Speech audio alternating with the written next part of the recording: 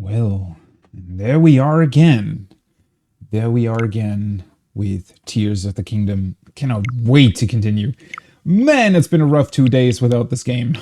No, actually it's not, but you get what I mean. It's just really, really cool. I was talking about Tears of the Kingdom with someone from work yesterday, and we both agreed that it's insanely good and also a massive upgrade over Breath of the Wild, which is actually an interesting topic, considering that Breath of the Wild was overall a pretty good game. I mean, I had some issues with it here and there, but I mean, overall, it was fantastic.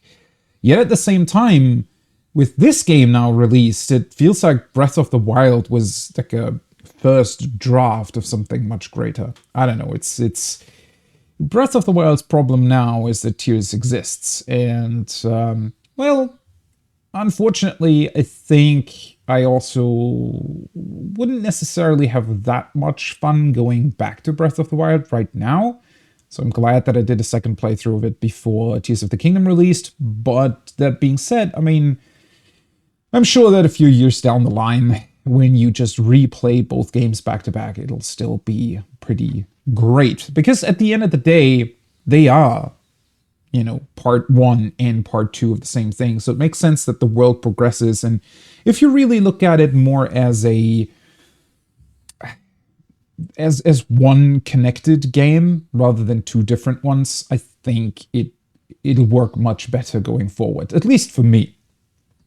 Right? Because otherwise I would be constantly thinking about what Breath of the Wild maybe didn't do that this game does so well.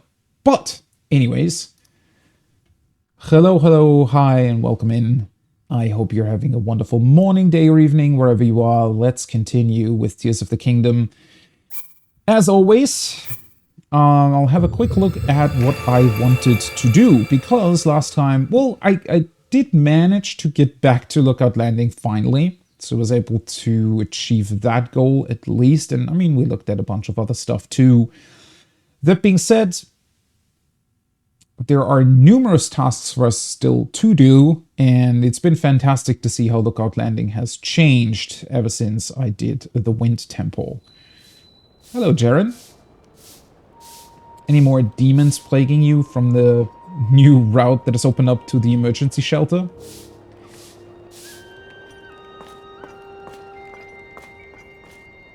I still like the set. I mean, I just ran around with it so much in Breath of the Wild that it's not that special to me anymore.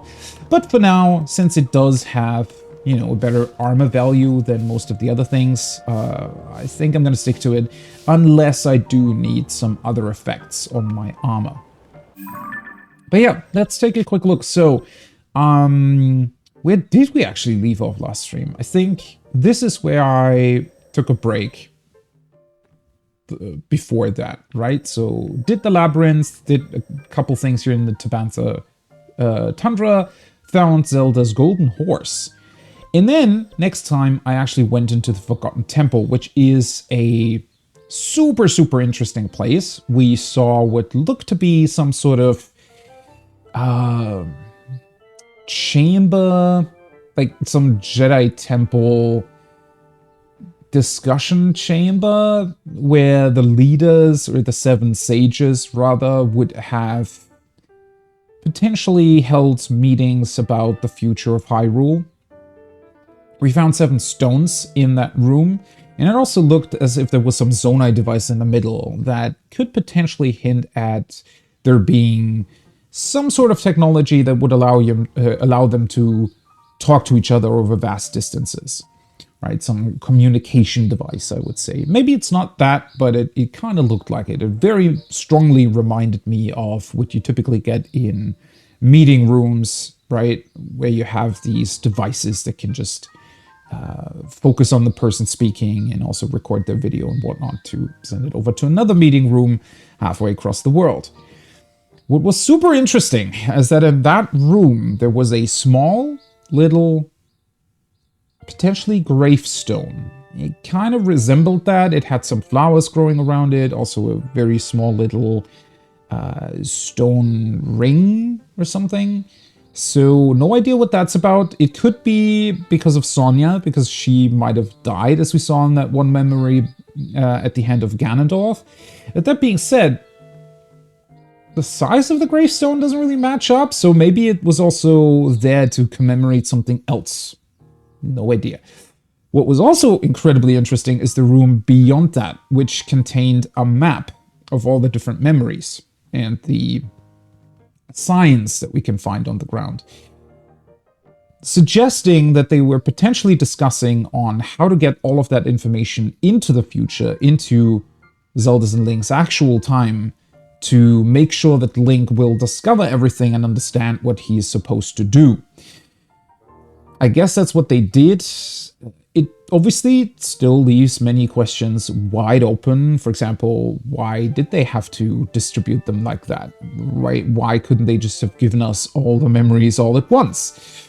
Right? Or are they related to certain places? Is it important that we visit a lot of these places? Because on the other hand, shrines are also meant to be some sort of test or way for Link to get stronger again. At least the Sheikah shrines were. Pretty sure these are meant to be like that too. I mean, that seems to be what was suggested to us in the tutorial region, right? Where we had to get stronger in order to actually be allowed into the temple, or behind the Temple of Time.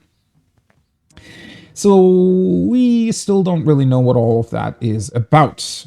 Then we actually finally ventured on to go back to Lookout Landing. I fought another Phantom Ganon, third one at this point in these ruins. I'm still not entirely sure why he was there. I speculated that it might have been about the well, and that the well, just because they are already caves that are being dug down into the ground, are just natural points for the chasm to continue breaking to the surface. I don't know if that's why he was there. Grabbed some gear that one of the mushroom people suggested to us we go and check out, which was actually located in a cave I had already been to, but missed that particular gear. And then I went back to Lookout Landing and discovered a whole range of things that had changed since we were last here. The stable is finally finished. What else did we see? Well, we obviously talked to everybody. The research has been going on. Taro, the head of the research team, actually went and asked the, what's her name? The girl, Pura's assistant, if he could spearhead the new investigation into the chasm, which she now found a giant stone slab that hinted at what we already kind of knew, which is that the statues eventually lead somewhere interesting. She mentioned that it would maybe grant us new power. Very much looking forward to that. I don't know what that's all about right now, but I was planning on potentially doing that first today.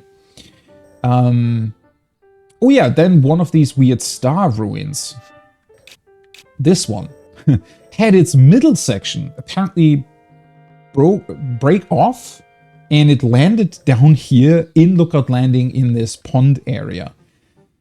That's going to be interesting what that's about. The store has been expanded. What else was there? Oh, yeah, well, and the Royal Hidden Passage actually opened. It was hinted at us beforehand that there is definitely a connection between the castle and the emergency shelter. I mean, it just made sense, right? But the woman here that is constantly cleaning in front of it had suggested multiple times that there's still dust coming from somewhere. So it was clear that there was some sort of connection. And now apparently that broke open, and it took me a long time to actually get through it. So first of all, it's quite interesting because you actually find the funny demon statue again that was previously located next to Hateno, that allows you to freely swap, well, almost freely, right? It costs a bunch of rupees, but to swap stamina containers for heart vessels and vice versa. And then I just continued on, believing that, oh yeah, there's a couple rocks to destroy. Surely this isn't going to take that long. Well, I don't know, 30 rock walls later, a bunch of enemies, one Stalnox, which is the skeletal variant of a Hinox, and also the knight's armor set that we got there. Well, after all that time, we finally eventually emerged here in the castle. There are 2 exits to this route, and whoa, that was one hell of a journey. I did not expect them to place that many rocks that had to be destroyed in that passage. It was very fun, though. It really, really felt like some sort of excavation, discovering old ruins beneath the castle. It was pretty awesome. But yeah, that's pretty much what we did. So now the question becomes, what do we do next? I think I already activated, yeah, a mystery in the depths. Yosha, oh yeah, that was her name, Yosha, pieced together a large mural from fragments to complete a picture that might show a series of statues in the depths. Each one looks towards the next, until the last gazes at a temple-like building that's the focal point of the mural. Yosha thinks this place may be real and holds special Zonai power. Which, that last sentence was particularly interesting to me. I wonder if it's going to be some sort of upgrade for our abilities. I really don't know how they could still be upgraded, but sure. Or, since we're still missing this section here in our selection wheel, I wondered if it might be about that as well. Either way, I think it would be a good idea to check on that first. Later on, I definitely also finally want to go to Kakariko. I think I've been holding off on this for way too long, and it's one of the more, well, it's one of those places that you just want to check out, right? But obviously I wanted to check out the first phenomenon, but that's a plan for after our discoveries in the chasm. I think I pretty much want to go to the chasm first. I think that's a good idea for a first agenda point for today. Let me also see. I prepared some food that would allow me to get my hearts back from Gloom, and I also prepared some Gloom resistance. So it's going to be interesting to see how that will work. Looking at this, it might be actually worth it to do at least one more per. So one more resistance and one more hard recovery thing. Although, that being said, do I still have dark clumps? I do. Right. Okay. Since we're still down here, might as well do that. And in terms of armor, the silent stuff definitely helps. I don't think there's anything else that I really would be able to utilize down on the chasm. No. Where's the cooking pot? There we go. So, let's actually check on this recipe. It's so funny to me that the dubious food actually gets recorded in here. Right, ward meat skewer. Let's maybe do another one with double resistance. Yeah.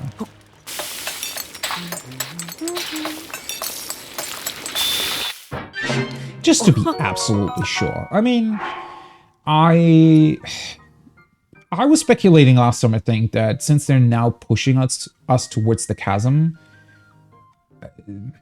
I don't think this is gonna take super long to get to. But at the end of the day, it'll still probably be quite the expedition.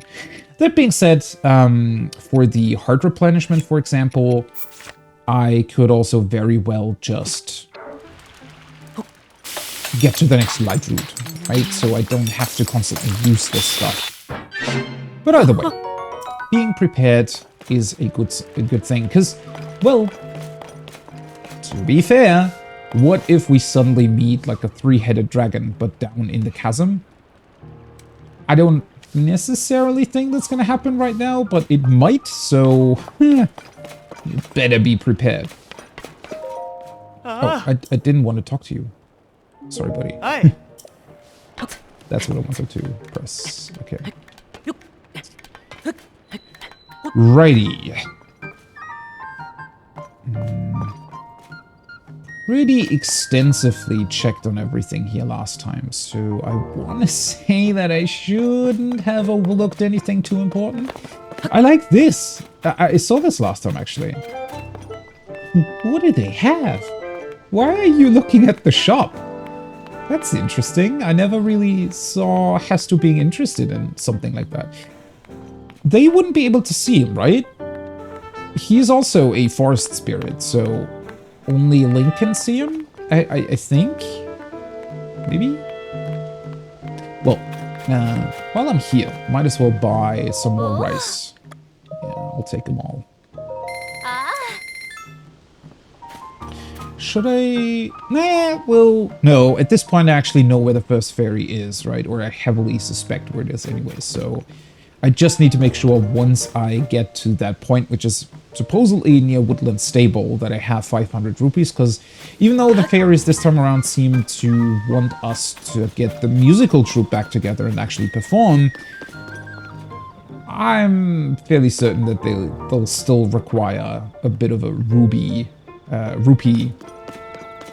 quote-unquote, sacrifice as well. Huh. Anything new here? I think we already talked to these guys, but last time they were still standing around it wondering what the hell happened. That bigwig, Wordsworth. He was looking at the stone tablet in the base of this thing before taking off to Kakariko Village. Hey, would have been nice if he had just taken this massive obstruction with him, though. If it falls down, it'll be dangerous. Plus, it's in the way, so want to demo it. But that lady from the Zone A survey team is standing watch. If I mess with it, she'll probably send me soaring straight into Death Mountain. What's your problem with this ruin? What the hell? Was this your... Do you like to swim, maybe? or maybe fish? Was this your morning spot to hang out on? I mean... Okay, it's a bit of an obstruction, right? If he was doing like a swim every morning, this would certainly bother you. I can get behind that. I see that. My first job with the Zone A survey team is checking out this valuable stone tablet. I'm feeling pretty lucky. Wordsworth went back to Kakariko Village, but I think I might be able to get him to teach me ancient Hyrulean if I make an amazing discovery here. So I have to be really thorough with this. Alright. Gotta become Wordsworth's #1 pupil. You'd think that they all... You know, that they would start to teach them all ancient Hyrulean. Wouldn't that be insanely beneficial?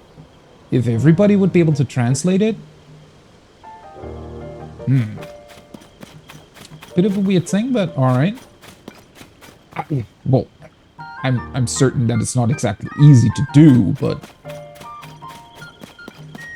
Well, maybe they do it and she just wants him to be her, I don't know, private teacher or something, so that it's faster. Alright, so...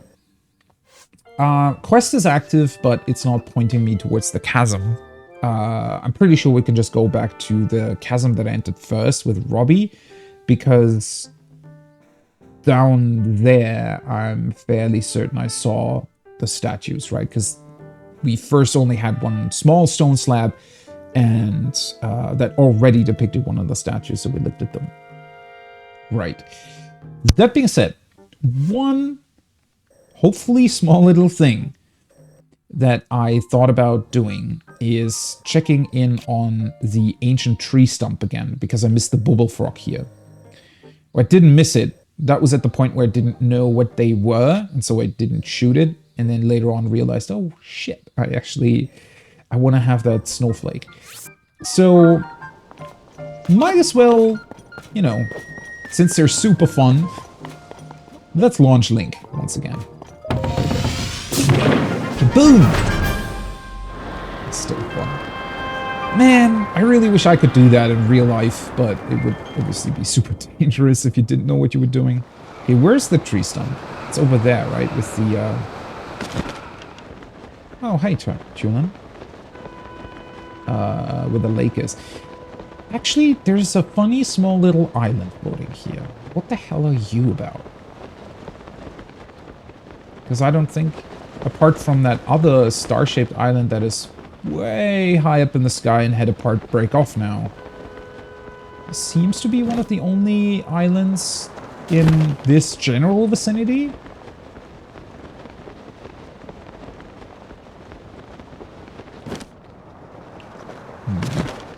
Yeah, we should be able to make it over to the tree stump. Thankfully, it did finally upgrade my stamina somewhat, so... You know, I don't have to look out for that anymore. Too much anyways. Central Hyrule Sky Archipelago.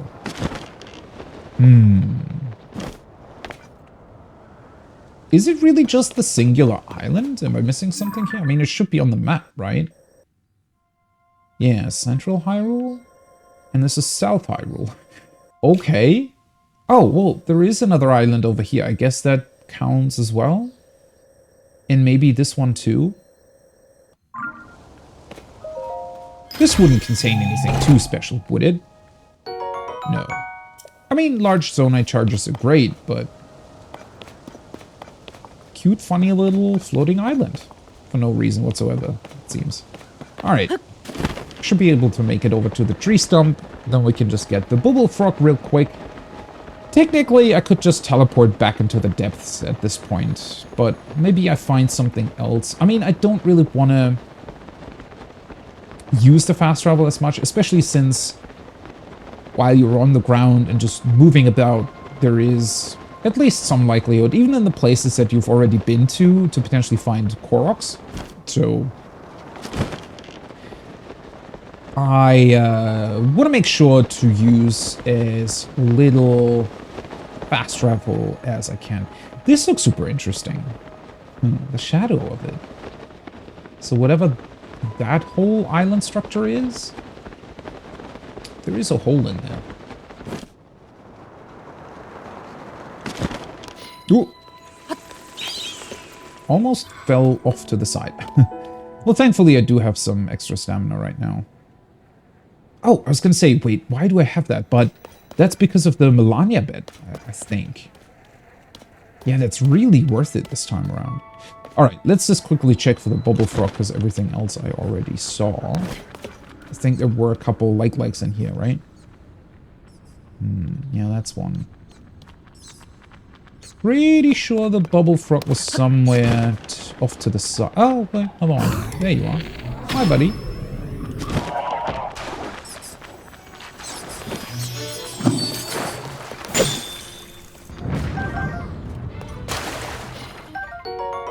Man, I still don't know. Every single time I strike one of these bubble frogs, I mean, I know that, or at least I want to say that they're about releasing the spirit of the Blurpy, right? But I always feel bad shooting them. Because they're also not, if they would be hostile towards you, that would be something else, right? But they're actually quite peaceful. Well, except for the bubbles that they create, obviously, but aside from that. Okay. Well, I think we can just go back out, right? Yeah, check mark is on the map. So let's just leave and continue on our way to the chasm. Oh, hello.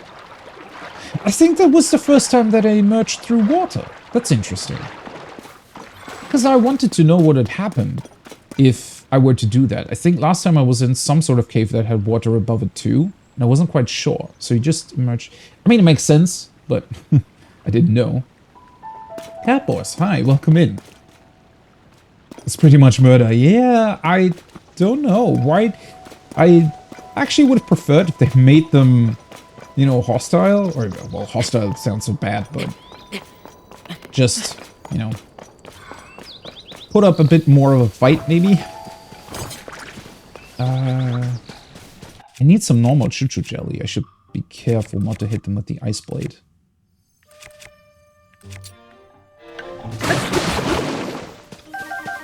Because I'm pretty sure that I still have a lot of ice jelly. And I actually need more of a fire variant. Because I ran out of whatever the fire poop thingies were called that you can make fire arrows out of. Alright, quick double check here. Wait. Which way am I looking? Oh yeah, there is a stable there. And that's the Colosseum where previously there was a Lionel in there. I wonder if it's still around. And then obviously there's the former Great Plateau to look at. But if I go over there now, I'm gonna be preoccupied for a couple hours probably.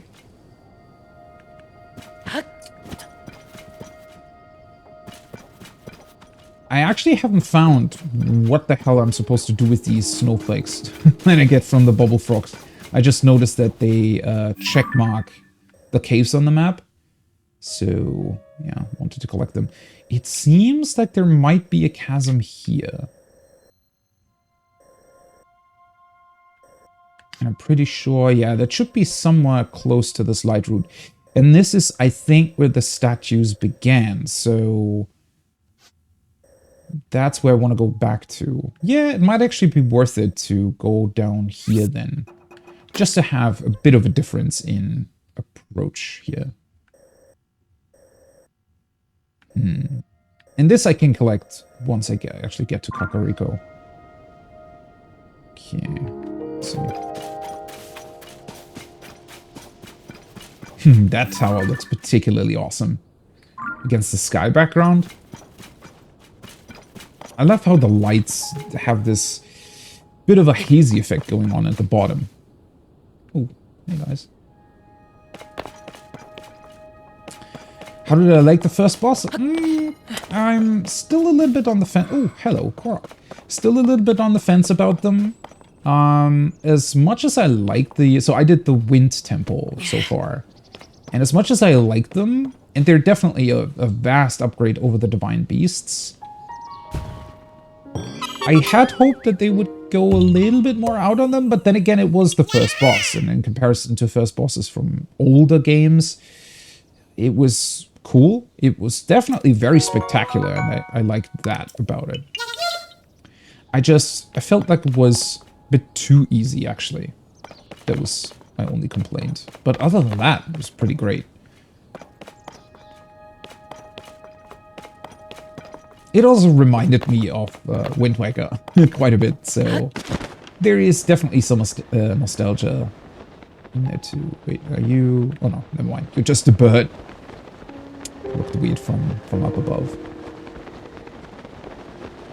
And yeah, I wish the temple would have actually lasted maybe twice as long.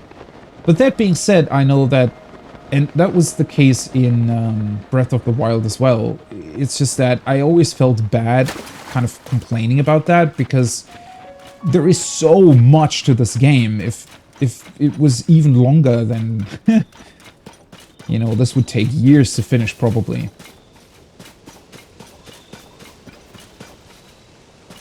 And also, it depends on what you actually count, right? Because the Stormwind arc in and of itself potentially didn't take that long, but it took quite some time to actually get there, so if you include that in the length of the temple, suddenly it looks very different in terms of just time spent in it.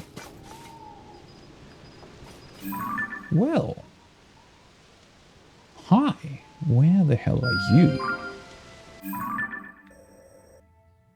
Okay, so that's a third fairy location. That is very interesting. Did I mark the other one? I did. Since I don't want to go over there right now, let's just mark this as well. Okay, so if the other one is somewhere here near Woodland Stable, or was that here or was it here? Ah, well, somewhere in that general region. That'll at least make it easy to unlock them as soon as I get the musical troupe together. That's good. That's the Colosseum, right? Yeah. There isn't much point in walking over there right now, I don't think. That being said, you know, bit of a warm-up for today, as I haven't done any combat yet. Oh, this is called the Gleok Bridge? Stop it. Where the hell are you? Oh, it's all the way over there. Why is this the Gleok Bridge? Why would anyone name it that?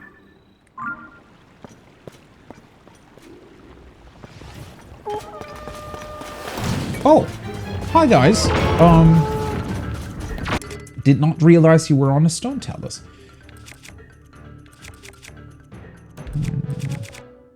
Oh boy. Yeah, I didn't really expect that at all. It's gonna be a bit more difficult again. The last one that had the ice around him was actually pretty easy to deal with. That's my bow gone.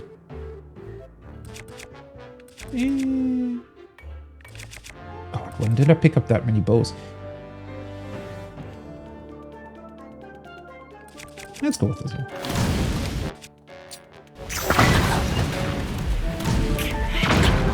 What? Holy shit. Is that one of the bokoblins? Is he shooting bomb arrows? Didn't have that happen before. Holy hell. Do I still want to keep this? Oh yeah, I've completely forgot about that. Let's get rid of all this stuff. There we go. Well, at least it wasn't a one-shot for a change. God damn it. Give me time to aim, buddy. There we go. Oh, you are shooting those too.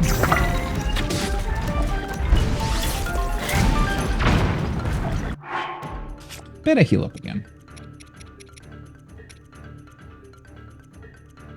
Yeah. Perfect.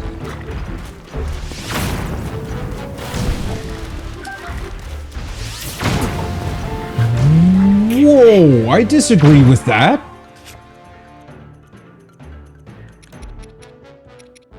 Okay. They are definitely onto something here.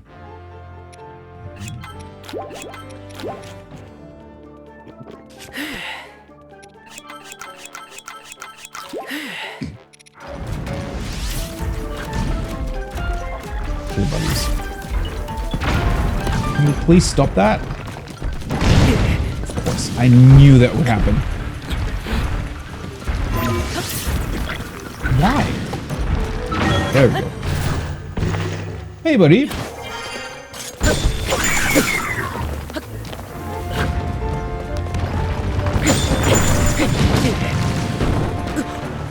Well, at least that worked. Now I just need to get back up to... Okay, that was a very unfortunate frame to pause on. Yeah. I hate that. Whenever you accidentally pause on a frame like that, there's no way you get out of that again. Oh god, they're all a lot of healing. There we go. Well, at least I'm going through some resources here.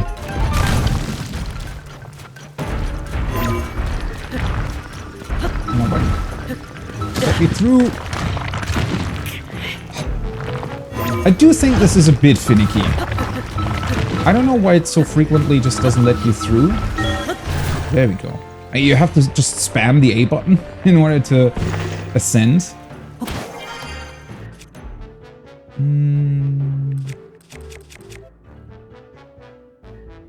You know what? Might as well. Sure. Oh, wait, I was out of I didn't realize. Oh, well, it was a shit fight anyways. Okay, I'm beginning to dislike these. I don't know. They're a bit weird. Because essentially, they make you run circles around the thing in order to just ascend. I mean, obviously, you can do various other things as well. But I feel like I don't have a good tactic against them yet. And I don't just want to use bomb arrows. Oh, there's some Zonai stuff here.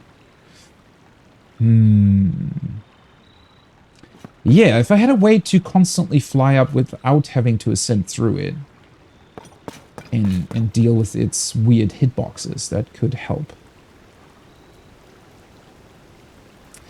I want to find a really funny way to deal with them. I wonder if there's something that you can do to the stone talus itself that would help. I mean, obviously they're weak to bombs and similar stuff, but it doesn't really help if you don't want to use bomb arrows all the time. I mean, I could, but it feels kind of lame. Honestly, let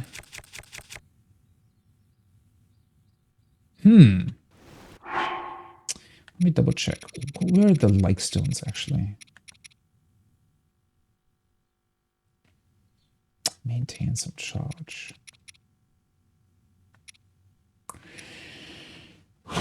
Problem of choice. I could do so much stuff that I'm kind of stuck in my ways because I can't seem to think of anything else to do against them. It cannot just be bombs. That cannot be the only solution here. I mean, the guys up top aren't the biggest problem. I might as well just freeze them instantly so that they're not constantly shooting arrows at me. Or shock them, or something like that. Probably helps way more. It's just the Talus itself. And at the end of it all, you still have to go up to hit him, right? Which, yeah, Ascend is a good way to do it, but also probably the most boring way.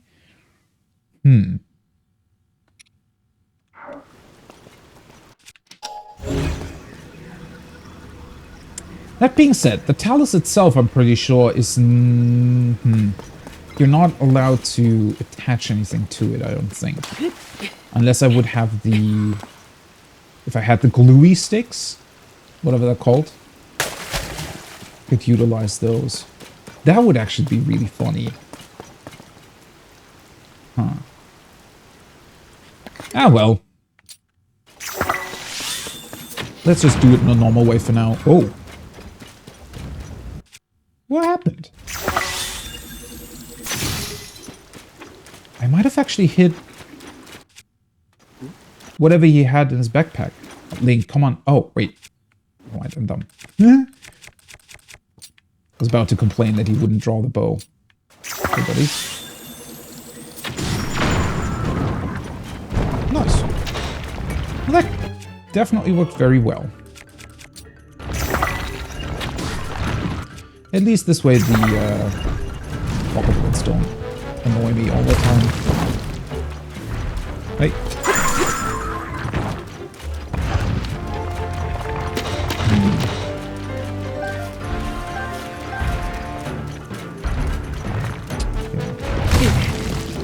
See, that's what I mean. I'm not entirely sure how you're supposed to deal with that unless... Well, that was my bad. I just spammed the button.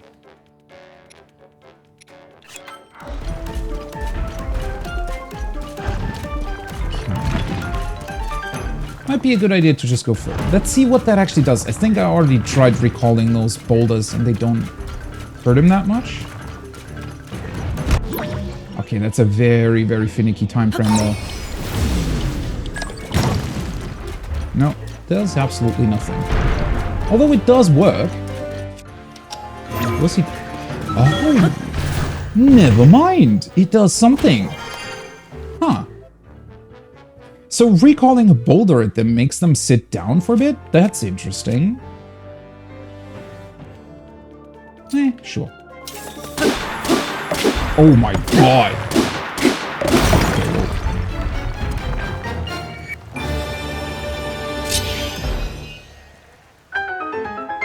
That was disappointing. Why didn't you have more HP? I mean, it's a very strong weapon, but I definitely did not expect that. Hey, Pothog, welcome back. What's going on here? Well, freezing some bokoblins and hitting stone taluses with their own boulders, you know, as you do. Okay, so I have to remember that. The recall ability actually does work really well on them. Unless it was something else that made him sit down, but I'm pretty sure that was being hit by his own, well, hand, if you will. Isn't there something? Oh. It's drifting off. Oh no. Oh, my beautiful loot just drifting off into the distance. Goodbye. Oh, hey, there's a piece of ammo down here, though. The frost choo-choo jelly also worked surprisingly well there, I thought. I don't know why it interacted with the bombs or whatever they had, because I was pretty sure that frost would just, well, freeze them, but not cause any explosions. Guess I was wrong on that. Well, now I know how to deal with that. That's cool. Let me see. Oh, these are both claymores. Just fuse it to one of them. Doesn't look ridiculous at all. Alright, let's see what's in here. Well, that makes it a lot easier then, and not as finicky. It's just... Okay, hitting that frame on the recall ability when they throw their boulders at you isn't that easy. Oh, well, it's not hard, but it's definitely only a couple of frames of time that you get before you can recall it.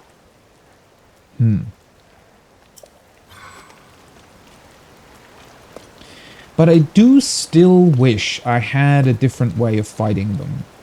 Because I have to say, the Ice Talus, that was a super fun fight with the Gleok blade that I have, because it produces flames, right?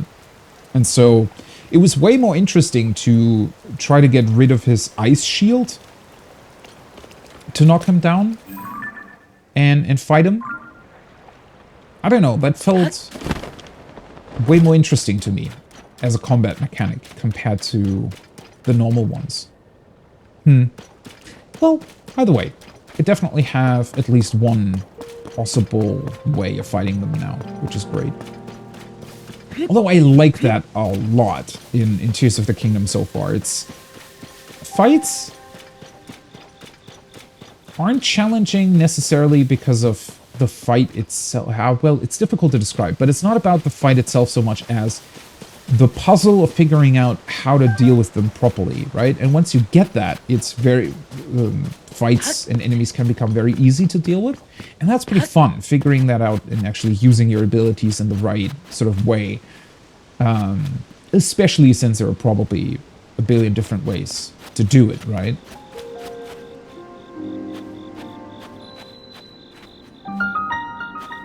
Mount Daphne's Well. Alright. So, I'm a little bit west of where we went into the depths previously. And as I said, I'm pretty sure the statues were right around here, and I think they were also pointing in sort of a southeast direction. Oh yeah, right. And we also have this bargainer statue over here that I want to check on. Because I wanted to get... I completely forgot about that. Man, so much to do and so much to forget about. I wanted to grab the armor piece that is available for 150 pose. Things though, there isn't a shrine around here, I don't think. At least, not that I know of. There could be one somewhere on or in that mountain. Although that's over there, we already were here.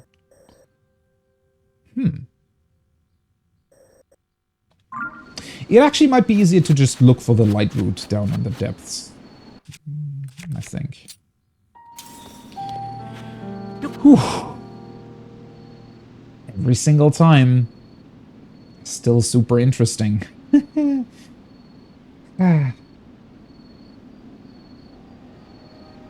Yeah, I found the knight's armor last time. In the hidden underground passage between the emergency shelter in the Lookout Landing village and the castle. Took me a lot of time to get through, but all three pieces were available there. I'm not wearing the pants though, because these have the same armor value but an added effect of making me more silent, so I stuck to them. Alright. Need to do it, right? No point in waiting around.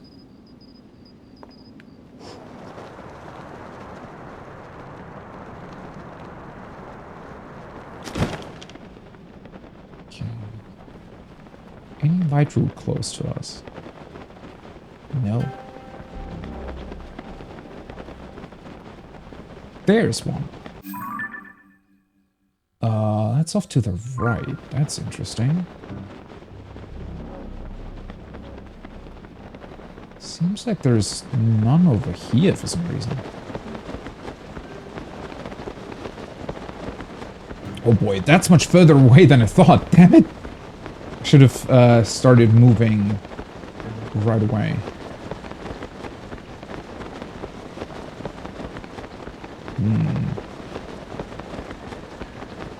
That's interesting.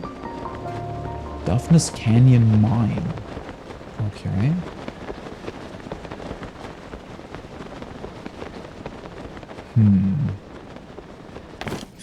Yeah, mine seems about right. Looks like there is a lot of zonite in there. It's also falling off quite a bit. Well, not right now. I can't go into every direction all at once. Want to drink out of that well? Yeah, I don't think that would be very healthy. That being said, you'd also need a rope that is about 500 meters long to even get water out of it. And then, well, I don't know if there... Maybe there's not even water down here anymore where the well is. Right, okay, so that's the previous light route that we discovered together with Robbie, and this is where the statues are. Yeah, they're leading about in that direction. That light route is actually quite close. Let's see. Might as well grab the post on the way. Oh, hey, buddies. I always forget. I don't want to create more ice choo-choo jelly. I need the normal stuff. It's a pretty good opportunity to replenish all of my resources from down here, though. So I'm pretty sure that I was running low on a bunch of this stuff.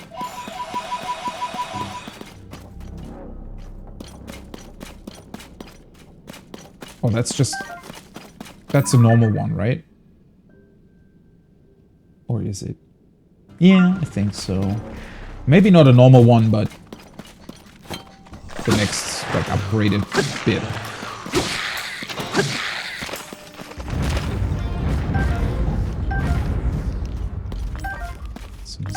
I desperately need to find somewhere that I can actually turn in the zonite for battery upgrades. Okay, that's the light route that I was talking about, right? I should probably mark that, actually. So that I don't accidentally run past it. Yeah. Okay, that's actually really close. Okay, and I'm also pretty much running it to the correct direction when it comes to the statues, it looks like. Yeah, this one points actually right towards that light route. Perfect. So they're going this way then. All right. This is really far away, isn't it? I might just run past it on my way back up, potentially.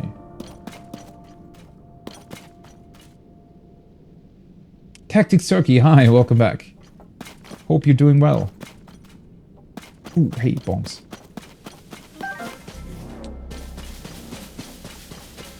I am once again finally doing some proper archaeological research in the depths here.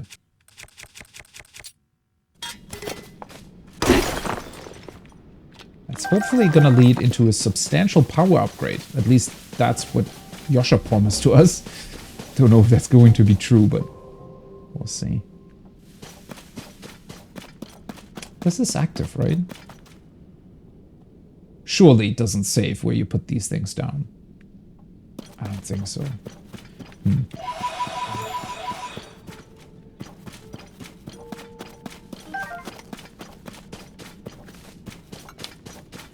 But that being said, it might actually be worth it to put a couple more down to illuminate our way towards where I'm trying to go.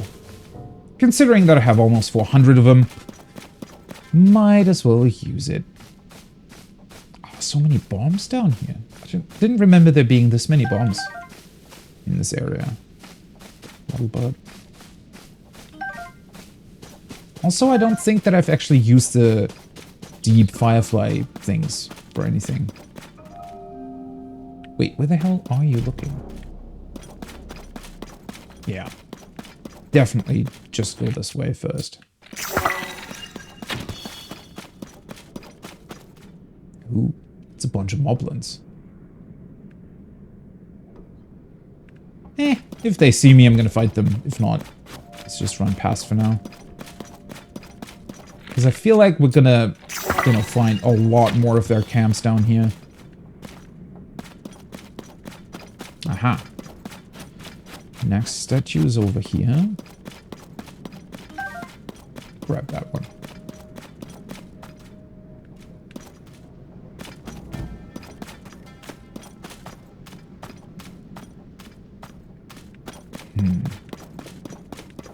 The monster camps are the only thing that I can really see, though. Doesn't really seem... Well, apart from other light routes, maybe. And some posts in the distance. Ni Kaem Light Route. So, the shrine is called Mayakin? Sure. I really want to know what they base these names on. And also if they do actually mean something. Or if it's just random letters put together. Which actually brings up the question, what are they called in Japanese? Is it the same? Because would they even be displayable in Japanese? Or is that some English localization choice that they made here?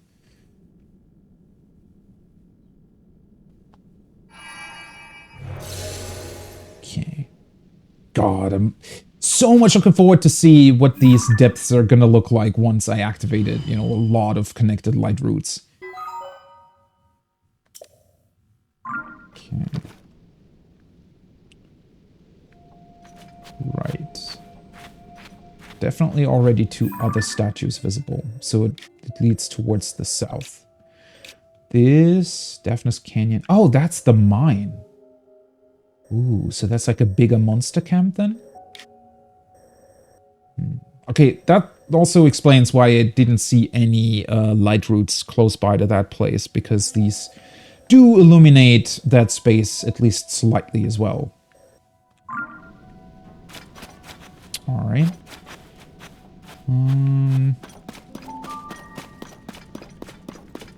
Well, considering how big the space is, I think I'm going to try to pretty much beeline it for whatever the hell we're looking for.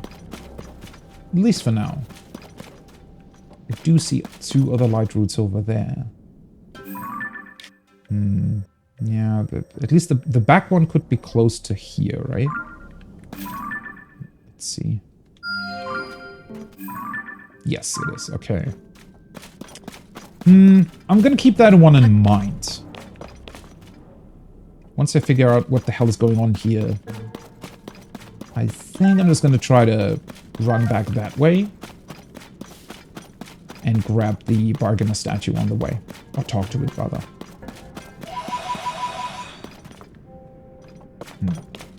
So far, so good. Statues still looking in their, you know, proposed direction. Nothing too fancy, nothing too special. No changes so far either. Oh, that's a Talus. Huh. Heh, he's just hanging out here. Looks pretty content with his life. Let's not bother him. Alright. So you are looking this way. Which is very interesting because now I don't see any light routes. What the hell are you? A frogs? Oh god, the music.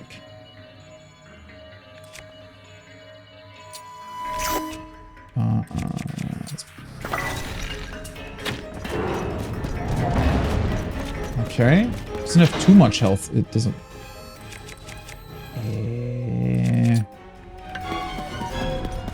Oh, wait. He also has... So he's like a frog talus? Oh, damn it. I should have... that was the wrong weapon for the job. Where are you? Well, that didn't work. Okay. Interestingly enough, he doesn't seem to have gloom around him. So it's, quote-unquote just a bigger version of the small little frogs that have been running all over this place. Nope. Wait a second here. There we go.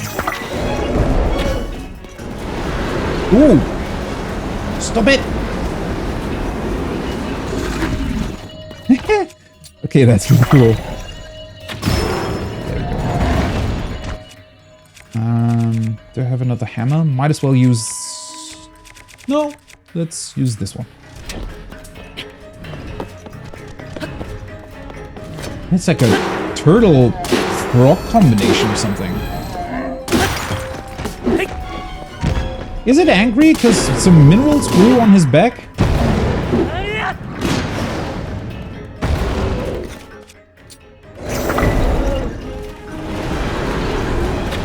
No! Oh god. I think it wants to eat me. Oh, yeah. He's even chewing. There we go. Thanks, Tulin.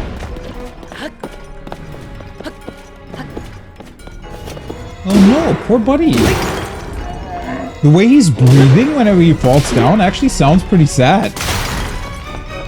Oh wait, already broken? Seriously?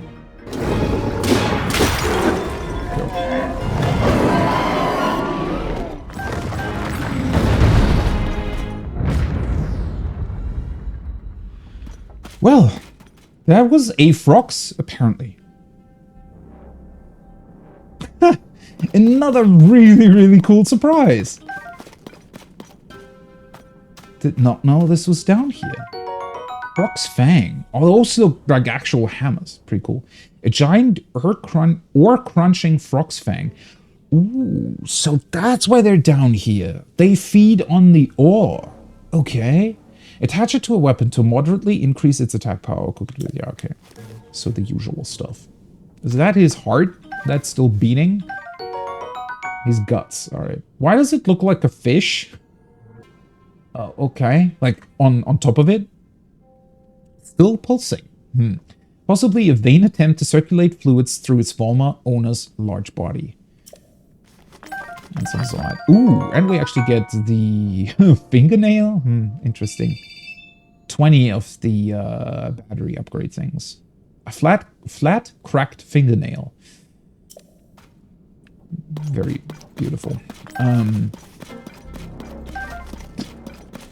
What a ridiculously cool enemy. So that's why why we have those small frogs down here. I guess they're the babies of the bigger ones. Okay, let's not lose track here. I liked how he crawled up from the dark all of a sudden. Pretty awesome that they have a fairly wide vision range, it looks like. Oh, wait. I should swap my bow over again. Okay. Statues are still around. I was speculating, so if the statues, or if the number of statues that was on Yasha's stone slab that she showed us actually corresponds to the correct number of statues we're gonna have to find before we can find the temple, it's not gonna be too far, right? Because this is statue, like, what? Number 8 or something? I mean, we can see 4 in one shot here. Maybe it's 7 or 6, but I counted them last time, right? It was about 15, 16 statues, I want to say. So I feel like we're already halfway there, but...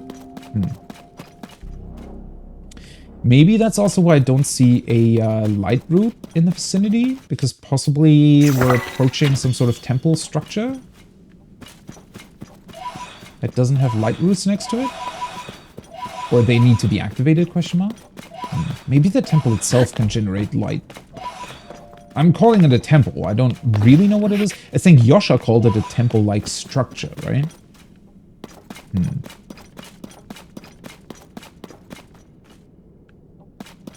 Oh, I thought there was an actual talus really far away, and I was concerned for a second why there were 2 of them, but it's just the smaller guys.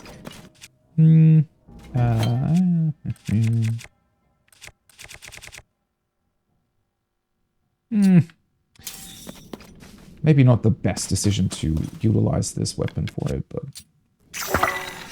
Hey, guys.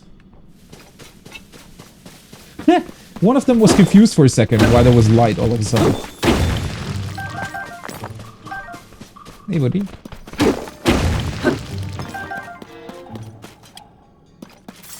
Okay. The cool thing is, obviously, with the bright blooms, it's pretty easy to keep track of where we started. Okay. Next to a bunch of Zonai stuff. Still no light roof visible. What do we have here? Some wheels, some sleds, some fans. Unfortunately, it looks like no control unit. As much as I would like to build myself an off-road vehicle... Oh, hey, there's some small frogs around too.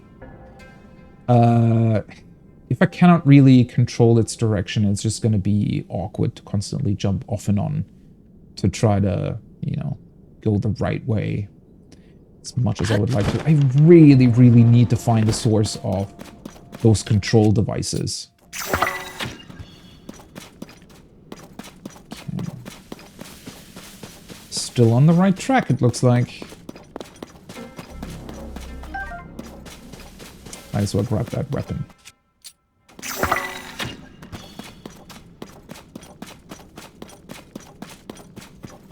Ooh. Seems like there's some... Oh no, wait a second, that's Soldier's Broadsword. Yeah, that's just a giant plant, right? In the background. Hey, a couple skeleton horsies. Okay, where the hell are you looking? I know that I looked at them in detail when I saw them for the first time.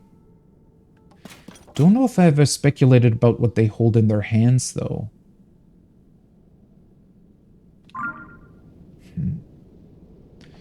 Are they looking up to it? Are they...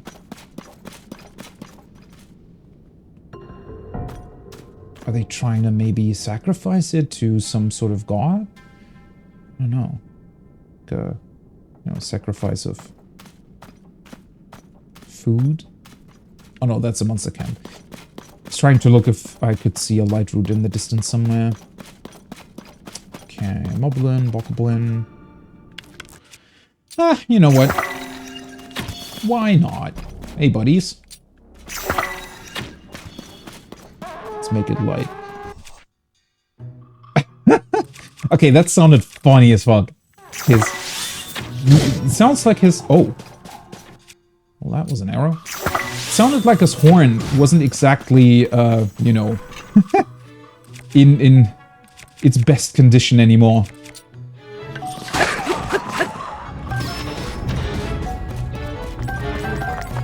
They're actually not that strong.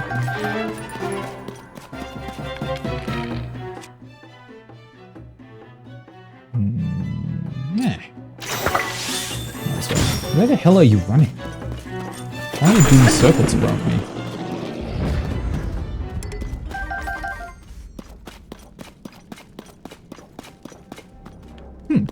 That was quite a bit easier than I thought, honestly. Which is pretty cool, I have to admit. The fact that the enemies all have the gloom around them just makes them look a lot more scary than the normal variants. Even though they are still the same enemies, right? And they also have the same attack and health values, I'm pretty sure. But since they have all the gloom around them, you're never quite sure if they're really strong or not, because you cannot see their actual color. Which is pretty cool.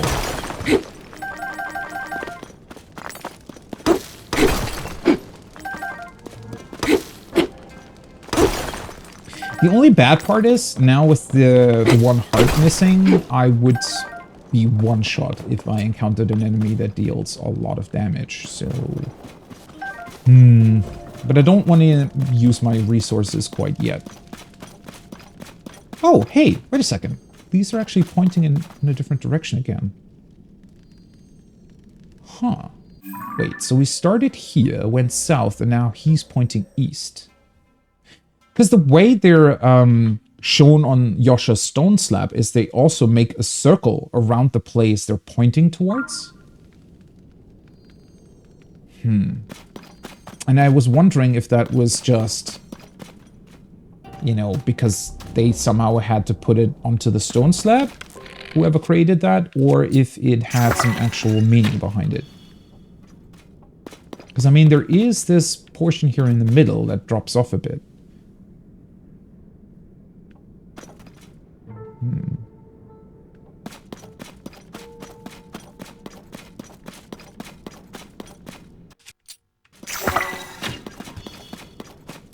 Okay, next one. No, he's pointing a bit southeast again. Okay, this looks interesting.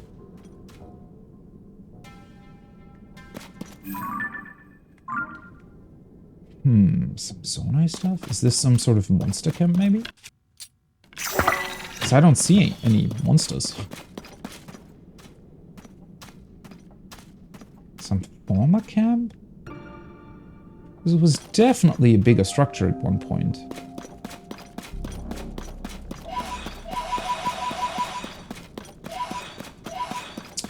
Alrighty, so you're pointing...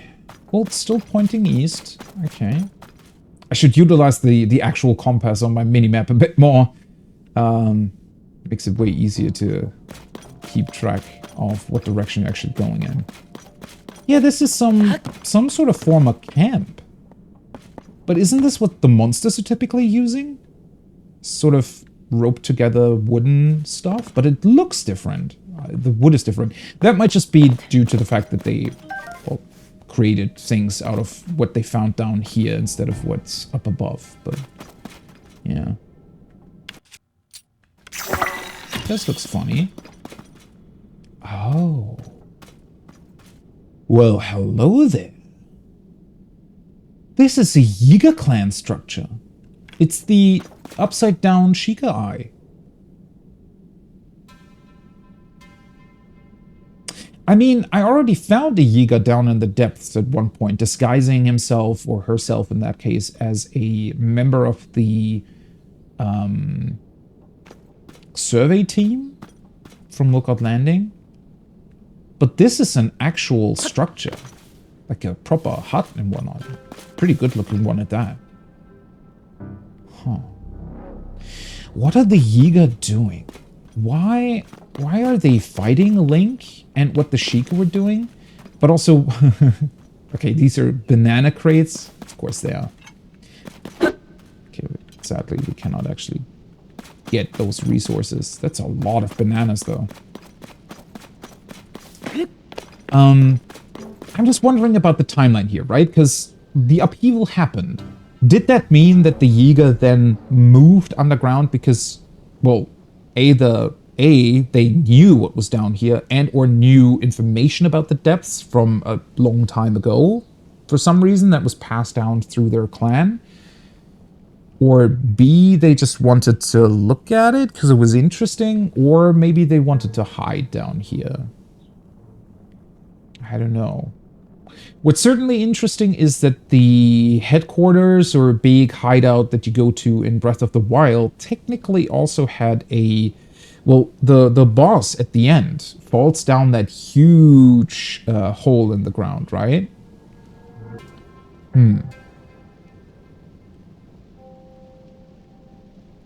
I don't know. As if they already had some sort of connection to the depths at some point?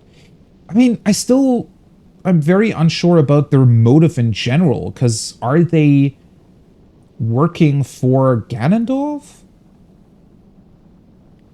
Do they even know about him? The Demon King and whatnot? I mean, I guess they would, but to what kind of extent do they?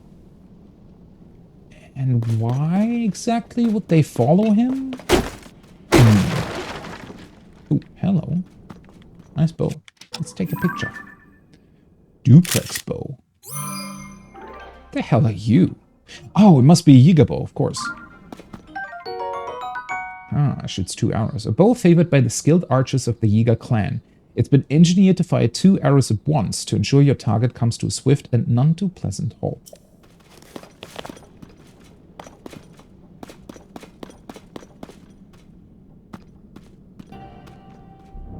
Did they built some makeshift vehicle, it looks like. Because it also has the Yiga clan symbol on it. Sadly, only wheels, no control unit, it looks like.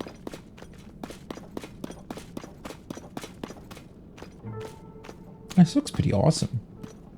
Actually, somewhat reminds me of the small little shrines. Like, not the shrines, but the small little ones where you find armor pieces from time to time in caves. Well, then again, the whole Yiga clan aesthetic is still very much Sheikah in nature. It's just kind of turned upside down, right? I mean, they're even using the same, these, whatever circles these are supposed to be, because they're also present, for example, in Pura's research lab in Lookout Landing. What's going on here? Tattered notebook. According to Ko, this location will be destroyed. Wasn't Ko their leader? The guy we dealt with?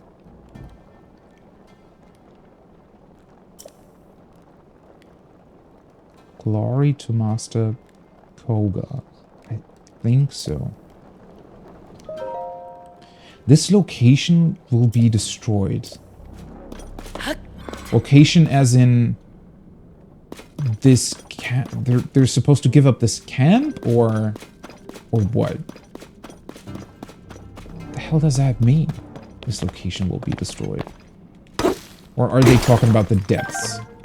Because I don't... That doesn't really... I wouldn't describe the depths as a location, right? I mean, it is, in a way, but location isn't that a more, well, localized idea? And not something you would describe an entire... I don't know. I mean, this is as big as Hyrule, right?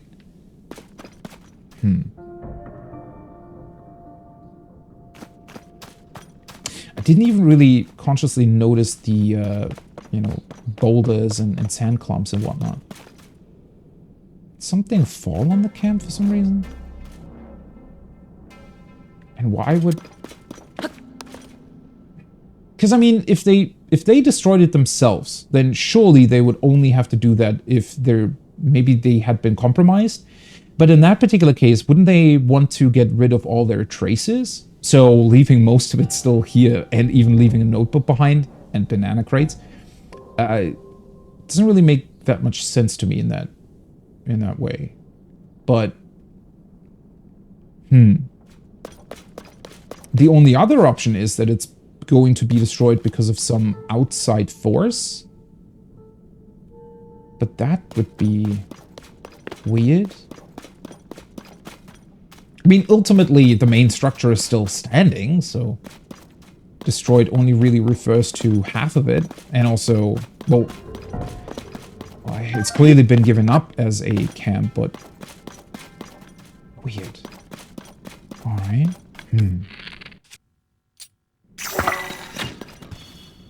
I wonder if they were also looking for whatever the statues are pointing at. Because, I mean, at the end of the day, the way these are facing, you kind of naturally just want to take a look at where they point towards. Because it's pretty clear immediately that they're, you know, meant to be followed, if you will. I really didn't remember there were these many bomb flowers down here. That's pretty awesome. A lot of resources to replenish.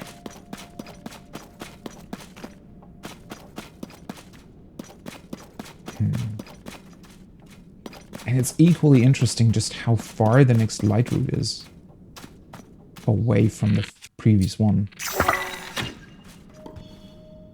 Bonk! That was a cool sound.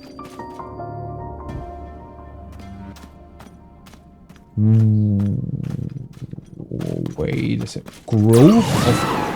Oh, damn it, Julian. To pick up the plant. Growth of time? Ooh, okay, well, that's definitely Zonai. Growth of time? Wait, we're not below... No, we are not. Well, kinda. I hadn't realized just how far I had been going.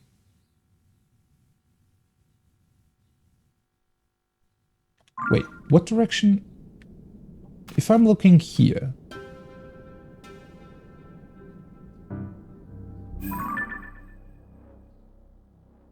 Whatever this Grove of Time is supposed to be, seems to be directly beneath what we know as the Temple of Time. The other one's not exactly in the same place, but maybe the whole island drifted off? I don't know. You don't see me. Should you see me? Damn it!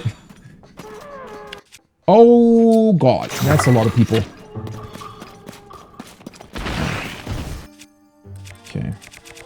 Well...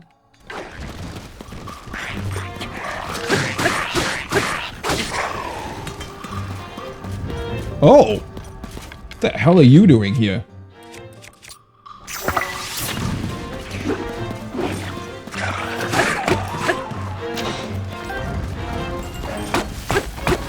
Oh god. I hadn't realized that they're so difficult to deal with if you don't have an axe. Nope, wrong. No, I don't want to target you.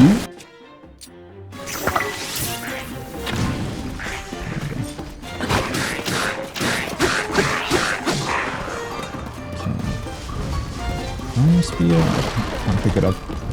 Okay. You're gone. He's just standing over there, you know, desperately trying to find allies that'll come to his help. But they're all gone, buddy. You have to approach me yourself if you want to do something.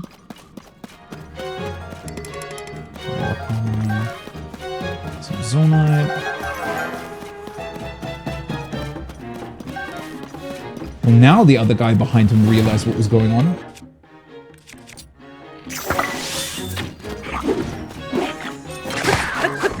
They're just normal bokoblins, though. Or maybe the blue ones, I don't know. They don't exactly seem very strong.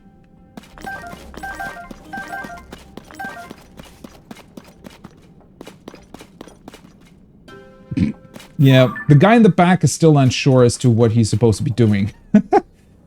I don't know. What's up, buddy? You look very confused. Okay, are these guys seriously pointing at whatever this time thingy is? I guess they are.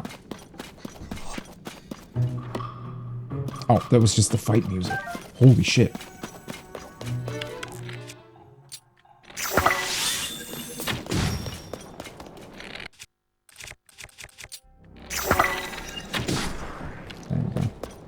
Whoa, that's a lot of Zonite. Holy hell. So many resources to pick up.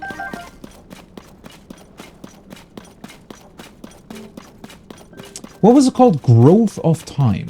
Alright, and there is... I mean, this light route doesn't seem to be too far off in market. Where is that? Oops, wrong map. Okay, Grove of Time. It's also marked on the map. Should I go over to the light route first? I think that might be a good idea. It seems to be somewhat close, and I mean, it's not exactly difficult to find these things again, right? But obviously, first things first, let's pick up all the Zonite. Oh, damn it. I like that they're still using the same sound for that, I think. You know, whenever Link pushes a crate, that's still exactly the same sound that was in Ocarina of Time as well. Yeah, that honestly looks to be a proper temple structure. I mean, clearly, possibly as big as the, wrong thing. As big as our Temple of Time above it. Ooh, nice. So many Zonite pieces.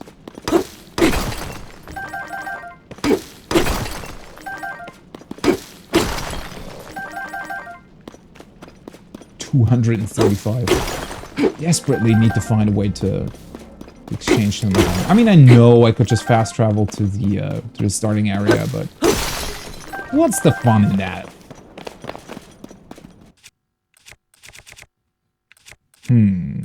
there an axe-like thing? Definitely need something for these crates, because it sucks to use other weapons for it.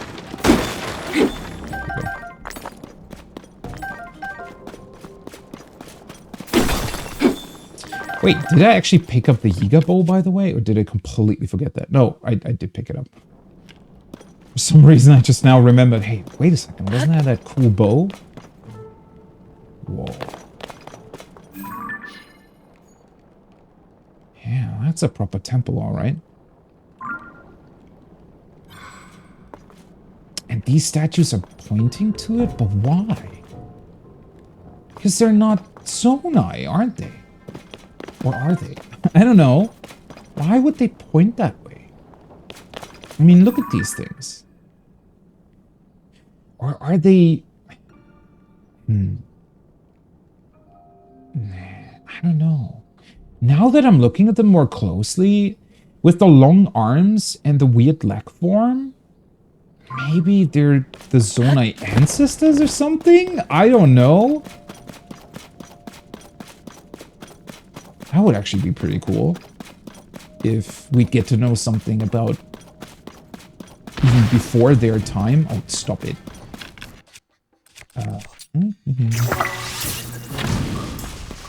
Without an axe, these actually can be quite annoying. Really?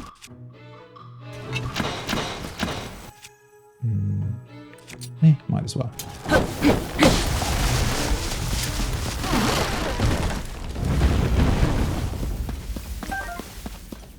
It's so funny that they even leave a completely normal log behind. Although that doesn't exactly look normal, does it? It's like they're infused with some sort of mushroom. Reminds me a little bit of The Last of Us, to be entirely honest. Wait, where's the one that I... Oh god, I lost track of it. It's this one, right? The blue one. Why is it so hard to see? There must be something in front of me, right? It's just... Oh yeah, there is! Some sort of tree stomach. God damn it. Really? Okay, this Goliath weapon is very, very efficient against them. Another one.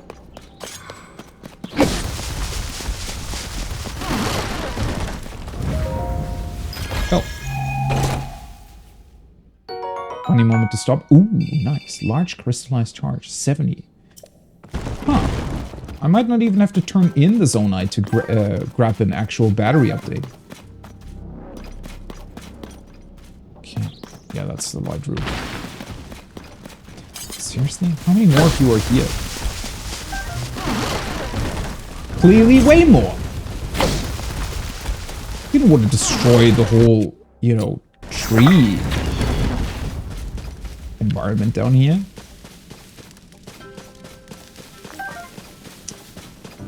Right. Huh. Whose camp is that? Isn't that the compass symbol? Is somebody from the survey team down here? Why would they be here?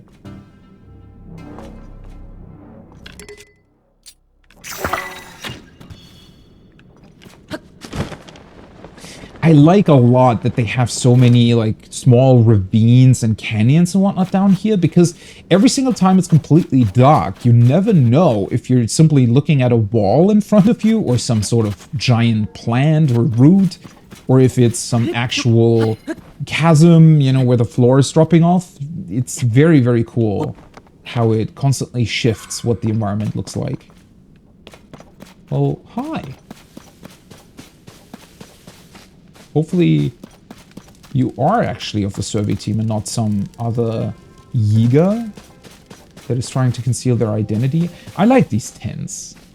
It's pretty cool that they all have their own logos and whatnot every time. Also looks way more sophisticated than what a certain sign someone I know is putting up every single time. Hey buddy, what's going on? Ah, you startled me. Wait, what's someone else doing here? Oh, you must be reinforcements for investigating the tree. Sure. What? Was I wrong? I thought for sure you were here to help investigate this humongous tree. I mean, just take a look. You see the tree's glowy core looking thing? I do. Somehow that light is capable of restoring vitality lost to gloom. Or so the rumor goes anyway. I'm here to find out if that's true. Yeah, but you know, that's not only my only mission down here. I've been asked to approach and eliminate the Yiga clan's greatest foe, you! I'm taking you down! Nah, I don't think so, buddy. But you can certainly try. Actually, what do I want to fight him with? Probably this would be funny. Come here, buddy.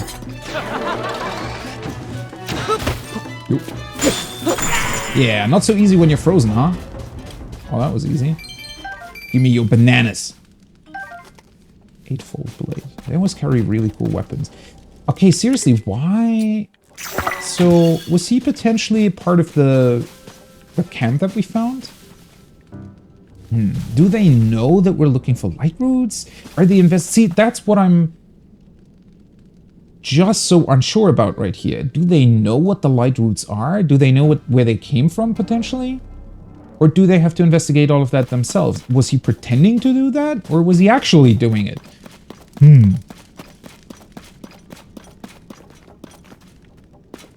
Oh, that's another light root. Thought for a second it was moving. Well, let's illuminate this place a little bit, shall we? Interestingly enough, I have not been to the corresponding shrine above yet. Because this actually seems to... And I didn't realize that would happen. Although now in retrospect it's... actually not that far-fetched. Is that these statues would point you towards the Temple of Time / Great Plateau. That being said, okay, so I have discovered one labyrinth and its connection to both the sky portion of it and the portion down in the depths, which was really, really cool to find out. For some reason, I don't know, I'm still looking at the depths as a little bit of a separate place for the most part, which doesn't really make that much sense, because clearly, I mean, there is a reason for this thing, for this environment to be here, but also there's clearly very important connections between the depths and the overworld. But for some reason, it definitely did not occur to me that it could potentially house some sort of really, really important connection between the Temple of Time and whatever's down here. Which is awesome. All right, have our heart back. Perfect. Let's eat. Where is it? Where is it? Let's go with these. Okay, some Zonai stuff back there, but I don't really need that right now. Why is it not removing my pin? That's a bit weird. Feels like the automatic pin removal whenever you approach the location is a bit more finicky than it was previously, but oh well. Right, so is that the camp that I just took out? I think so, right? Because all my bright blooms are still close to it. Yeah, and there's the statue as well.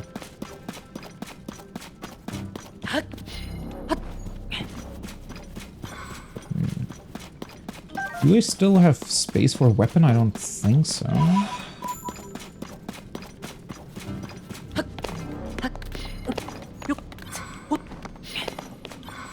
Nope. Two of you guys. No. Okay.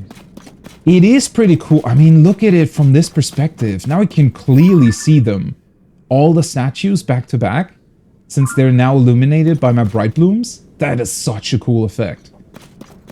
Then it's also rendering your light across the distance. I mean, it makes sense, right? That's the point of it, but it's just awesome to see. Okay, Growth of Time. Seriously, guys.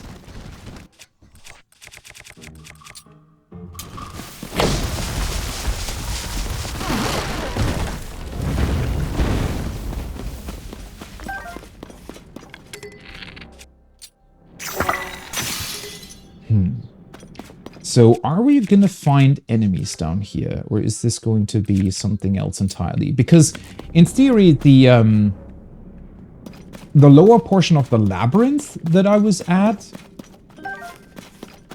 well, it did contain that construct, so it did contain Zonai stuff. No bokoblins or moblins or something like that. Okay, well, I'm 99% sure that's what the statues are pointing towards.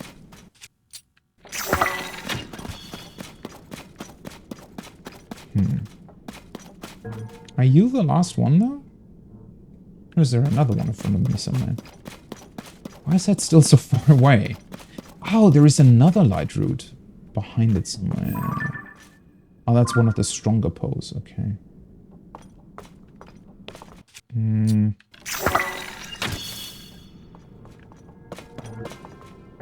Okay, this is falling off a bit.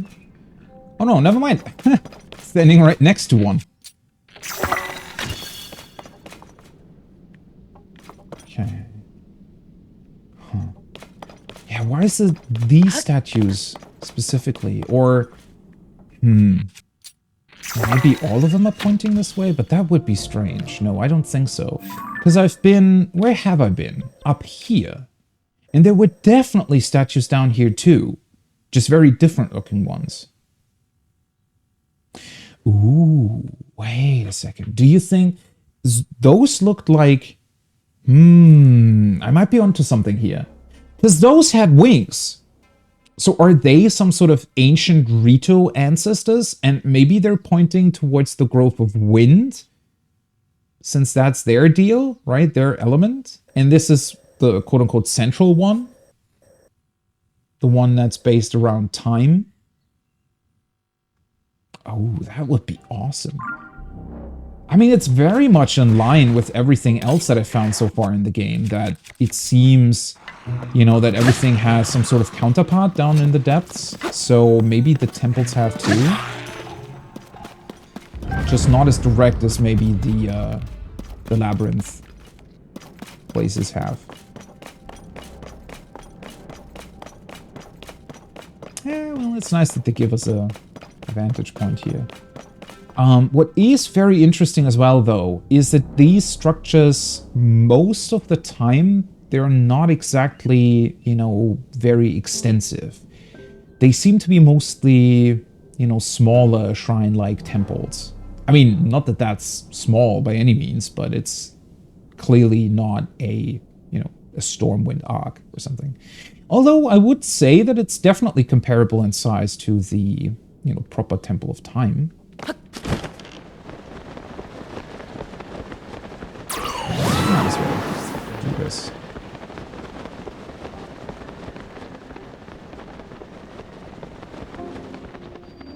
Great Abandoned Central Mine.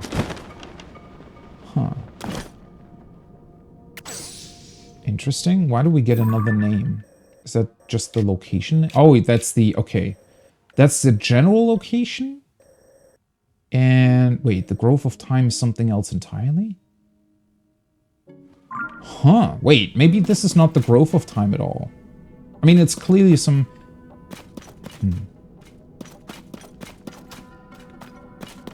Something related. Where were the two pole thingies? But they had... like red stuff around them.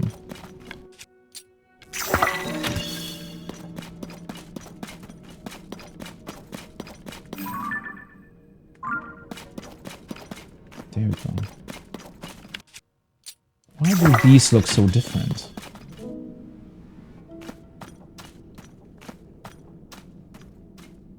There's some parallels to Twilight Princess. Yeah, the pose were used in Twilight Princess. I mean, I think they've appeared in multiple Zelda games, but in Twilight Princess specifically, they were also meant to cleanse the darkness, if you will, right? It wasn't exactly as dark as this, but yeah, they were, you had to collect them in wolf form, right? If I remember. And if you filled up your whatever light collecting device you had, it would remove the darkness from that particular area of the map, and you could traverse it normally again without being in wolf form. Why are you guys red? Grand Poe. Oh, plus 20. Glowing spirit orb found all over the depths. Offer these to... Yeah, okay. So the red ones are 20. I think the blue ones were 10. And then obviously the normal ones are just 1. Alright.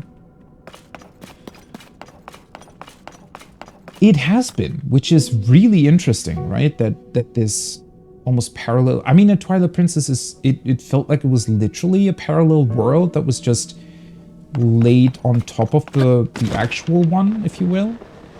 Or it mirrored it, or turned it into it. Well, not really mirrored it, but... Yeah. Those connections are definitely really cool to see.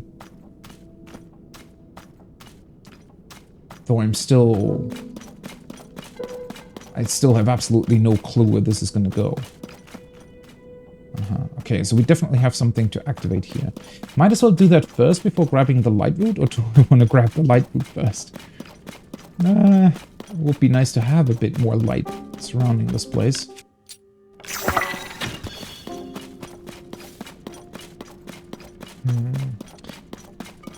Interestingly enough, it looks a bit more cracked than most of the other Zonai structures down here. God, you hear that sound in the background? Almost like there's some sort of construct trying to draw energy or something. It only happens every now and again, but very eerie. Oh, that light root might be further away than I thought. Ooh, that could be one of the forges. That would be interesting.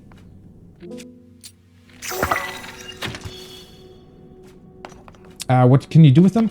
There are, well, so far I've only found one. There's that weird little head that looks like it's in a sandbox for children, right? Those the things you can buy for children to play in. And there's like this weird gnome-looking thing, like a big gnome, but you only see its head. And I was able to talk to it since the first time I came to Lookout Landing. Eventually, though, or rather at first, I wasn't able to do anything with it, and he just gave some mysterious knowledge. But eventually he said that I could turn in Pose. And you can mostly turn them in for resources that are available down in the depths, right? If you don't want to bother going down here, or if you just need more. So you can get bomb flowers, I think. You can get those muddle flowers that you can confuse enemies with and make them hit each other. Bright blooms as well. But there seems to be also an armor set that is available from them. At least the body part is, so far.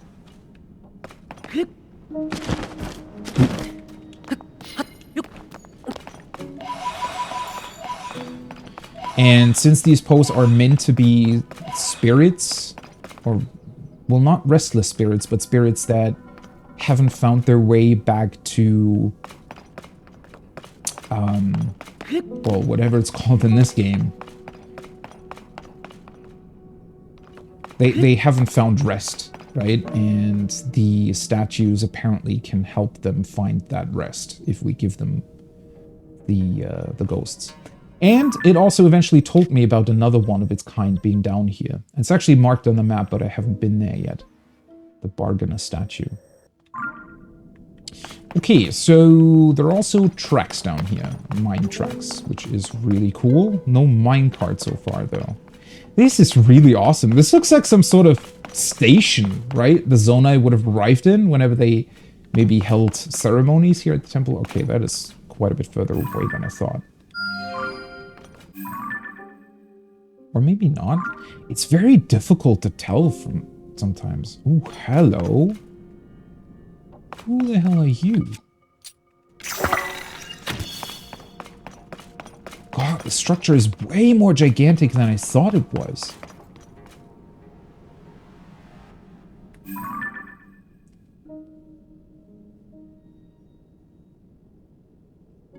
What is this supposed to represent? Why do... I don't get these statues. They look way more ancient, right? Because they look like... They look rough. Not that detailed. But, interestingly enough, somewhat similar to the, I guess, level of detail of the Hylia statues, where you can upgrade your stamina and health. It's just that they don't really seem to be fitting in with the Zonai stuff, right? The Zonai just looks so almost perfect, marble-like, like super well engineered and whatnot. And the statue in comparison looks fairly rough, right? Like some ancient civilization just carved out a statue. It doesn't look bad by any means, but it's clearly a different architecture. So I wonder if the Zonai found this down here and just built a temple around it because they thought that it was, you know, worth to pay tribute to it, something. Huh. Where's this leading? Okay, that's just leading down. This seems to be the actual entrance, though. Right?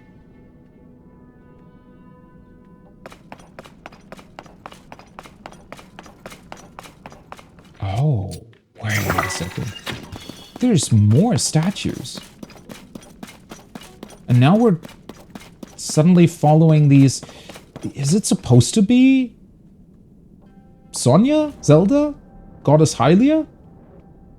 Is she holding a master sword, or is that just a random sword? What the hell is going on here? And why are we suddenly following these things? Where would they lead? Okay, don't see another one just yet. But clearly this was once a much larger area, or much larger structure. Because there's still broken up Zonai pillars and pathways all over the place.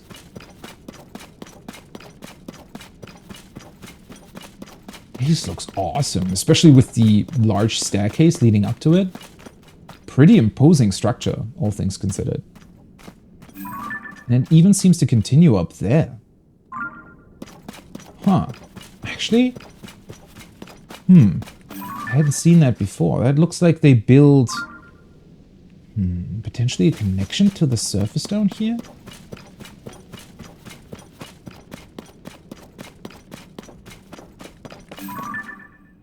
Oh yeah, there's even more of them. Huh. They lead that way. But that's to the south. That is way further south than the Great Plateau now. Like, that's Lake Hylia, right? But I don't think there was anything of note down here previously. Well, I mean, this is Gerudo area, but...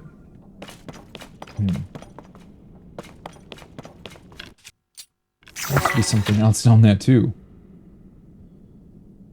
Ooh, hello. That's where the tracks are leading towards, it seems like.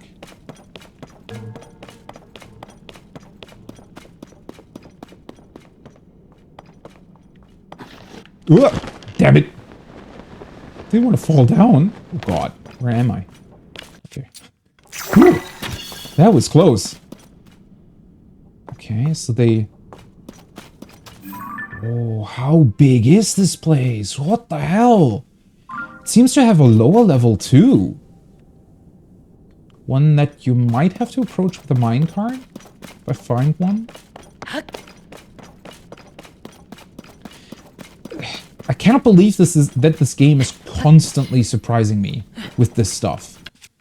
Because after a certain amount of time, you just think, oh yeah, you know, now I sort of roughly get the structure. Because that's what it was in Breath of the Wild, is just that once you dealt with the first Divine Beast, right, once you had found, I guess, most of the stuff around, it just kind of became clear what the overall objective was and what you had to do.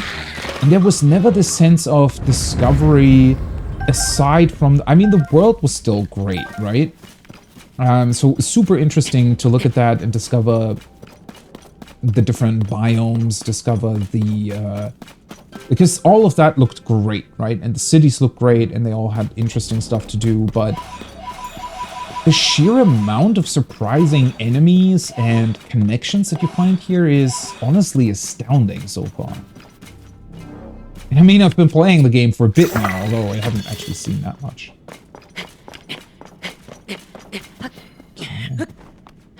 I wonder if I activate this. Is it going to continue to the other one? Or like combine the two areas? Huh. It's so interesting that you see them. Did somebody else place a light root next to him? Ooh, I see Yiga clan stuff. Those hanging ropes, that's from the Yiga clan. And the statues are definitely pointing that way. Oh god. And there's more Zonai stuff. Ooh, that's where the tracks might be leading. Oh my god. I thought it was just gonna come down here for a bit, you know, just check on those statues, and I thought there was gonna be a small temple, you know, maybe like a small little upgrade here or there. And now we're again going from one point to the next. This is insane.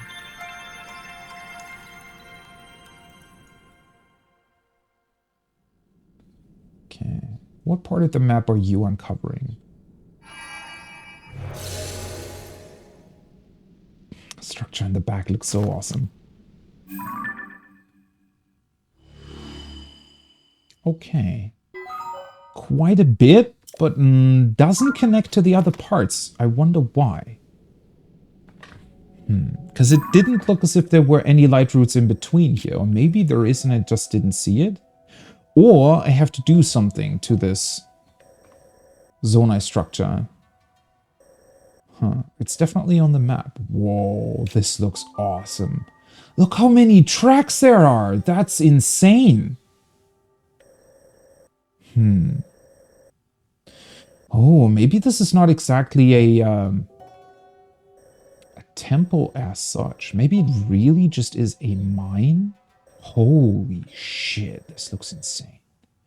Is this their central... I mean, it says Great Abandoned Central Mine. Is this where they got all their Zonite from for all of their structures?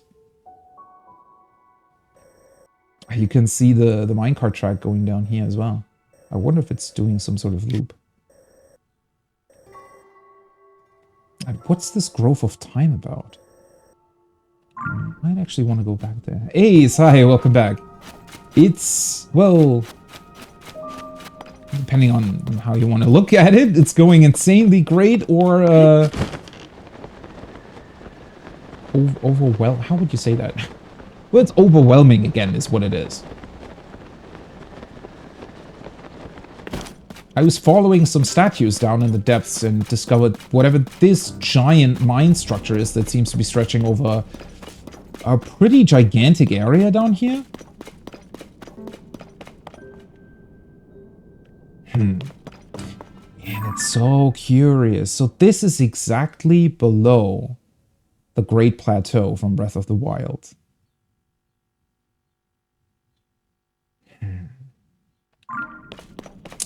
I wonder if they're going to explain why the Great Plateau got lifted like that. Because maybe it had something to do with the mine down here. Maybe something in here activated and lifted the whole plateau up. And now it deactivated again after Calamity Ganon was dealt with, and it moved back down. Although, by that logic, it would have moved back up by this point, right?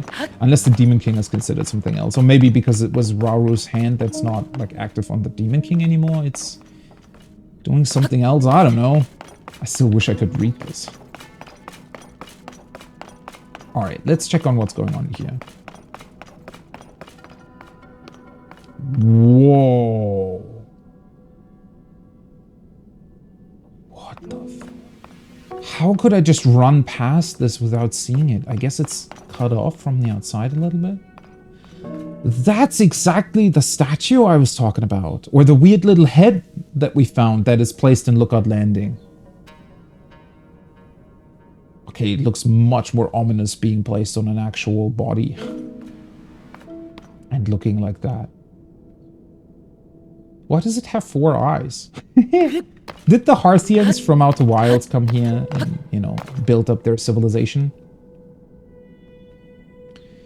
What is this thing? Looking at your map, you'd never know. Yeah, I thought, oh, you know, go to the light routes first and you know, just brighten up the place a little bit. But yeah, Yeah, it doesn't really do that much overall. At least not at the start anyways. I mean, there was that authenticator thing up there though, right? I should probably check on that first before I move down here.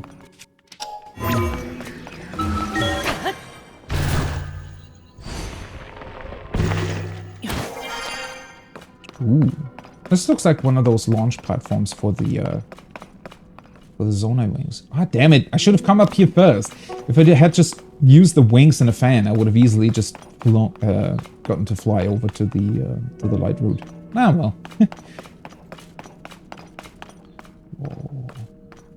Yeah, and there's... well, yeah, of course. That explains the forge. I completely forgot about that, looking at everything else. But it makes sense that it would be here, considering that it's definitely a mine. No Zonai constructs, though.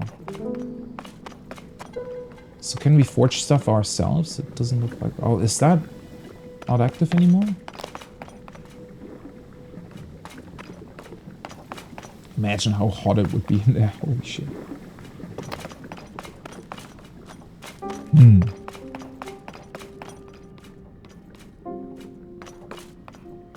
Oh, then the structure that I saw... That's above the forge. So that has to be some sort of furnace, right? Okay.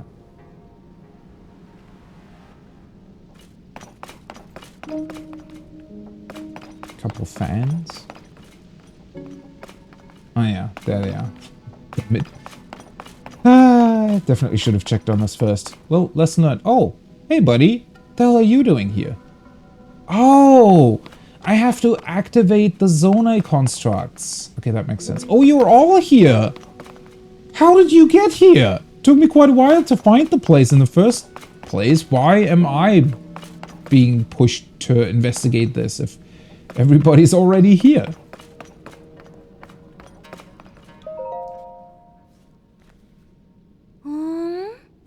Did you pass the interview too? He obviously did. Why else would he come strolling into a place like this? Why'd I even bring it up? Just forget it. It's not important. What is important is the text we're investigating. It's fascinating. It claims that the stone statue should be able to grant us an ancient power. So maybe that's what Yosha was hinting at. So what the power upgrade we're going to be getting is for our batteries and whatnot? Huh. It's just we already got the forge, or we already have a forge up on the island. Man, that really seems to be a connecting factor between all of these places, though. So the Great Plateau above the mine, the new Great Sky Island where you start the game, it's not exactly above this place anymore, but considering that it's flying, it might have well just drifted off a little bit. But it also had all of these mining equipment and, well, the forges. So was the Great Sky Island used as a place to process what they found down here? Seems to be somewhat likely. What the hell are you talking about? That's right. This peculiar stone statue is nothing less than one of the fabled constructs. In fact, I have some writing here that explains the so-called ancient power in detail. It reads, this ability will allow you to commit any structure you create to... Oh my god, really? To memory? So we're gonna get some sort of cooking recipe thing, but for things that I glued together? Is that what it's telling me? Any object committed to memory can be instantly reproduced. I'd still need the parts though, I'm guessing. Oh, well, now I'm glad I came down here. Holy shit. Imagine you go through the whole game without ever coming here specifically. And whoa.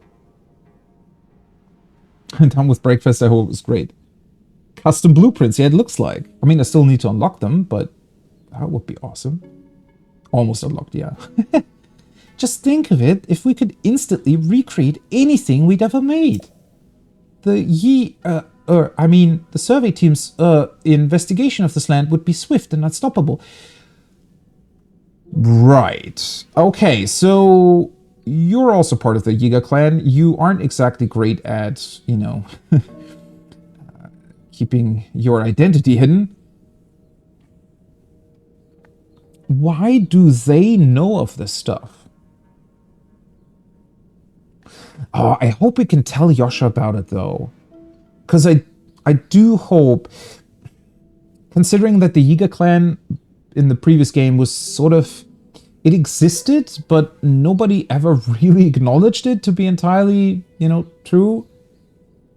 So I hope that we're gonna be able to tell people about it and potentially maybe even get a side quest to deal with them or something, or to find out what the hell they're doing and why they know about this stuff. I mean, that's the biggest mystery to me. We already knew that they were trying to stop us, but... Well, why are they doing it? But also, how do they know? I wonder. Yeah, why you wanted me to follow, I can definitely understand. I mean, well, very clearly the game pushes you in certain directions, right? And you can choose to either follow or not. If you do the stuff the game suggests, then you do get all of the powers you're meant to have. But if you don't, well, it's kind of your own fault, I think. And I've seen many people go through a long time without the paraglider, it seems like. Although I didn't really watch their streams, it was more of a sort of skimming through to not get spoiled. Time to build some uber laser tanks. Yeah. I mean, I do still need the pieces, I assume, so... But let's see. The text further claims that this construct should be able to grant us that power. We just have to wake it up.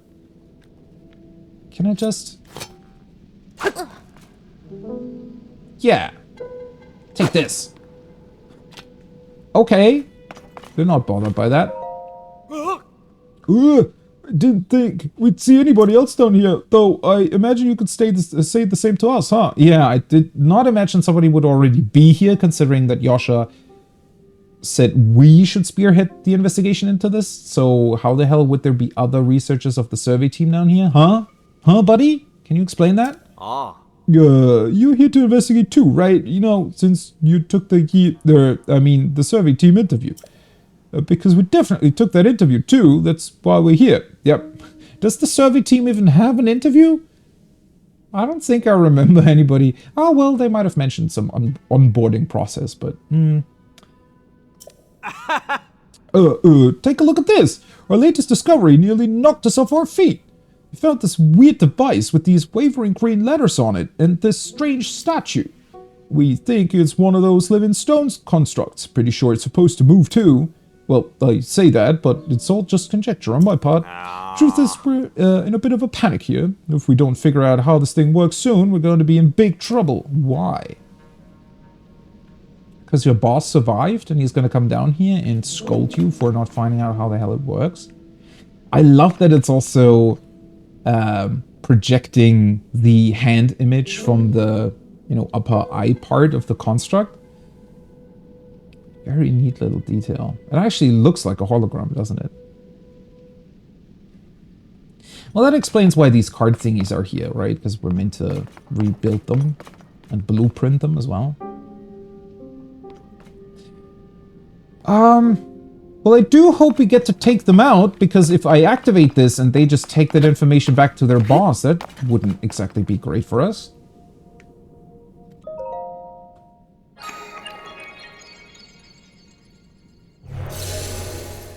There we go, teleport point.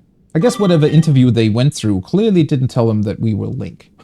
Which seems, a bit, negligible. Or, no, well, not negligible. Like they were neglected in their training. Because as part of the Yiga clan, I think you're supposed to know who Link is, right? I mean, that would certainly help, considering that they're kind of trying to find us.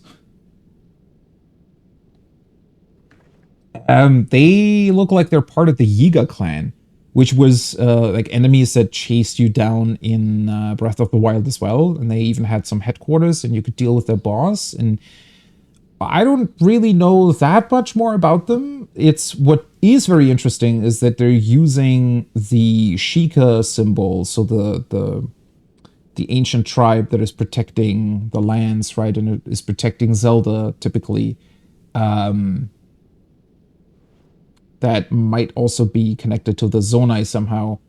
The Yiga clan is using their symbol but upside down, and I always speculated that there were maybe a group that had for some reason broken off of the Sheikah in the past and disagreed with their plans or with whatever they were doing. I don't really know why though. And I'm not entirely sure if they're actually on Ganondorf's side or if they just happen to like his ideas. I don't know. It's very mysterious. Authorizer verified. It's moving! Conferring auto build to authorizer now. Please utilize it as you explore and excavate the depths for Zonite. Well, that was easy. Is that going to be the missing part of the wheel? Or is it going to be placed somewhere else?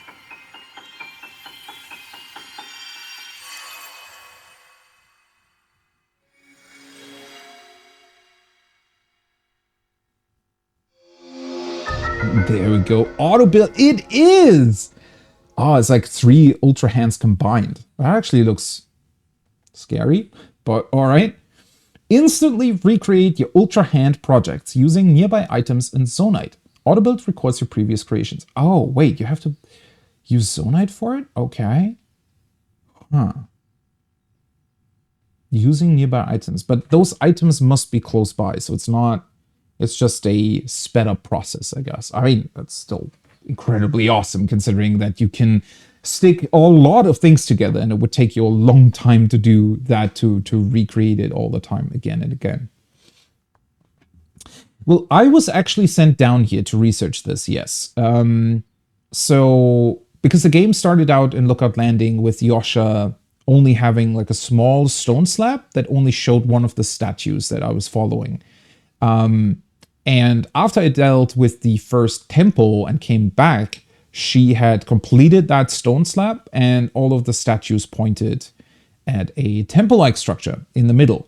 And so she sent us to investigate it, which was why I was very surprised to see these two guys down here, because they are very clearly not of the researcher survey team, because Yosha didn't, I don't think, send anybody else down here. I mean, it was a big point of the quest that even the, I guess the leader of the survey team wasn't allowed down here, because he's needed in Kakariko currently. So that's why we were sent. Did I see what I thought I saw?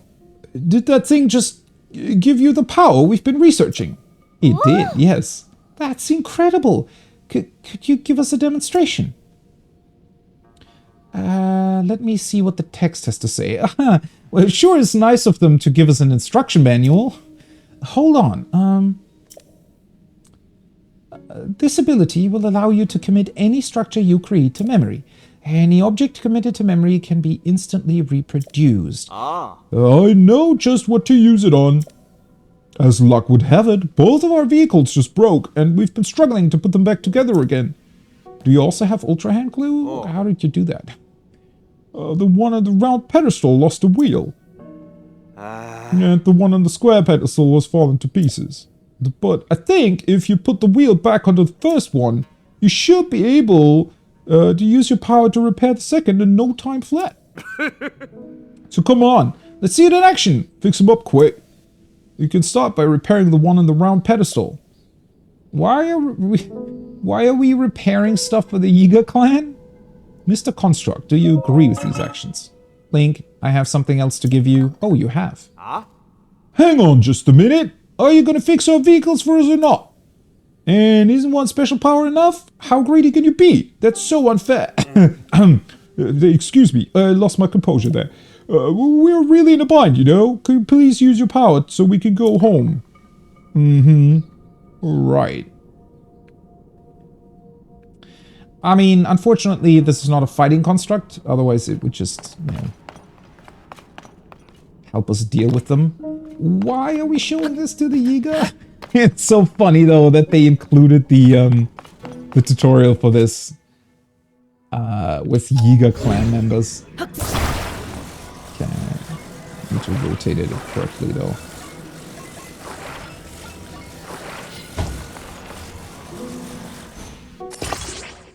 Alright. How they managed to continue existing, yeah.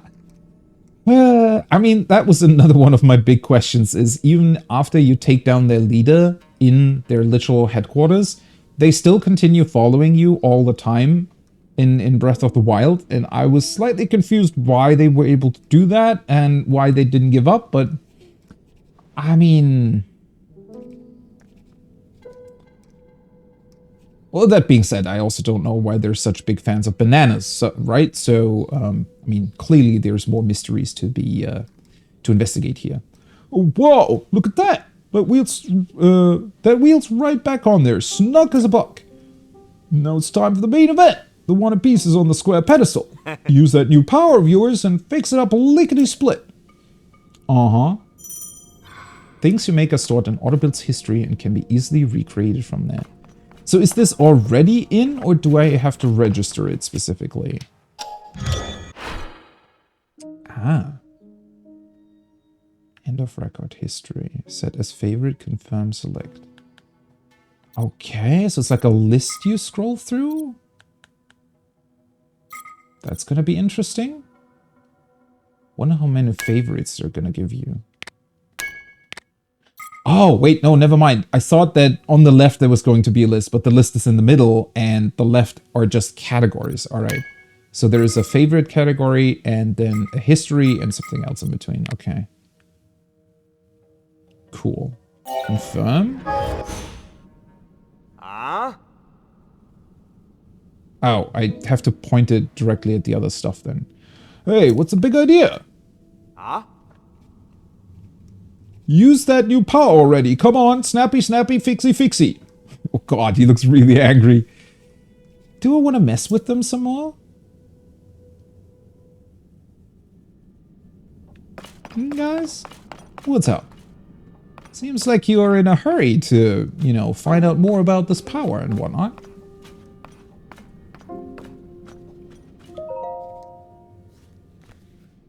Oh. Please, use your power to fix our vehicles. I don't know what vehicles you're talking about. The vehicles we used to get here are broken. Vehicle on the round pedestal is only missing a wheel, so it should be fairly easy fix. Conversely, the one on the square pedestal was broken to pieces. It would take a long time to repair. Okay. I thought she was also going to be annoyed a bit more. He seems to be the guy that's a bit more annoyed. Okay, yeah, he doesn't even want to talk to us anymore. Okay, so I need to point my power at the parts that I want to put together directly, I guess. Confirm.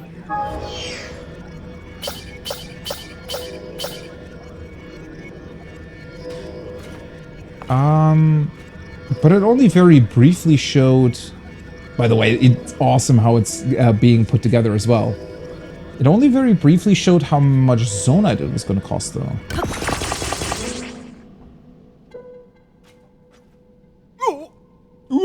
It's like I'm seeing double. Built in less than no time flat, too. This is exactly what I was hoping for. Thank you, Ancient Power. All right. The texts were right after all. I'll say, that power's incredible. Oh, Master. Wait, he's here?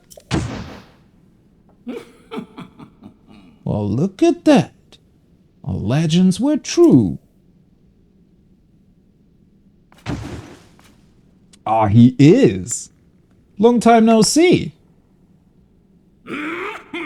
Great work, both of you. Why are you still alive? Wait, did he... Are you telling me he honestly just fell down into the depths when we kill him, or supposedly kill him, in Breath of the Wild? Is that what happened?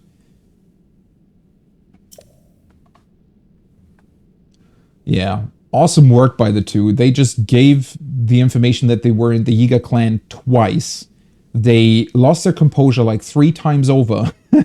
And we're not suspicious at all. So, great work. Mm-hmm. And you too, stranger. Credit where credit is due. Wait. Maybe it's not the same guy? Shouldn't you recognize Link? Yes, credit where credit is. Well, now he does.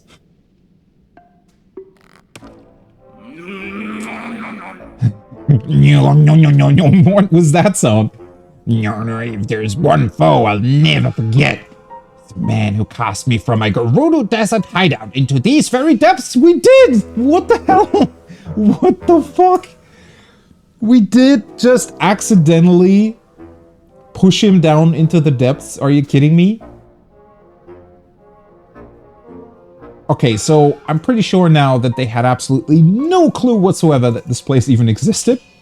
And he just fell down here and then probably just said to everybody else, oh, hey, we should probably take a look at whatever the hell this is. Funnily enough, though, in theory, that gives them a bit of a head start on researching this place. But on the other hand, they're not exactly competent, so... It was you! Now I live for vengeance, both upon that no-good Zelda and upon my sworn enemy. Yeah, but why though? Because you were against us before we killed you. Well, almost killed you. Yeah, it's a really cool explanation. It's so funny. I wonder if they... I wonder how much of this they planned. Because it did honestly seem... Oh, although maybe it was just a funny idea to begin with, to... Maybe they had plans on reusing him at some point, or thought that it was funny to bring him back. And so they wanted him to just fall into a giant hole without us knowing if he's truly dead. That means you, Link! Meet again at last. Don't try to tell me you forgot me. Bound by fate, you and I. Well, who are you again? Hear my name and tremble in fear. I am the leader of the Yiga clan, the strong, the depth-defying, from the ashes rising. Master Koga. Yeah, I know. Thanks for the explanation. What was this Ginyu Force presentation you just did? Are we gonna fight him? Oh, the music's cool. I saw it all. I saw the moment you obtained the ancient power we've sought for so long. A highlight of all the musty old texts we found in this land. Oh, can you show them to me? Because I would be interested in those. Who left those behind? You? It remembers objects you've assembled and can instantly reproduce them. Yeah, thanks for the tutorial for the 3rd time in a row. A long-lost ability from the distant past. So you're cheating! Wait, what? No, I disagree. I'm not. Wait, what? The game's giving me that power. That's by definition not cheating, okay? Here we are, working ourselves to the bone to build things by hand. And you can just whip them up in an instant. That's not fair. Calm down, man. You're really taking this a bit too far, I feel like. You know who could have used that power? The one we worship and revere. The magnificent one. Oh. Wait, what? Wasn't he already mentioning that guy? Previously? Is that the Demon King? Who the hell are you worshipping? What's your deal? If we offered it to him, he could have crushed you and Zelda both. It might be him, but you just walked right up and snatched it away. Would Ganondorf really, work together with these guys? Somehow I doubt that. But then again, maybe. Toby and Naruto? Okay. Is he wearing a similar mask? I guess it's... I mean, those masks are fairly... Well, not exactly typical, but, you know... See them every now and again. Instantly, okay. Now I'm gonna snatch it back. You do that, buddy. Well, I mean... Clearly you just built something on your own. Unless it was here the entire time and they hit it somehow. What the hell is it even? That's some tank with headlights and spikes? Prepare yourself! Oh, what cool music. What the hell is going on? What the fuck are you doing, buddy? The noises. Yeah, having trouble actually getting to me, buddy? Huh? What if I just run around you the entire time? I think your turn radius might need some work, honestly. Okay, can I... Aww. Would have been fun if I could have just instigated his reverse gear. Okay. Oh, he's fast. Mm-hmm. Okay, there we go. I was gonna say. Oh. That was fast. Okay, we can definitely reverse that. I love this music. Where are the, whatever this weird shield power is coming from, though? How did he do that? Okay. Aw. I thought I was able to maybe manipulate this thing he's driving. Yeah, didn't expect that, buddy, huh?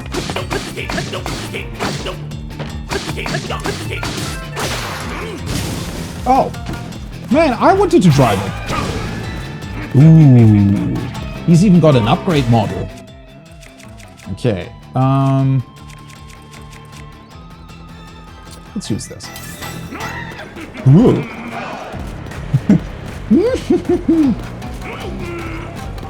I almost don't want the fight to be over. This is so funny. Where are you going? You know you have to turn towards me to actually hit me with those spikes, right?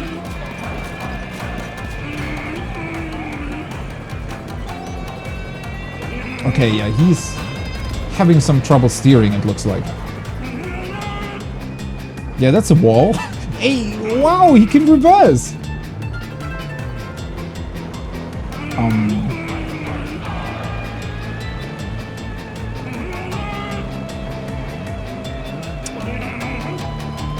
There we go, you can do it. Almost. Nope. Close enough, but didn't really work. Okay. Right. This is fun and all, but you really need to learn how to drive, buddy. There you go. Ah! I want to have this thing. There we go. Hey! That's unfair! Oh, he just recreates it? Okay. Sure.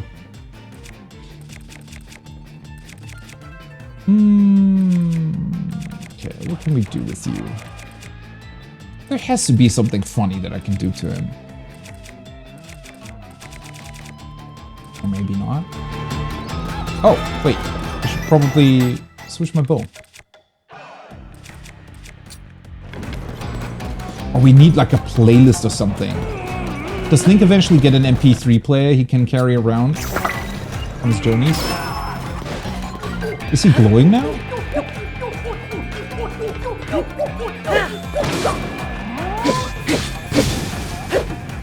No. Unfortunate. Ooh, a new upgrade. Oh god, is he gonna start? Okay. Well, now that looks a bit... I was gonna say it looks a bit better, but... You didn't think this through all the way to the end, did you, buddy? Oh. Oh! He has even more variants, it looks like. What's that? That's so funny to me. Oh god.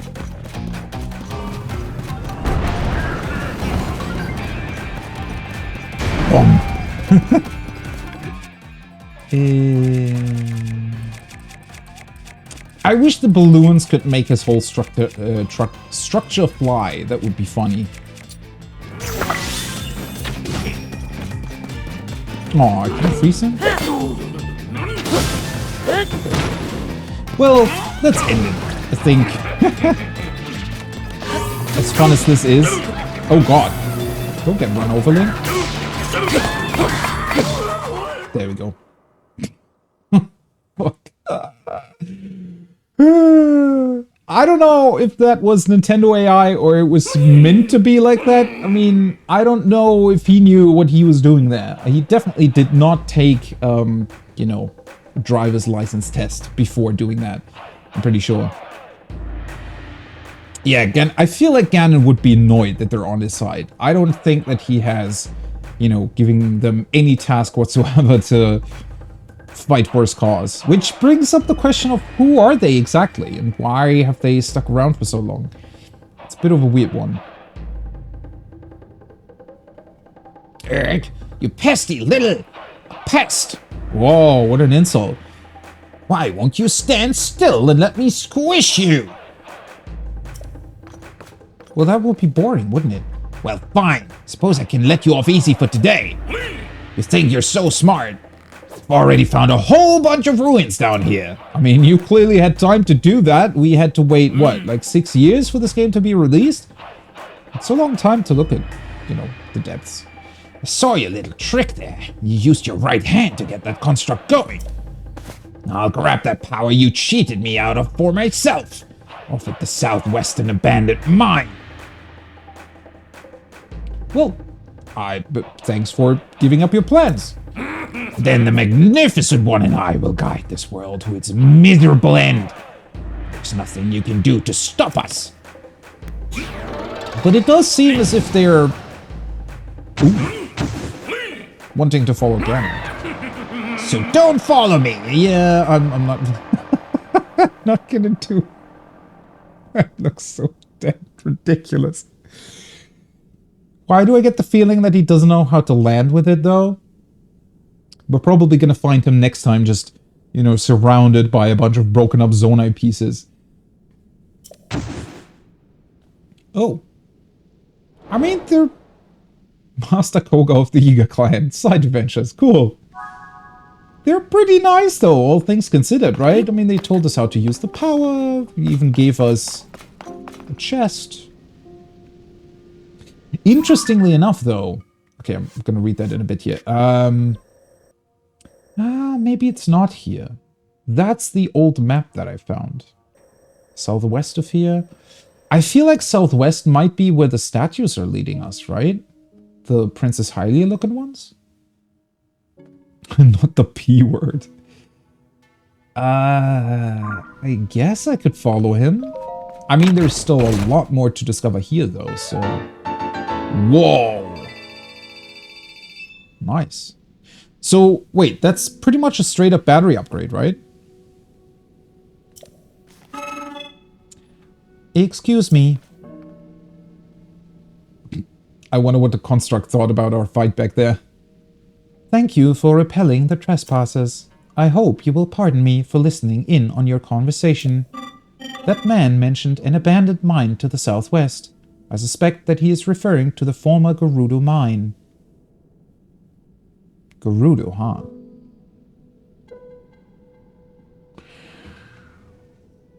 So did all the races have their own mines down here? Were they all using Zonite at first? How did all of this get forgotten?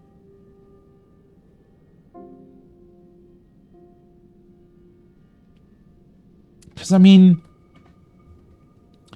the castle in that emergency route even had a stone slab that mentioned the depths, I think, right? Or at least the threat that still lurked down here. Why was all of this forgotten? Why was it... Was there somebody else, maybe, who over time didn't want any of this to be discovered? Or did they think that it was just a good idea to, you know, as long as it's gonna be forgotten, nobody can reactivate the things in the depths? I don't know. I really don't get that.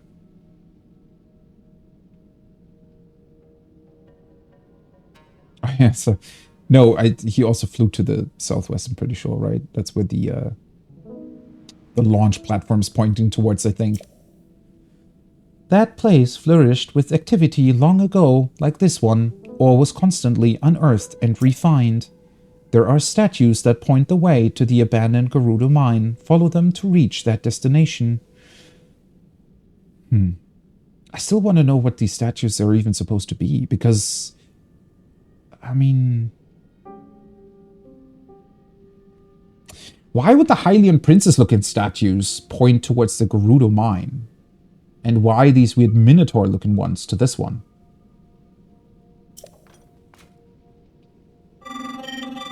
I recommend you begin by making your way to the light you see over there. Oh, you mean the light route I already activated? One more thing before you set out on your journey.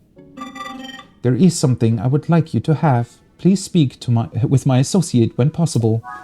Sure, I'll do that. Well, this was... just surprise after surprise. I had never ever would I have thought that Master Koga was, well, first of all, really still alive, still part of all of this, but then also that we would find him here, that we would have a ridiculous fight against him, and, well, that he would run off to the Gerudo mine? Okay, let's, oops, wrong thing. Master Koga of the Yiga clan. You faced Master Koga, head of the Yiga clan in the great abandoned central mine. He plans to use the power of the Zonai to end the world with the Magnificent One. Is that really Ganondorf? Could they be involved with Zelda's disappearance? Also, I'm actually not 100% on if Ganondorf wants to end the world. Doesn't he just want to take it over? Huh.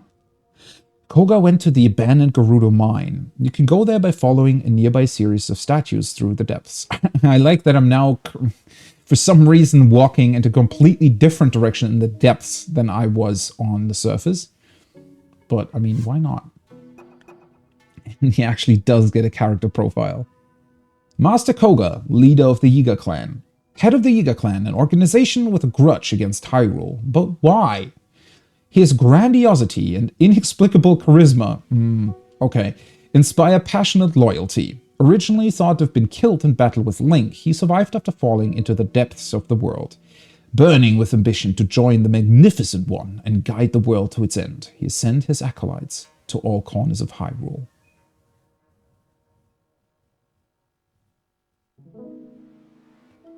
All right. Wonder how long it'll take us to deal with him. So, I mean, that's kind of where he came from as well. Because the location where he fell down is about here, I think, right? Because Gerudo Town is here, roughly. It's kind of difficult to tell without having the map, but it's about here. And more or less directly north of it, in the beginning parts of the mountains here, that's where the hideout was. So that's where he fell down originally. I guess, so they probably found, or he found the Gerudo mine first, and then from there maybe made his way over here. I wonder if that's all he's done in the however long it's been since the first game. Minions no one wants. I mean, to be fair, you know, a lot of the times even, you know, very powerful evil leaders seem to have their quote-unquote dumb idiot minions, right? They can be helpful, I guess. I just I really doubt that Ganondorf would do that on his own volition instead of the Yiga just... But what happened then? Because, I mean, if they're truly part of some group that split off from the Sheikah, but the Sheikah, they didn't exist right away, right? The Sheikah were the protectors of the princess later on, but that was after the Demon King already started his whole thing. So the memory that I found, wait, where is it? That shows the Demon King, well, being birthed, as it says here. I want to say that the Sheikah just didn't exist back then. Huh. So maybe for some reason, eventually, a part of the Sheikah tribe or whatever, they just simply didn't agree with what they were supposed to do, or they thought that Ganondorf had the right idea, or... It's really, really difficult to tell without knowing more about them. Okay, what are you guys about? Thank you for driving out the trespassers. Well, I mean, he kind of drove out himself, didn't he? I will no longer need to hide in order to avoid detection. There is another reason that is good, that it is good you have come. I see that you have the ability to auto-build. That means this schema stone I carry is for you. These stone slabs depict schematics of things such as Zonai vehicles. Autobuild saves the schematic and builds it on command. Whoa, so we get some pre-built stuff as well. The stone looks really cool. Aha! And that's the middle, okay. Fan plane. The new design has been registered with Autobuild. You should now be able to auto-build an additional design. Please wait while I prepare the necessary parts for you to test the schema stone.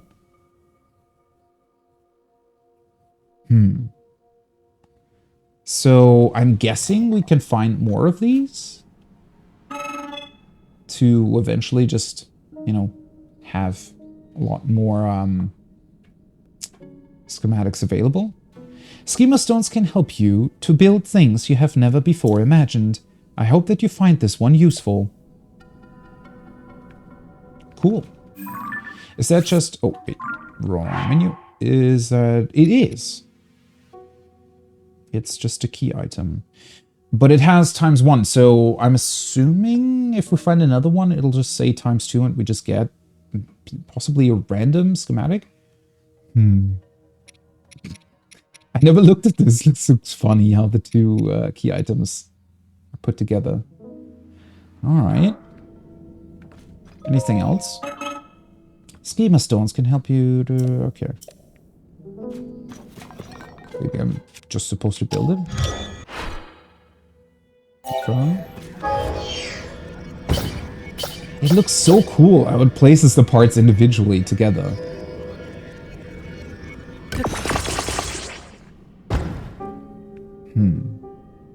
But what was that about the... I should have looked out for it. Where does it say how much Zonite I have? Because these are just the other things, right? Here. 257.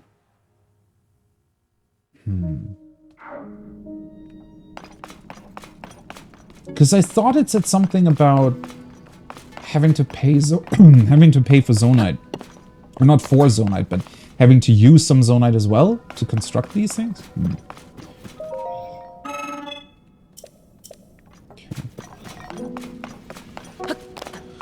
I mean, that would allow us to fly after him. I don't know if I want to do that right away, though.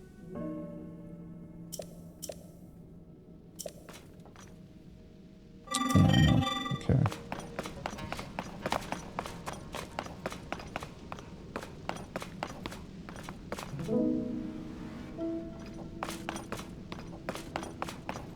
So... Oh, hey! There is somebody here. I'm guessing I'm not allowed to take these. Oh, okay, this is like a store. Okay. So I don't fully remember this from the tutorial area. I am grateful to you for driving out the trespassers. I was processing zonite into other materials. It was necessary that I flee to avoid detection, but I am at liberty now to trade zonite for processed materials. Zonite is processed by smelting it in a furnace. It is thereby converted into materials with useful properties. Zonite charges and crystallized charges are two such examples. Right, so the zonite charges are just to temporarily recharge our battery, right? Whereas the crystallized charges are for a maximum power upgrade. Aren't they way more beneficial then? Crystallized charges are a solidified form of zonite charges. We mainly use them as raw material in the construction of energy cells. Yeah, and what powers on our devices can be consumed to replenish. Okay.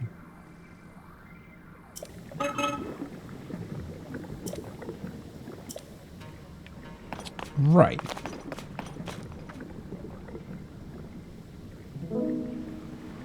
So 3 per, and this requires 3 large ones. I mean... So once I get back to Lookout Landing, that's where I can... I think the forge thing, the part of the ruins that fell out of the sky that's next to Lookout Landing was a place where we could exchange the crystallized charges for battery charge, right? Considering that I have 117 of these and at least 12 of these, I want to say that I just want to convert everything into the crystallized stuff.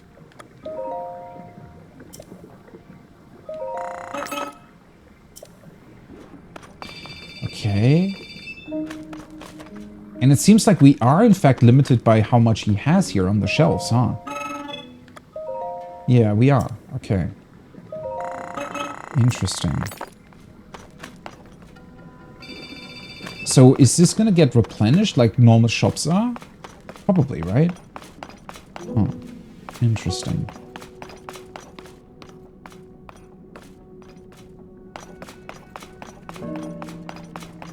Okay, before I follow Kuga though...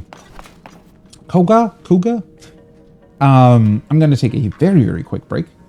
And I'll be right back. And then I'm going to take a look at the rest of the structure, see if we can find anything else, and potentially follow him. I mean, at this point, why not, right? That puts Kakariko Village even further away, but sure, let's do that, I suppose. I'll be right back. Alrighty, let's continue our adventure through the depths. I didn't realize he had started working back there. I guess he's working on replenishing everything that we just bought from him. I like how they clearly have constructed these, well, constructs to be very, you know, sympathetic to the player. They're pretty cool. Right, let's take a look here first, since we are getting a ladder here for some reason.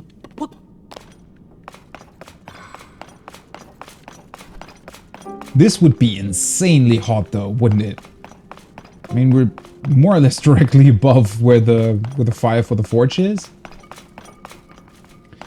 It is very interesting that this place hasn't completely lit up though. Because I'm honest, I was sort of expecting there to be more lights that would potentially be activated once we placed our hands on the main control unit.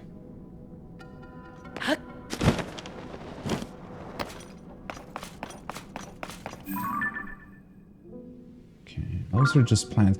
I really love how the light from the light routes that I already activated are shining through. It's really awesome.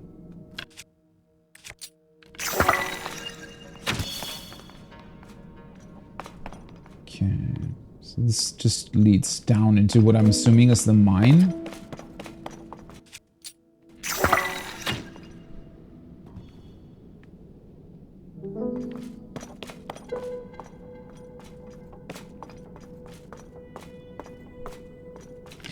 So much to look at. It's also really, really difficult because it's the whole place is really open, right? So it's difficult to keep track of the parts that you've already looked at.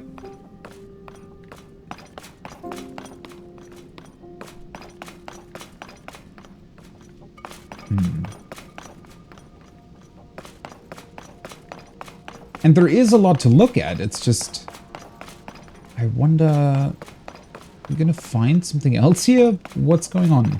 It just seems like a staircase. Oh, now it's producing zonite smoke. Okay. Really cool. Oh, it's going further up. I was gonna say, wait, what's the purpose of this?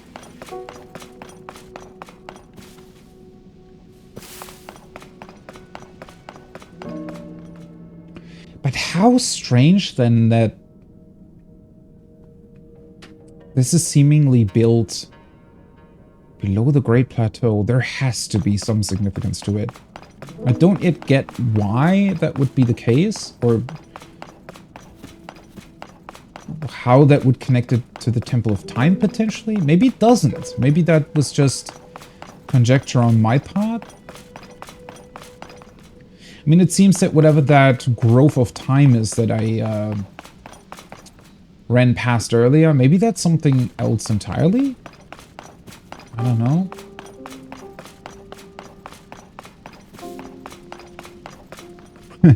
Well, I was planning on just doing, you know, a short little research excursion into the depths. Turns out this is going to take much longer than that, I think. Okay. So we're just getting something here? This looks like a very special chest. Huh. Okay, some more large zonite. Weird. Alright.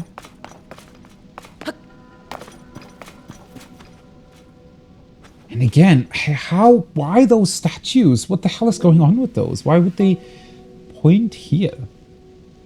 And what came first? The statues or the zonite constructions? Or were the statues built by, you know, civilizations that came after but didn't really know what was going on? As much as I want to follow him, I'm inclined to check out on this growth of time. I don't know how far away he's going to be. Probably not exactly close. Maybe about as much as the distance we've covered now since I came back here. I mean, I can always go back here as well. I would really like to light up more things, though.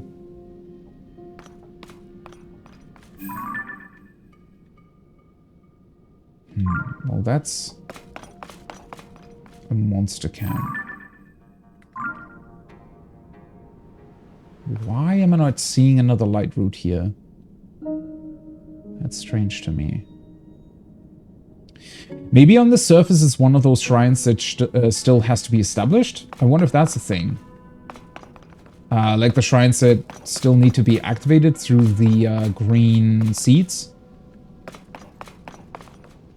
I wonder if they then start growing their light roots down into the depths. And if you haven't done that, they're just not going to show up here. Well, I don't know. Well, either way, I'm going to check on that growth of time or whatever the hell it was.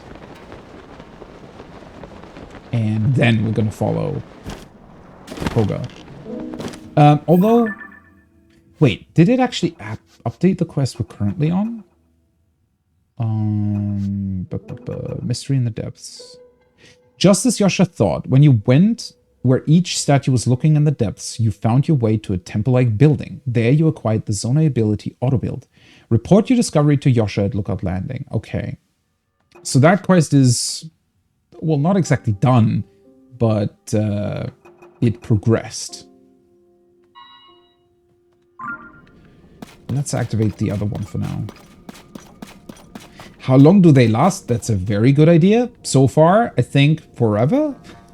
I don't know how the game exactly handles this stuff. I think eventually they'll be destroyed.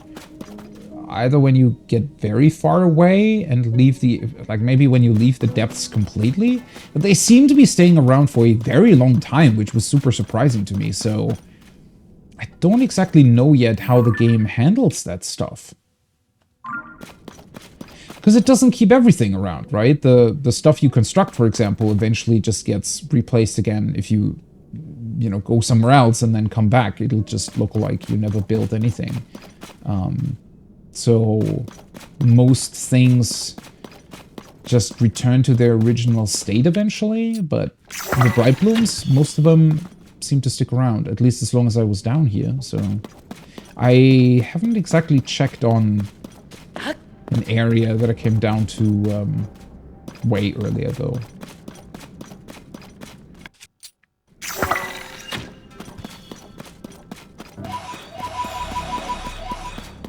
Oh, right. The whole interaction with Koga also completely made me forget that there was one of those big bargainer statues down below the forge. Okay, I need to remember that. Okay, it says Grove of Time. This way.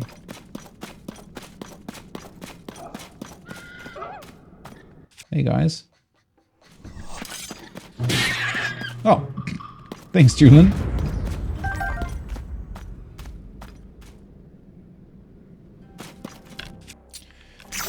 Do they just mean the place we're in right now? What is that referring to?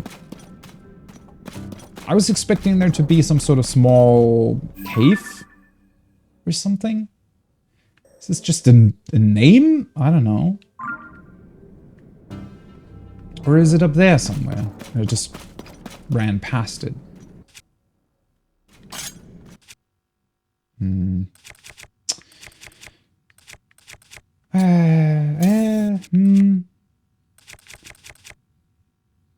I don't have a... There aren't any boulders down here, are there?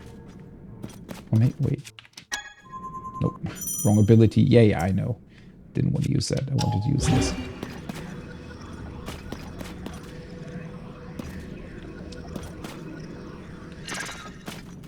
That's an unactivated... Ooh, that's the light root I was looking for. It was hiding. Aha. Okay. Well, that's good.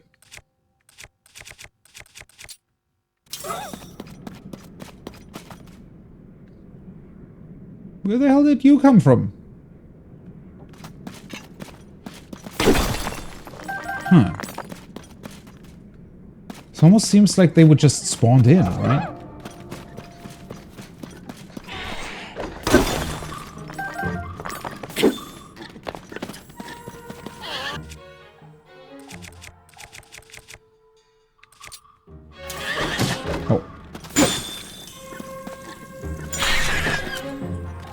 That took some time. Come here. Julian, what are you doing? Sometimes he just immediately headshots some opponents, and sometimes he does nothing. It's a bit weird, but alright. I can live with that.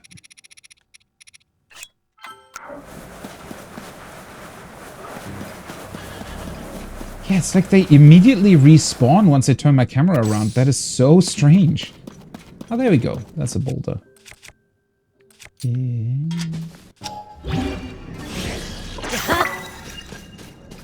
Just need another rock hammer in case I come across any more zonite.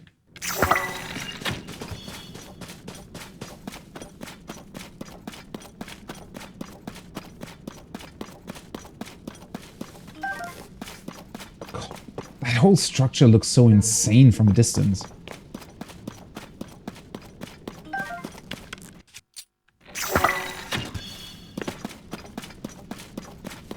Yeah, it might have been that there was just some sort of wall thingy between the mine and the light root. So I'm pretty sure otherwise I would have seen this thing, right? Okay. Better place another bright bloom. You never know if you just suddenly fall to your death or if there's some gloom around, right? Nogu Koik, light root, alright? This is hopefully going to connect the 3 areas that I looked at so far. Or, well, technically 2, but it's sort of in the middle between the light roots I've already activated. So it should hopefully light up a slightly bigger portion of the map.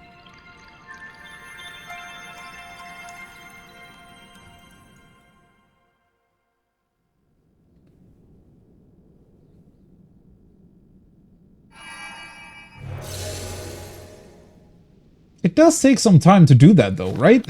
The whole light route sequence every single time is pretty extensive. Oh, there we go. That looks more like it. Ooh, whoa. What the hell is that to the northwest? Oh my god. How many more things are down here?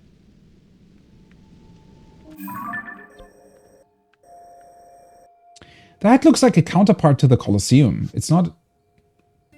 I was going to say, it's not in the same place though, is it? No, it is. There is a depth Colosseum as well. What happened here? Okay, now I'm seriously like beginning to question if... Did somebody like recreate the world at some point? Like, did they reset something because the gloom had spread down here, so they just built... Well, not exactly the same thing, but almost. Again, just above it. To get rid of the gloom or something. Because otherwise, why would these structures repeat so much? I mean, they're very, very different to their overworld counterparts, but they're clearly, well, either inspired by each other or connected to each other. I don't know. Okay, so there is... That's the minecart track that I was looking at first, right? That's going over there for some reason. And then... I want to say this is probably the actual mine, right? And this is where everything gets processed. I wonder if this track does in fact loop around, or if it stops here.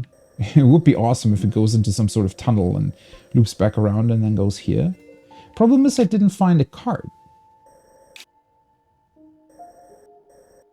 Because if I have to be honest, I'd much rather use the minecart than the fly bit. The flying zone, I think.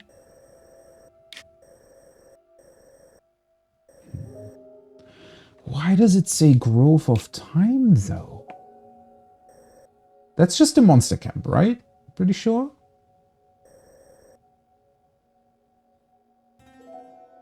Grove of Time. That's such a weird name. I was really... When it first popped up, I was so convinced that it had something to do with the Temple of Time. Right? And that we were about to discover something there. I hadn't even thought about a mine at that point. Huh. Oh, hey, some posts.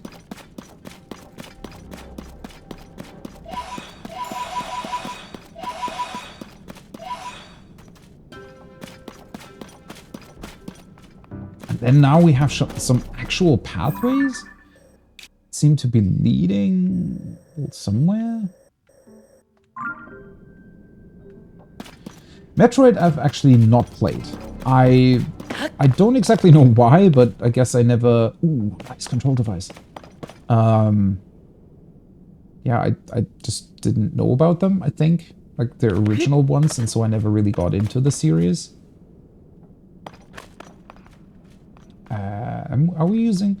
might as well use the big one, right? Ooh, wait, wrong ability. Because the... In case we do want to put something on... or glue something on at some point.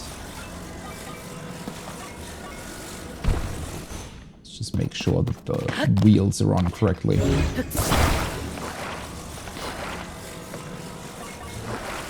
Okay, so the arrow's pointing... Oh, got it. That's really annoying sometimes. Come here.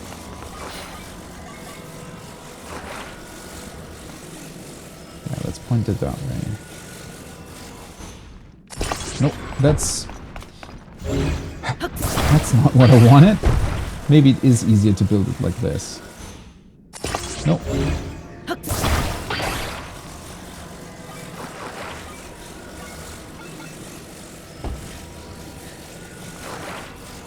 Ah, there we go.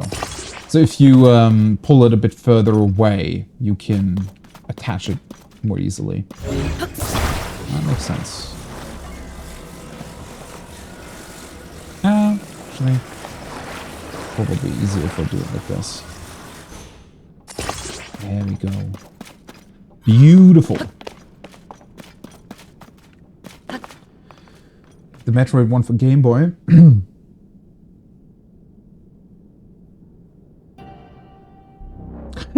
I never knew that there were trailers on some sort of bonus disc. Wait, the Master Quest one? Are you talking about the GameCube one? There were trailers on that thing? Because if so, I certainly never saw them.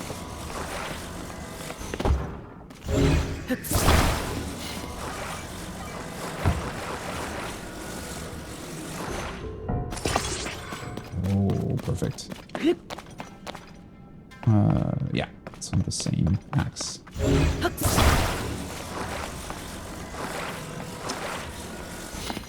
This is a bit weird that they... I mean, it makes sense that there would be this, you know, change in ground level here, because it's clearly a, well, purpose-built zonai structure, and this is just the normal ground. But it is a bit annoying gameplay-wise that you are constantly falling and it deactivates your power, right? Damn, not there. Here. There we go. Oh, we even get headlights. Perfect. Okay, where do I want to put you? More in the back or more in the front?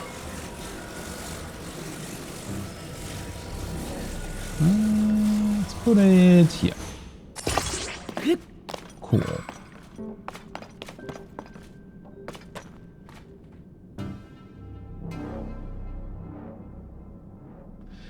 Oh, and the selection screen, really? I don't know if I just never noticed. Maybe there are different versions of that? Because I do have that disc. The Wind Waker game that came with the bonus disc. And I even played Master Quest for a bit on it. So either I just completely overlooked that selection, or maybe there are different... Maybe it's based on your region? I don't know. Because those were still very different from region to region, right? Back in the GameCube days?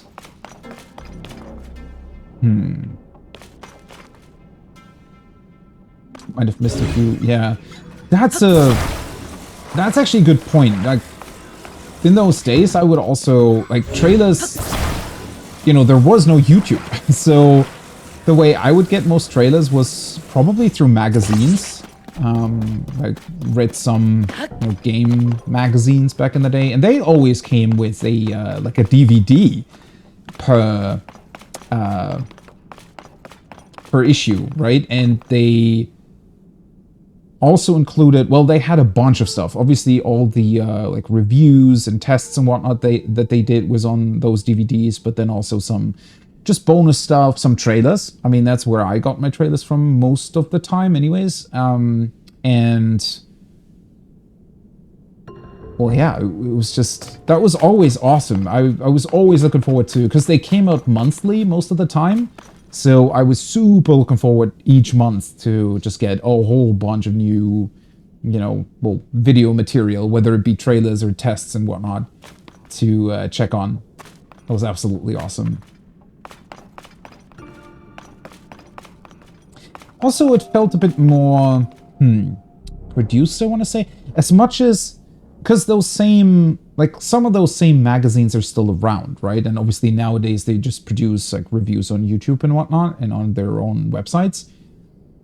But I don't know. Stuff back then just felt more Maybe because it was just not that heavily influenced by the YouTube algorithm that much, so they just focused on just purely making it, you know, the way they wanted it to, and it just felt better. Whereas nowadays they probably have to look out for a whole bunch of weird algorithm-based, you know, keywords and whatnot to make sure that their videos are actually viewed and brought up to their subscribers, which, well, it is what it is. It had you press Z to get to the trailers. Now I want to set up my GameCube again and check if that was the case. It would be awesome to take a look back at those. But I think it's buried somewhere deep beneath some other old electronics. It probably wouldn't be that difficult to get it. The problem is I'd have to connect it to a screen somehow, which is... because it still has the old... What were they called? SCART cables? I don't know, was that... I think that's what they were called here. The weird, big, pin-looking ones. I think the selection screen you had... Oh, wait, give me one quick second here.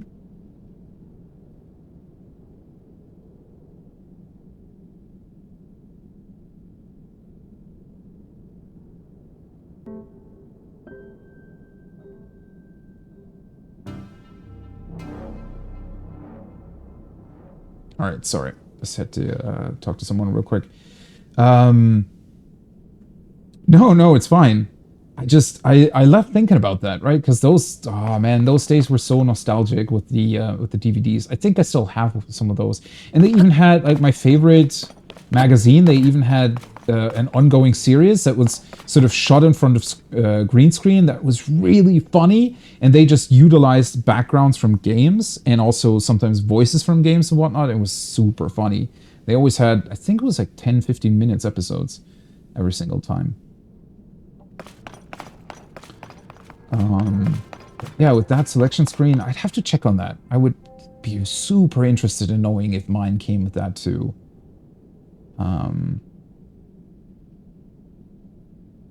Yeah, nowadays it's really, really difficult with just a sheer amount of games to really know which ones are for you, right? And even if you find a good one, you still, or a game that looks like it might be for you, it's still really difficult to know if it's truly going to be worth it.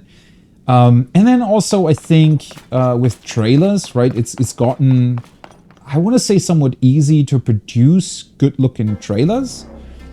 Or in general, marketing budgets always, you know, almost, they're almost more than the production cost of the game itself. So it's sometimes not as easy to look through the marketing and see how good the game really is. Whereas back in the day, you could almost be certain if the trailer was good, that the game was going to be good, because otherwise they wouldn't even have had the money or the skill to produce a good trailer in the first place, right? Also, they were just kind of different, right? Nowadays, we get a lot of that, you know, typical Marvel trailer thing, like the exact same, they're all done the exact same way, right? Whereas back then, it was still really different. Sometimes it was also just a gameplay trailer, right? So not even CG or something. It was always really great. Really fun to go through. I do remember that a couple of games came with those. I mean, that was still the same with videotape, right? When you bought movies on video, they sometimes also had trailers in front of the actual movie, which was always fun to watch for some reason. I don't know, it felt me, because you get that in the movie theater as well, right? Obviously they have like ads and trailers play before the actual movie. So I liked that a lot. I would always watch them whenever I watched a videotape, because it just made you feel like you were actually in the theater watching the movie. So even though I already knew them, I would watch them every time, because it was just fun. And I mean, it wasn't that long, right? It was, I don't know, 6-7 minutes maybe, if it was 3 trailers or something. Okay, what I actually want to do? Let's see, can I... There we go, history. Let's set this as a favorite for now. Because hopefully we're going to get more instances of these things. But... these things I definitely want to take with me. Just... Might as well just attach them, right? Okay, so... Wait, how exactly does it work if I look at this now? Right, okay, so the history automatically records that same cart, but with the thing attached on it. Okay, but the favorite does not. Right. Oh, wait, wrong ability. So I definitely just need to remember to register these things every single time I want to actually keep it around. Okay. Well, that looks pretty awesome. So, cannot wait to lose it immediately, because I drive either into some monsters or I won't be able to get up to where I actually want to go. So, okay, I think if I make a loop around here... Oh, that's so tricky, though. Now I see it. So these black parts, those are obviously like stone walls that connect all the way to the ceiling. So it really is blocked off from 3 sides around the light route so that you cannot actually see it from a distance. That's pretty cool. And with this being in between here as well, it blocks you from here. Oh, right, right. So they really make you follow the statues. Because otherwise you'd maybe be able to see this light route from all the way back here. I mean, with a bit of luck, maybe you're able to do that. But that's why they... Because I think the statues let me this way, right? I want to say. So it's sort of curving around a little bit. It makes the path longer instead of getting you to the target directly.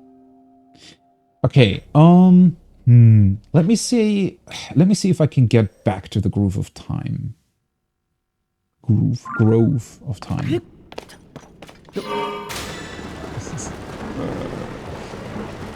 Why is this so awesome? Not exactly... Oh, wait, I can accelerate, actually.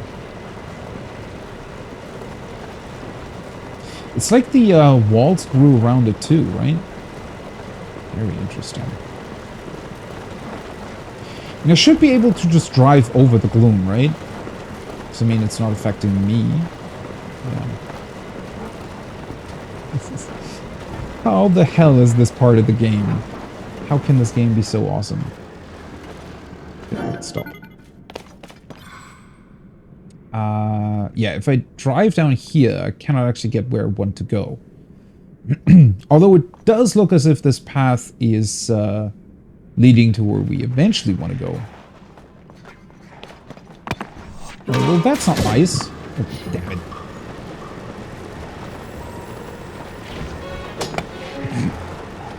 It's trying to hit my car. Bye-bye.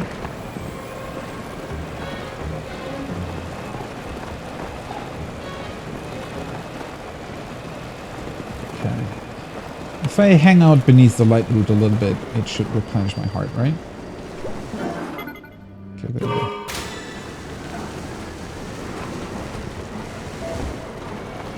Meow. Is it using up more energy if I accelerate? Probably, right? Okay, so I wanted to go back up here. Yeah, those light blooms that I shot at the wall earlier when I was still looking for the growth of time, they're definitely still around. And you can also still see them from here, so... Ooh, wait, mushrooms.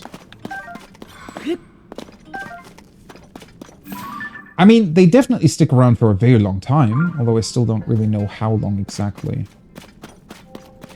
But seriously, so a grove.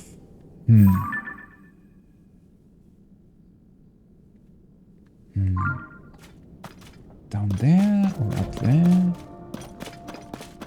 Problem is if I drive up now, I also I have to drive back down eventually. Ooh, this looks very precarious. Uh-oh. Uh-oh. Yep.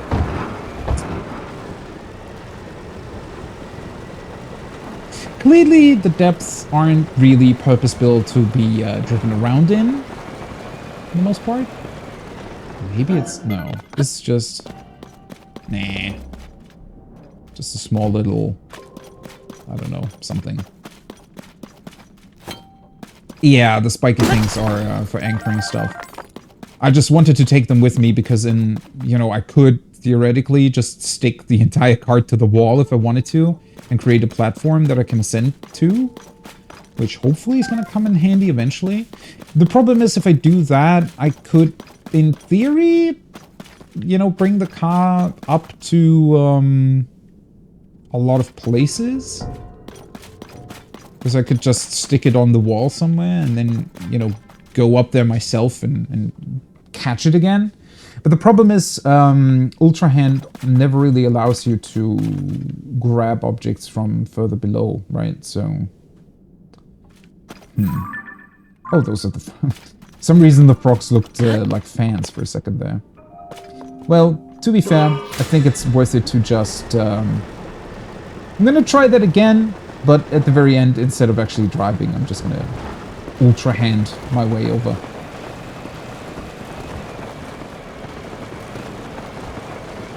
Please don't attack me.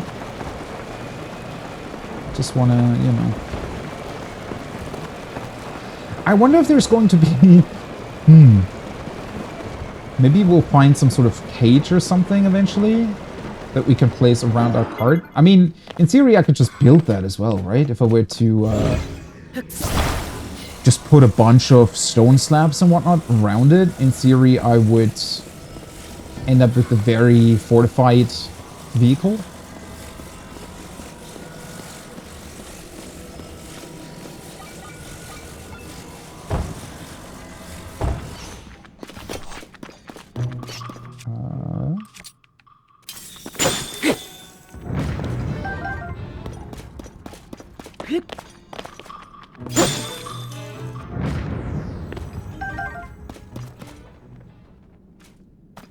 How everything's so brightly illuminated, isn't it? Crazy how easy you can now see all the statues and even the Yiga clan thing from a distance. And I mean, the background is still black, obviously, but eventually, technically it should be lit up. Like, everything should be lit up, since we're going to activate all the light routes. Okay, Grove of Time. Right, let's just go there for a second. Almost bright as day. Well, to be fair, it looks a little bit as if the moon's out, right, during the night. Sort of a similar,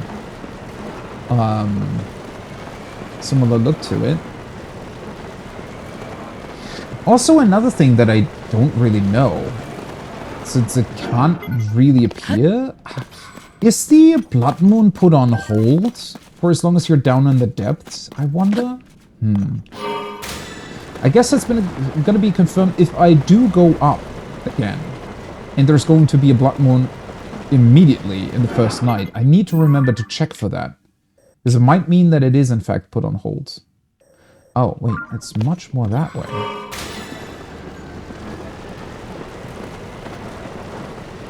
What the heck is the Grove of Time supposed to be? Oh, that's the forest that I was close to. Grove of Time. So it was this spot then? Next to all the funny trees? Whoa! That was nice. Who did that?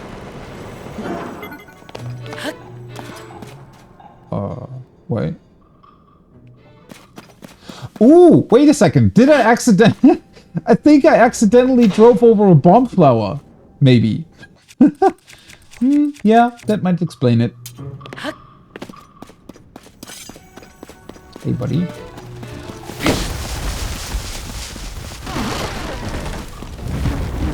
So, what's referred to as the Grove of Time is this part?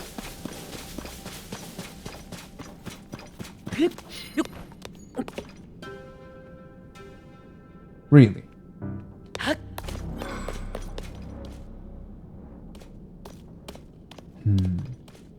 I mean, it is certainly quite striking that it has all these almost normal-looking trees around it.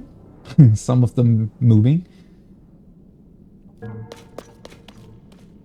What was in here when I came here first? Wasn't there a treasure chest here or something? A bunch of moving trees, in fact. But this must be what it's referring to, right? I mean, yeah, it's sort of a forest around it.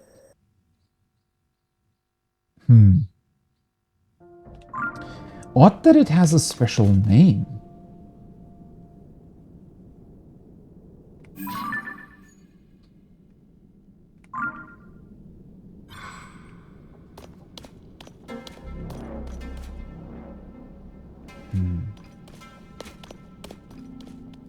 Very curious place.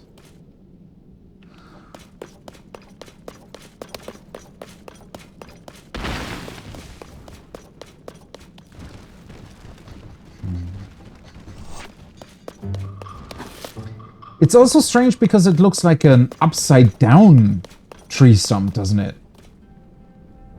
Like a tree was cut down, but then it's the whole thing being placed upside down in this area? I wonder if there were things in past Zelda games that looked like this, and it's a reference to that. Huh. It's difficult to tell this way. Okay, well, anyways. Thankfully, if I did, in fact, drive over a bomb plow, it doesn't seem to have damaged my vehicle at all. So that's nice.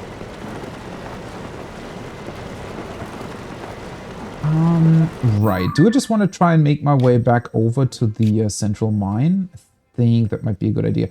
Oh, wait. The problem is, though, I flew over originally, right? So I actually have to drive down this way again in order to reach it. Okay, well, fair enough. Let's do that then. I almost wish that it wouldn't auto-drive forward. I mean, I don't really mind it, and it's not exactly fast either, but it's an interesting decision considering that you can also reverse. I guess it's supposed to signal that it's actually active, right? That you are that its batteries are being used or something. I think this is where it came from, right? Let's take the entire thing with me for a second. Just so that it doesn't fall.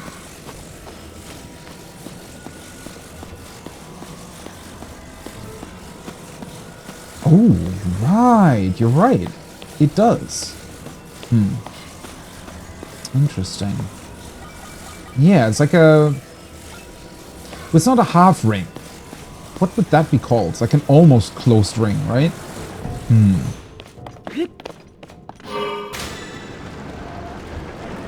But then again, it still looks just like a tree stump, I think. So it's... it's not exactly similar. It's very, very difficult to tell, though. Just so odd that... Oh god, bomb flower. Wait, I want to pick that up. It's just so odd that it just... It has such a significant name, but then nothing to it. Like Grove of Time. It made me immediately think of the Temple of Time, right? And that there was possibly some sort of connection between these places, but I guess there isn't.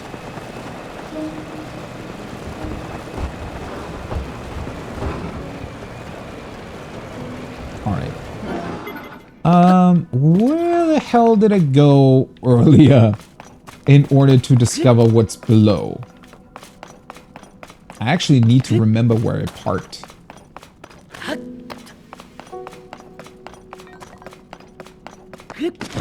I think it was... Oh, right. We were already up there. I forgot about that. It was when I moved down to the train station. Yeah. Okay. It's interesting that the tracks are here, but no cart. Because usually they always give you the cards, right? And we have fans too, so we could definitely build a moving vehicle. Okay, it's broken up there. So it looks like the tracks don't work that well anymore then, sadly. Although on the map it looks as if there's still... Maybe it just looks like that from a distance, I don't know. And what the hell is up with these statues? Couldn't the constructs actually explain what's going on here? They have to know, right? At least what came first. I mean, it's also so strange how casually everybody's referring to that, right? Or at least the constructs are. Oh yeah, sure, there are these statues. Go follow them. They're gonna lead over to the Gerudo mine. But, especially considering that the Zonai clearly had technology to light up the place, right? Because it maybe would have made sense if this really was just super dark all the time, and they had to have some sort of way of finding their other mines again. Then it would have made sense to me that they would have built the statues, you know, way later. Or as a means to find each other again. But since they have actual lamps and technology and, well, vehicles with headlights, I don't know.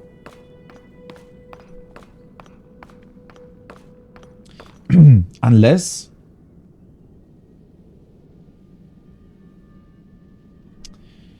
Huh. Okay, wait. Yeah, this is super curious. So... the structure itself clearly is a proper build structure. But then this looks more like excavation, doesn't it? So did the Zonai find this thing down here when they were mining? And they just left it here and built, you know, walkways and whatnot around it to either research it more or to pray to it or something? Holy shit, this place is gigantic. Yeah, that's a giant statue. In terms of its body shape, it looks somewhat similar to the Minotaur statues, doesn't it? Just with that weird hood on top. And, well, the head looks exactly like the one in Lookout Landing. So did the Zonai find this when they were excavating stuff? That would certainly explain why it looks, you know, I guess less sophisticated in its stonework. It looks very ominous, though. Can I talk to you?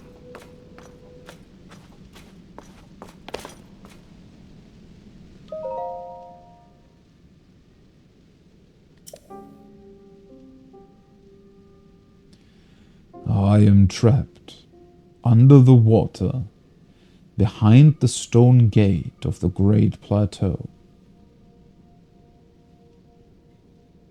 Behind the stone gate.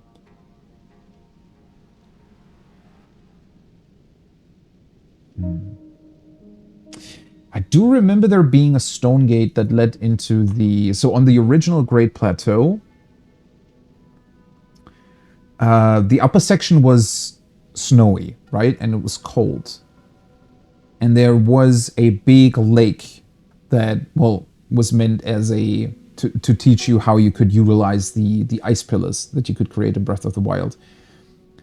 But on the transition between the normal area and that lake, so on the transition where it got colder, there was a stone archway of sorts, I'm pretty sure.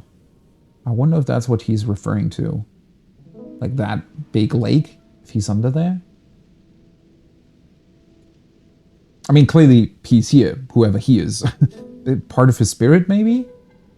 Okay. I'm pretty sure he's standing pretty much right below that place.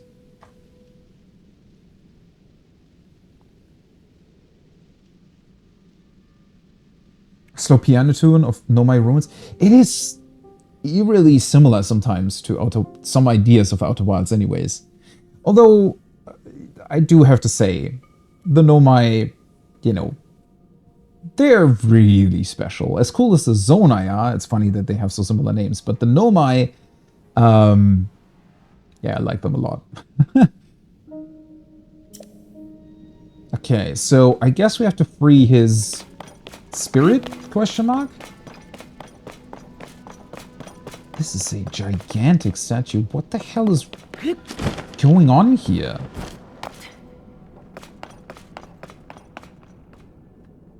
Were there really living other creatures in the depths before?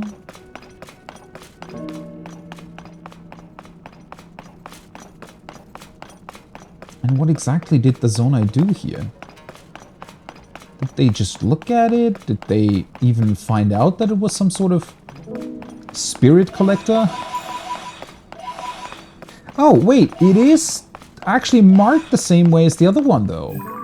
Yeah, bargainer statue. Okay, maybe this is a particularly big one. It's got the same name as this one. Or the same symbol, rather. So, yeah, huh.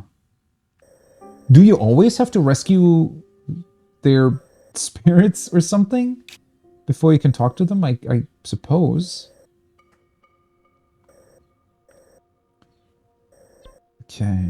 And then this is where the mine cart tracks lead out from.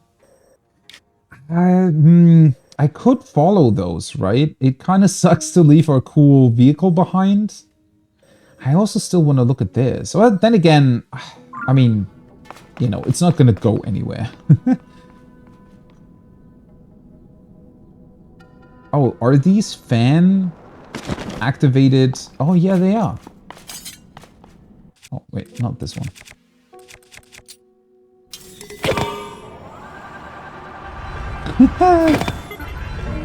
They're pretty awesome.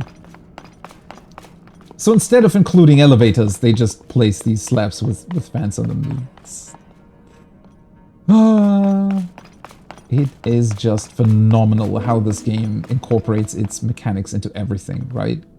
Every other game would have just used normal elevators. They wouldn't have even thought twice about it. Holy shit. Whoever these guys were, they must have been insanely strong, huh? Looking at their body form.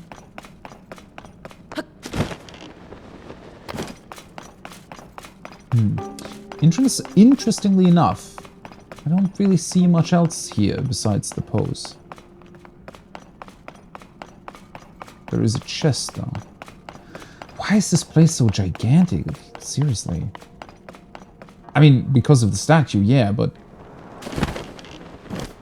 considering that we're already in the depths, you know, seeing as how much further below we are now, that's insane. He's got very long arms, though, and gigantic hands.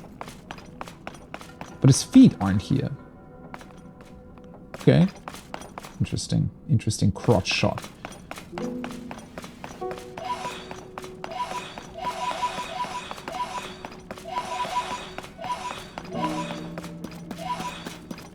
Alright.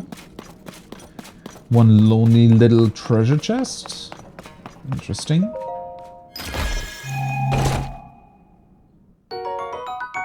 Okay. Another one. Just like the one on the top of the whole mine structure.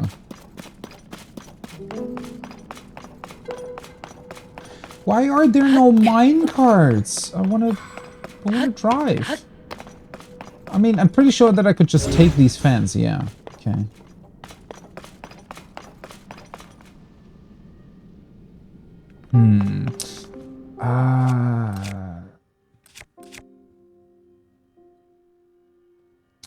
Do carts or sleds fit on these tracks, or do they fall off? I mean, I have 6 of these, but... maybe if I were to put something below them or something. This looks so cool!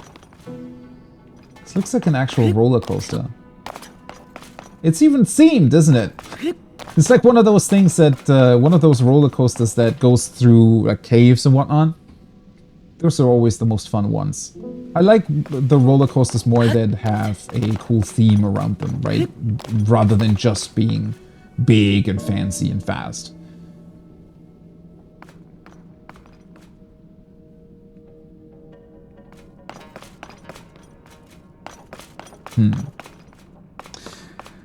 Well, alright. Seems like it's maybe a better idea after all to just take our trusty wing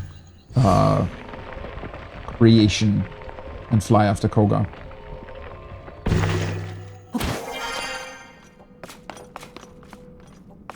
Oh, wait. Both elevators are down? Oh, I'm already all the way at the top. Oops. Okay. Right. I mean, aside from that, or do I want to check on this first? Might as well now that I'm here, right?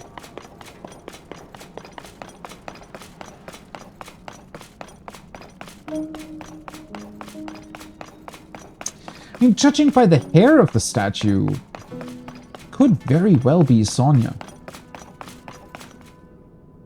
But why? And if... Because these statues look so similar to the Bargainer statue we just looked at, right? But if that had been excavated by the Zonai, it must have been here before. So then it would make sense that there was a statue here that was based on one of the Zonai. Or, well, in this particular case, their Hylian princess. Or queen, rather. Unless they, for some reason, imitated that style? I don't know. That doesn't really make that much sense either.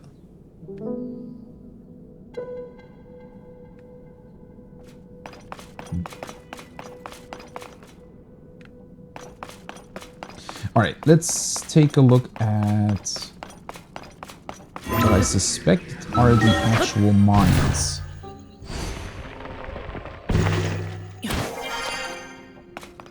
Okay, he hasn't replenished anything yet. So this is the launch platform, right? I'm pretty sure. No, wait, this is. So that's where the light route is, and the statues, I think they kind of continue over here. Up this way. Okay, so how do I get to where I want to go? There's just a giant wall in the way. Which is this one. So I'd have to go around and to the right. The only annoying part is that it's always a bit difficult to just get back to where you were. Ah, well.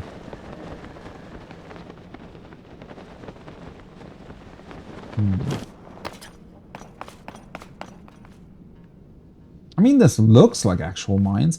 Oh, wait, let me double check and confirm. This is... Oh, it's even called River of the Dead. So this is the former Great Plateau, right? And I think the... yeah, the gate I was referencing was this one. There's like a... You can kind of see it here, right? It's like a gate between this area and the former snowy area. I don't know if it's still snowy.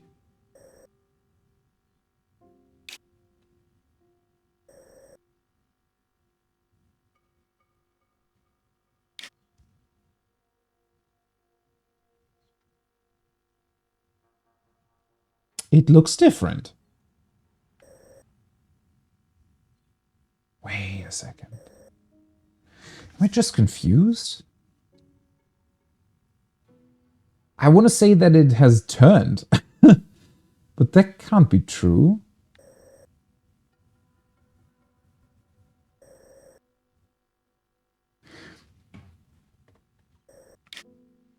No, I don't think it has, because the shape's still the same, I'm pretty sure. It just looked, because you always assume this is where the where is it? This, I think, is where the first Sheikah Tower appears in Breath of the Wild. And for some reason, you always just naturally assume that this is north, even though it's northeast. So for a second now, I was confused if it had turned like 45 degrees or something, but don't think it has. I think it always looked like this.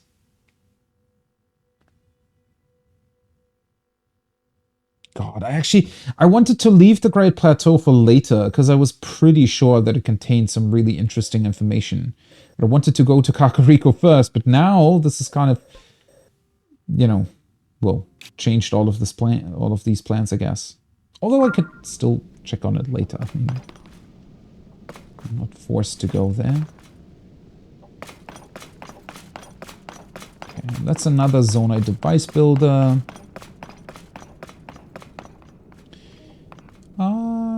Do I wanna... I don't know. I mean, this place looks... Well, it's a former mine, alright. Pretty sure.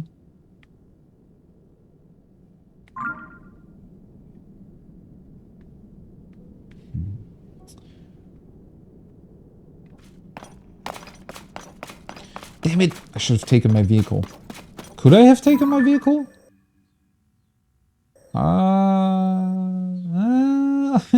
Maybe? This looks like a bit steep, so I would have had to drive all the way around. Unfortunate. So let's just... Secret Spring of Revival. What? What are these names? River of the Dead. Above the Secret Spring of Revival. Ah, well, it's not exactly above. Oh, that's so interesting, though. The places where the river is where there's, like, large stone walls down here. And yeah, the Great Abandoned Central Mine is definitely right below the Temple of Time. How is it all connected? I don't know. So if this is a Secret Spring of Revival, are those deep fireflies somehow connected to the fairies, maybe? I don't know. That could be a bit far-fetched. They just glow fairly similar.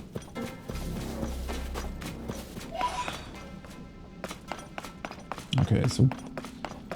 Doesn't exactly look like there's much going on here, though. Beyond the usual depth stuff, I guess. Just a bunch of posts floating around, and then... Maybe that middle portion is going to be interesting. These plants are also funny.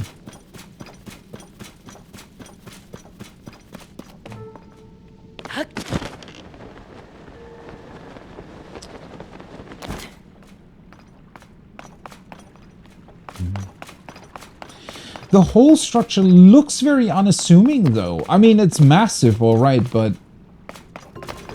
Aside from that, it's not exactly got much going on. It would look very beautiful, you know, if it was placed above, with sunshine actually hitting the lake. There's something in the water, though. It sounds beautiful. Oh. Ah, okay, that explains it. So it replenishes your hearts. Can it give you bonus hearts too? Or is that not a thing? So it's like one of those really warm water springs, right? Like an onsen? That's why it has these bubbly things coming to the surface.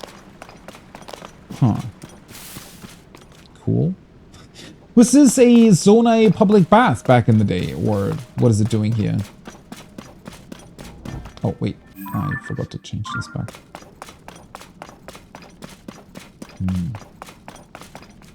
Okay, so there is another light route in the distance.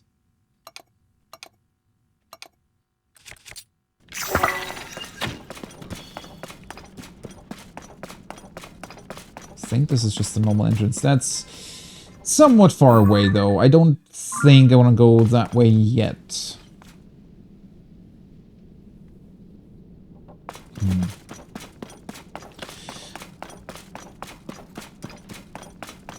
What a weirdly curious structure.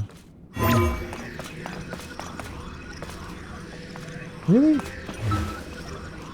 Okay, that's weird.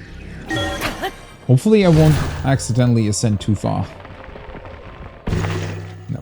This is definitely where I wanted to go. Aha! Another chest.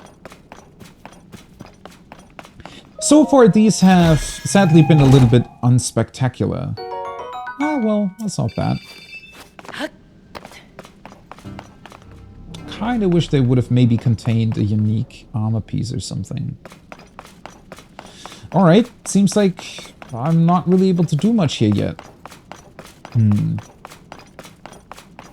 God, this place is gigantic. What the hell is it supposed to be then?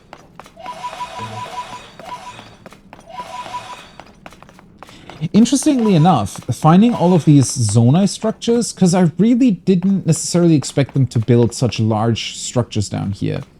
And especially since it's also a Spring of Revival, and there aren't that many enemies around here either, it definitely makes the depth seem a lot less, I don't know, intimidating, a lot less dangerous. Once you kind of know that, you know, the Zonai had been here as well, and they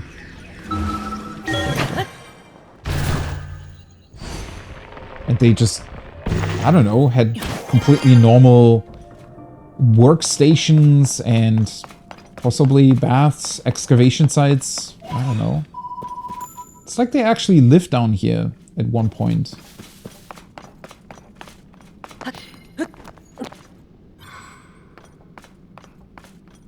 Which is really not what I thought was going to happen. I don't know. God, this looks so cool once you have the light active. Or the light roots, rather. Makes you aware of the, well, the general structure of the depths a lot more, right? Because this way it looks way more imposing.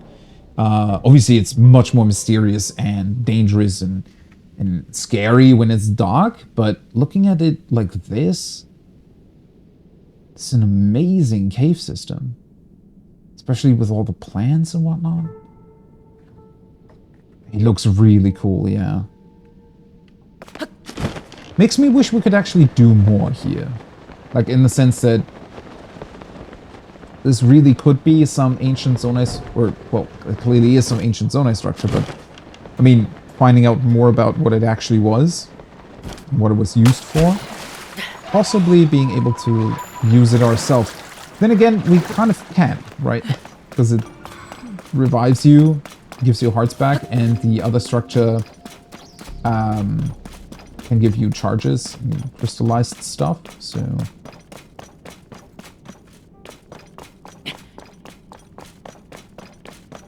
Well, anyways, let me head... No. Oh, okay, you can run above a lot of that stuff. Let's get back to the launch platform and actually fly after Koga. I think that might be a good idea. Oh, wait, where the hell is the quest marker even pointing? Oh, yeah, that's some distance away, I have to say. Okay. Well, I mean, I'm probably going to try to activate all the light roots on the way, right? Why wouldn't I?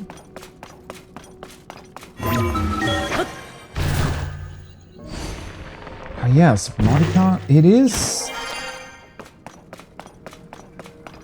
Well, it's an interesting comparison, right? Because in this particular case, we're activating most of the stuff ourselves. In Subnautica, it's, I guess, a bit different in that you... Although you can also... Well, you can build structures that would serve a similar purpose, right? Where you can also illuminate your surroundings if you wanted to. which was also really fun to do. Okay, I should still have the other thing registered, right? Yeah.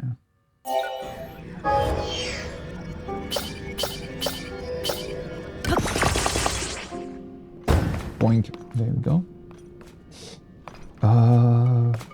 I really would like to upgrade my battery. I cannot do that down here.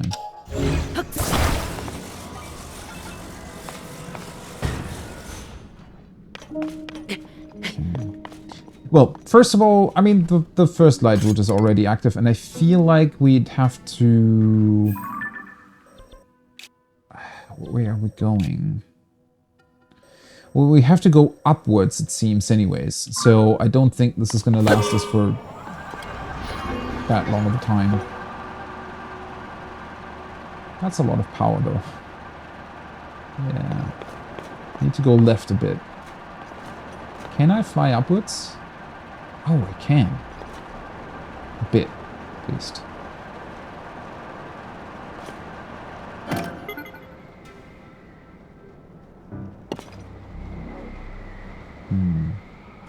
I mean, it does lose height very quickly again, but...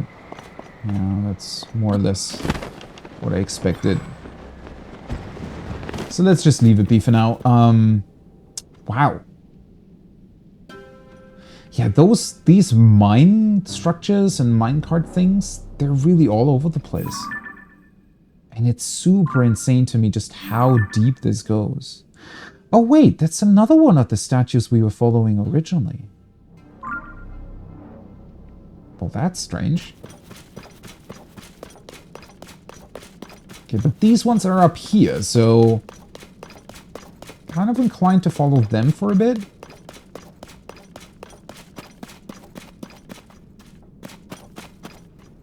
Oh, you found the base building tiresome? Well, I can see that with how you have to collect all of the materials. I think I was also sometimes... because I'm hugely into building stuff, right? But it was sometimes a bit tedious to get all of the materials.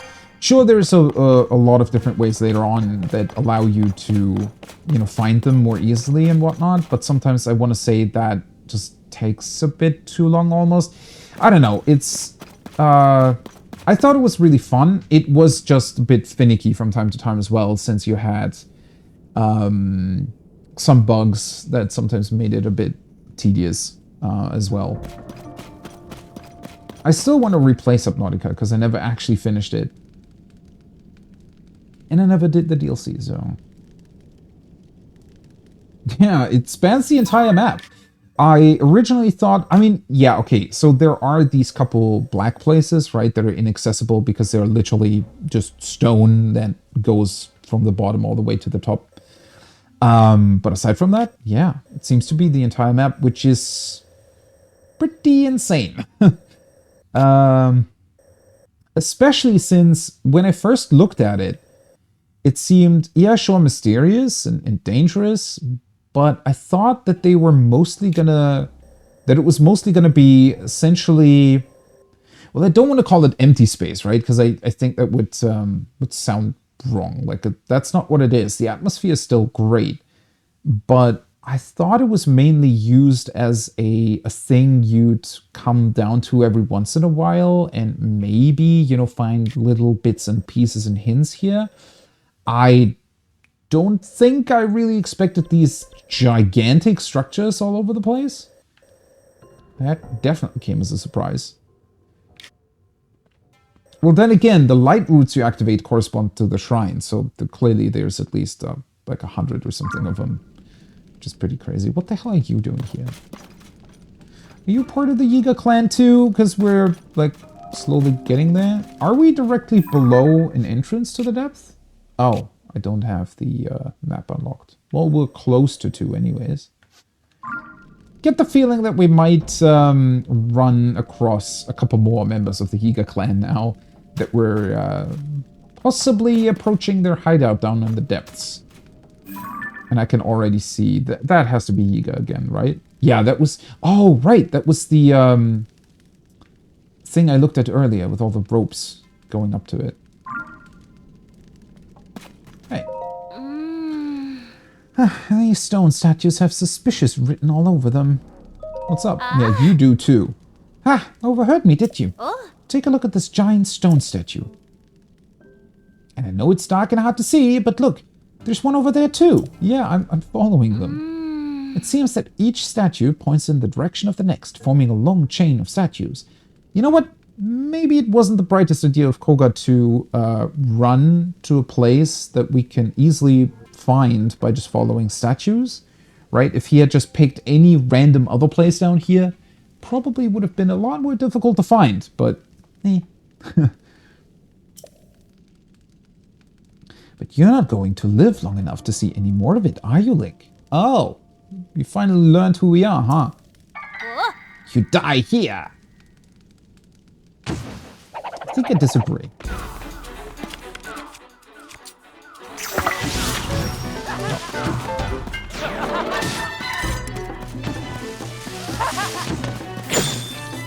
Uh-huh. Didn't think of that, did you? Oh, I love the bananas. Alright. It's so nice of...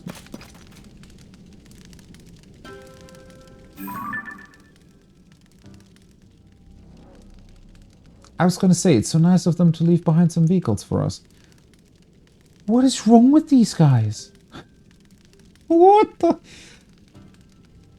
They just built, like, security airplanes. I mean, to be fair, they are somehow related to the Sheikah. And I mean, the Sheikah built those helicopter thingies from Breath of the Wild that got taken over by Ganon. We're not even close to where we're supposed to be going, though. Do I want to take the balloon? I mean, I could just take it with me, huh? In case I needed to fly up to them.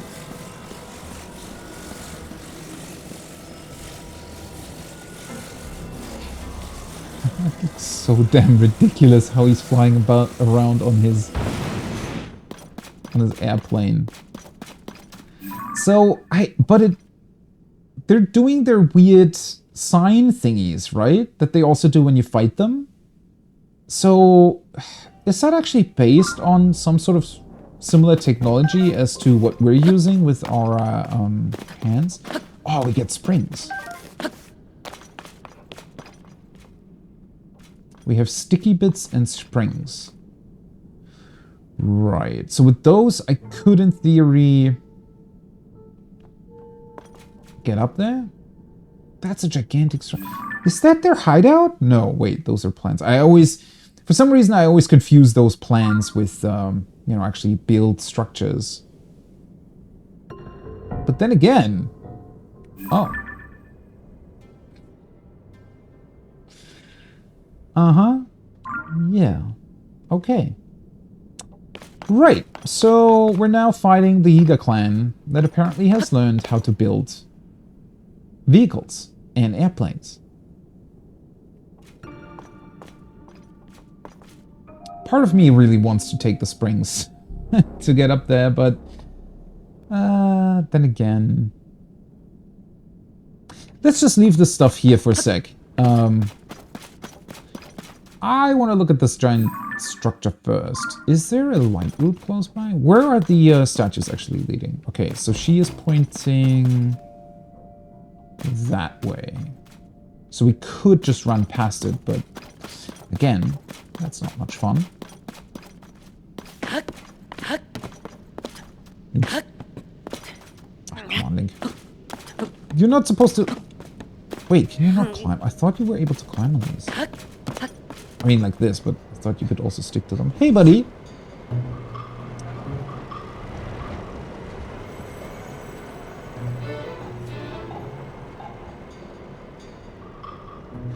It seems, though, as they've definitely inherited their master's driving skills.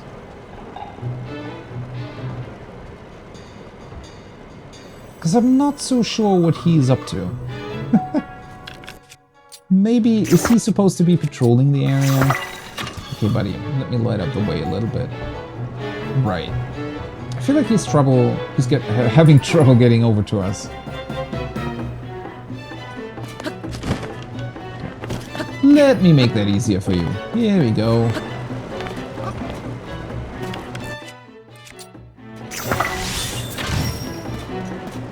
Oh, wait, that didn't...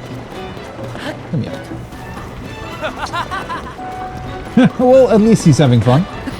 There we go. Ah, goddammit.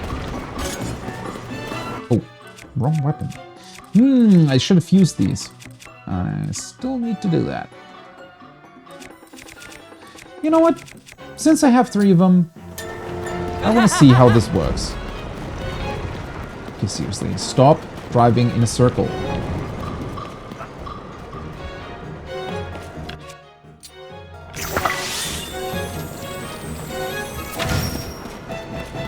No, still not. Maybe I should have taken my balloon, huh?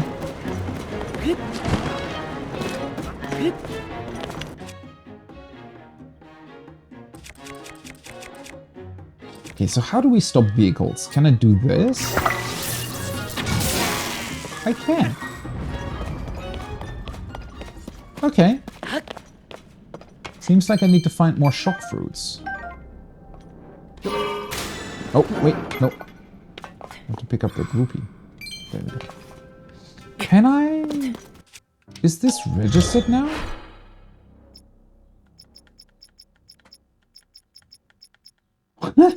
The history record is really funny. So you do need to... It doesn't really save that much, which I, you know, thought was... Or maybe it does? It saved all my weird attempts at gluing the wheel on. That's pretty funny. But it definitely means that you need to, you know, you need to make sure to register your favorites. Otherwise, it's eventually probably going to be deleted, right? But since I didn't build this myself, right? So does it then just not register it? Because that's a bit unfortunate. Oh well.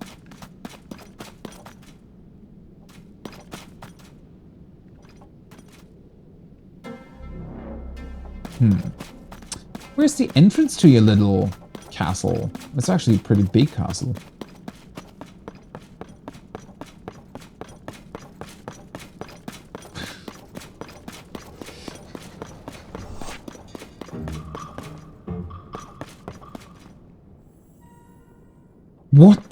What kind of cool vehicle is that? It's just a one-wheel thing with a funny-looking seat on top?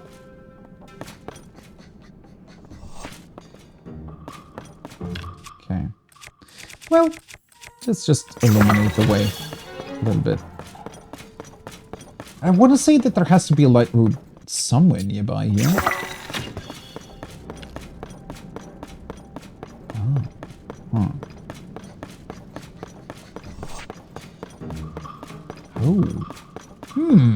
Maybe I was wrong. Maybe I actually need to fly in. Doesn't exactly look like they just let us in. Not that I would have expected as much, but they don't even seem to have a door. Oh, that looks really cool, though. I love how they've integrated the environment into their hideout design. Especially with the yellow lamps also on the trees and whatnot.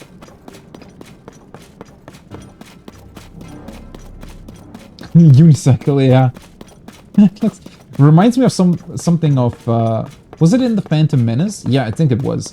The funny little... I don't even know. Those speeder things the droids were standing on? It reminds me of that. Okay, well... It honestly might be a better idea to just take the balloon all the way to the top, right? And just... do it the other way around. Let's check out the top first, and then I can just jump back down to the other guy. Damn it. It reset the position of my balloon. See, that's not a... that has to be a choice, though. If the game is able to register or save that many bright bloom locations, right? I think the reason for why they so aggressively reset most of the locations of things is probably because they don't want you to get stuck, right? So these things are purpose placed in a lot of locations to, you know, allow the player to do things with them, right? And also to solve potentially environmental puzzles. So, yeah, I noticed that in some of the shrines too, where they, if you've already, you know, done something with a certain Zonai device or something, it'll just be replaced immediately and appear at the same location again. All right. Oh, almost forgot. I should have, yeah. Boink.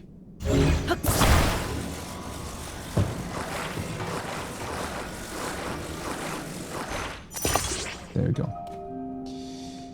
Oh yeah, now it's recorded in my history. Ooh. So if I... Well, the problem with this device, though, is I think outside of the Yiga clan, it is very unlikely that I'm going to find these pieces again. So... I don't know how much sense it makes to be registered in the thing.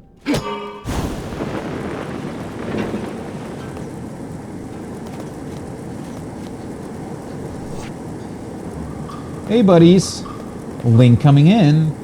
This is, it looks so ridiculous how he's driving around down there. Huh. What you doing now, buddy? Didn't expect me to turn your stuff against you.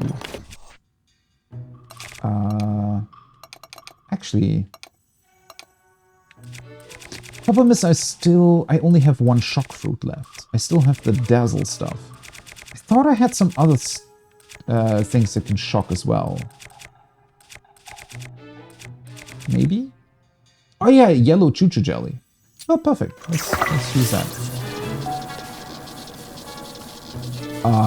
Once he understands how he can approach me.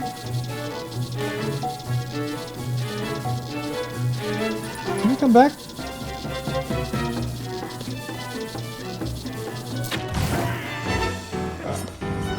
Bye-bye. Oh, hello. I hadn't realized I had to do that. Yeah, that seems to be a pretty big weakness of the Zonai stuff, right? Well, he's still happy though.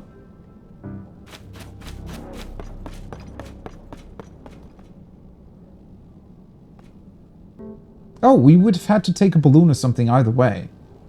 It seems like they didn't bother to extend the ladder all the way down. Alright, so what can we find here? I want to have all those bananas. Ooh. Is this their secret banana stash? Probably. Oh, nice.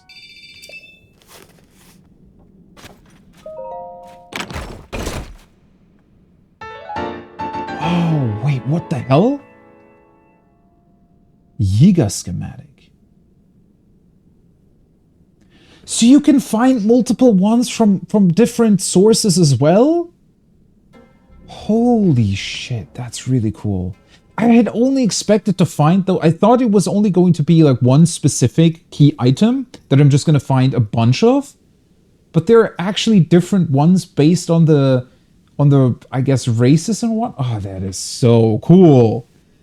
A scroll schematic for a contraption made of Zonai devices and building materials. Looks like you can use auto-build to store schematics and then build from them.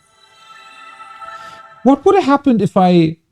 Oh, it's the motorcycle! Is that the thing the guys down there is driving around on? Probably, right? A new design has been registered with auto-build. So... But wait, what would have happened if I had found this before getting the auto-build power? Would it have just been... I guess it would have just been a key item in my inventory, right? Similar to the the cloth that I have, for example, for my glider, that apparently I can change its appearance with, but I haven't done that yet because I haven't been to Hateno to do it. Yeah, it must be whatever funny thing he's driving around on. It looks a bit strange in the picture because it's like from the front or something, right? Can I look at it? Okay. Oh! No, wait a second. 185? No, I do still need the parts though, right? Or can it convert Zonite into this?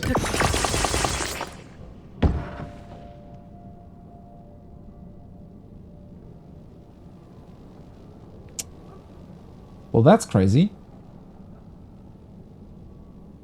So if there are no parts around, I can just choose to create it out of thin air. Wow. I don't know why I thought that wasn't possible, but... Oh god. Okay, that's fast.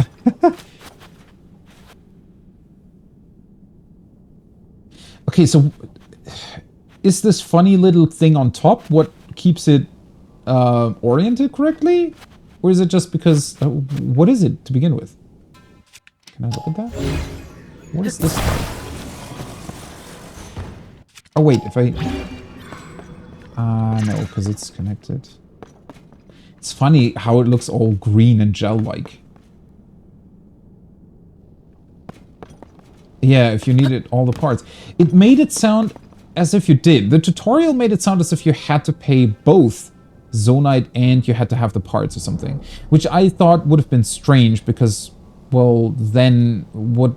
Do you really have to pay Zonite just to make it faster, right? The building process? But then I noticed that it didn't actually take any Zonite whenever I used it earlier. But this is crazy. Well, that really means that I just have to... Can I... Do I want to try? Well, I need to test it eventually. So if I take it apart now... Ah, it's going to disappear. Okay, that makes more sense. Because I wanted to say, otherwise I could just register the, like all of the vehicles and just take them apart and I would have an unlimited supply of Zonite devices, right? And I could also access the ones that I haven't found yet. And you could also, because, I mean, if I now create, let's see. If I create my favorite here, for example, this contains a stone slab, right? Which is not a Zonite device. So you could just create those out of thin air, but that's not allowed. You're only allowed to save your vehicle.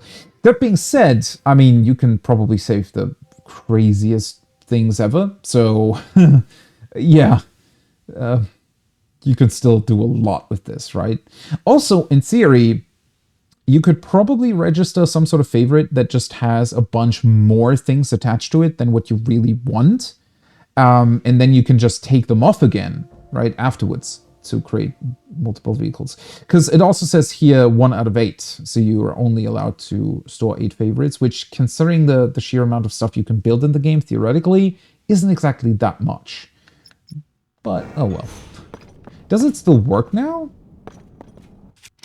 Because I didn't even know what the hell that part was supposed to be about. Okay, yeah.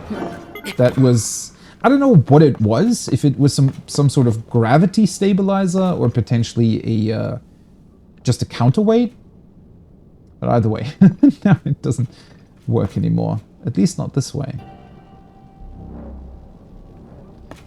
Ah, well, there's an actual one driving down there, so might as well take that. How are they coping with the gloom, though? Pretty sure it would affect them the same way as it does us, right? This is a really cool camp. Ooh, hello. He's got some lightning thingy attached in front of him. But yeah, if they don't know how to get to you, they're a bit confused from time to time.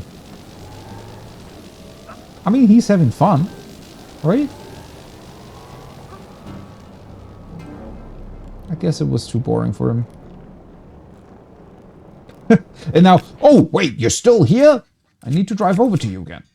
Well...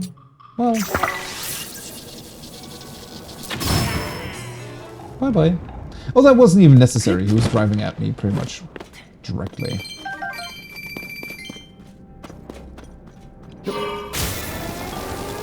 Oh god, this is actually difficult to control because it's really fast. Whoa!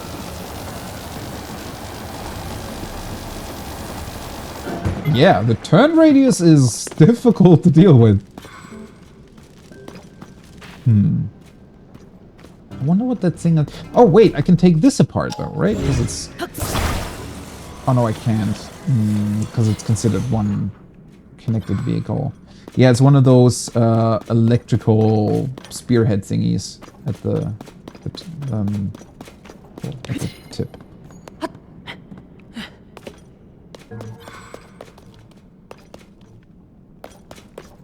Okay, anything else here?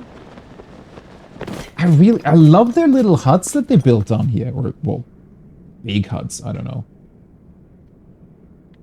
They look pretty cool. You know, all things considered, it's a bit empty still, but, this would be cozy. Certainly as cozy as you can get down here in the depths, I think.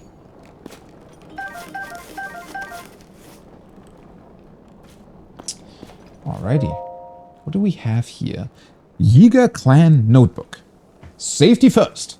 Transportation constructed from Zonai devices is convenient, but precautions must be followed.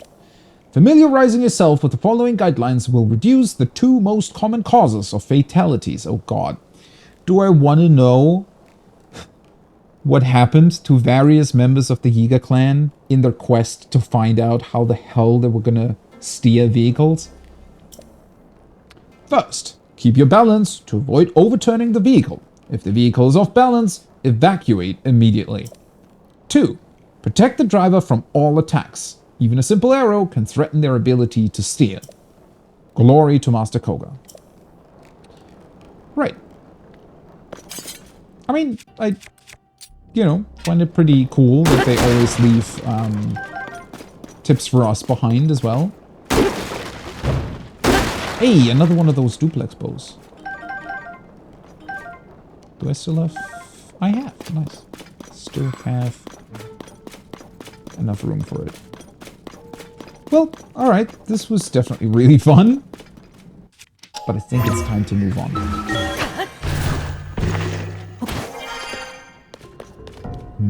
I guess now I could take it the vehicle again, right? Should still be standing around back here.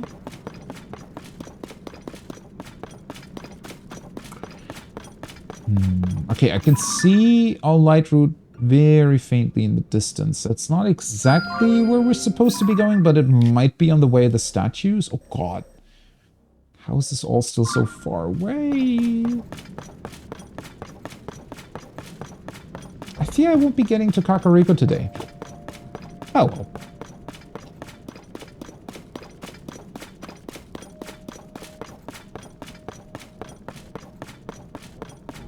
Let's take this thing. There we go.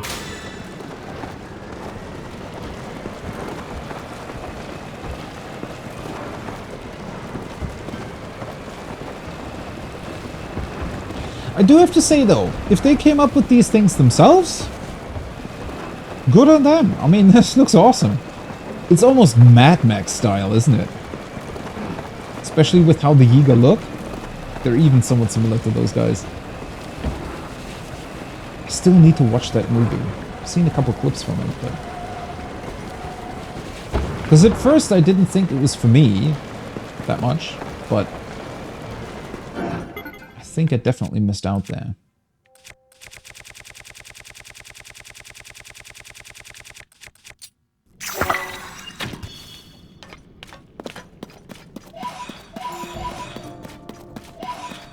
I might have to be careful not to hit the spikes on my way on and off the vehicle though. I should probably follow their safety guidelines. Ah, there we go. I was wondering why that other light road seemed so far away. So that's definitely closer, right? And you are pointing... Which way are you pointing? Roughly that direction. Almost the direction of where I found the other light route.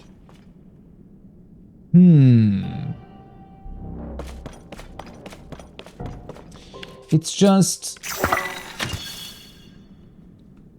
Oh. Oh, wait, no. That's just a plant. I thought it was another one of the Yiga clan structures. I mean, I could very well just go down and then...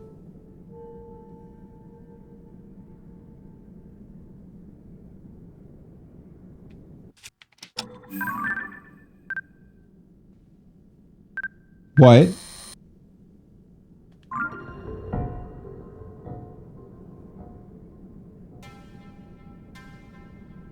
Is this where the dragons are hanging out when they're not in the overworld? What the hell?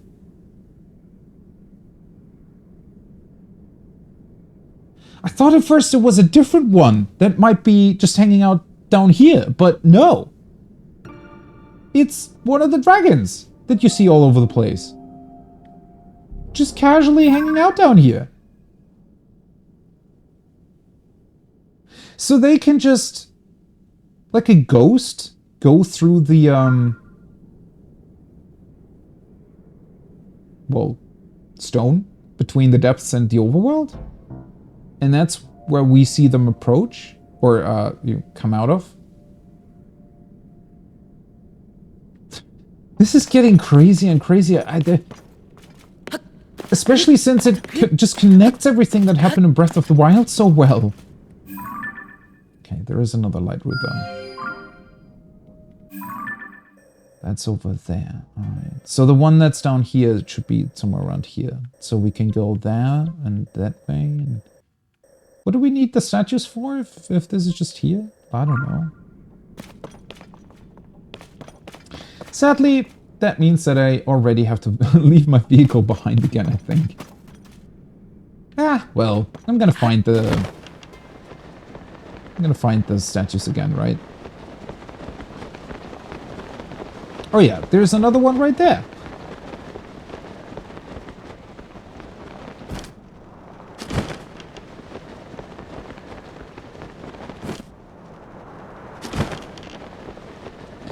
But wait, does that mean that I can now just technically farm those dragon parts all the time? Because they're either on the overworld or in the depths, as long as I know where they are? Because that would be pretty cool. I wonder if they're going to be different down here. Because usually, so for example, I don't know which one of them it was, but they all have, like, they're creating wind currents around them so that they allow you to fly next to them with a paraglider. But they also use a bunch of other stuff to really do the whole... what do I... Well, they have like electricity around them and whatnot, right? So, or fire, depending on their element. So they can just... I wonder if they're going to be the same down here. Will they just be the same? It just seems so unlikely to me because I don't know if that would fit the depths really. Would it? I don't know. It is very strange. All of this is very, very strange.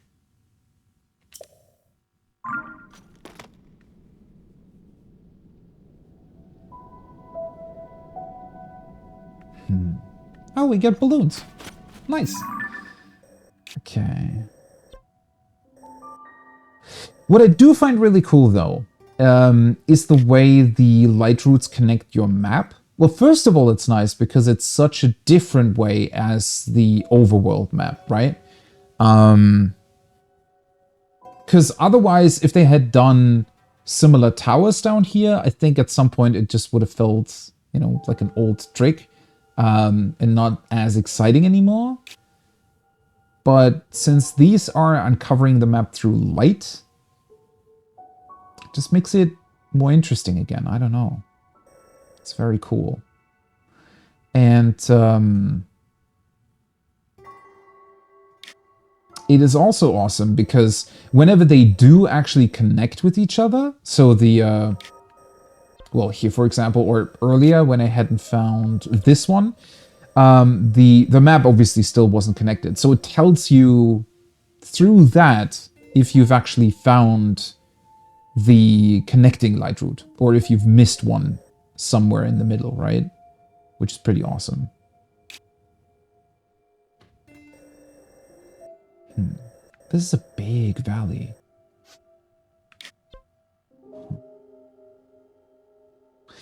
Interestingly enough, wasn't there a labyrinth here in Breath of the Wild? Somewhere around this place anyways.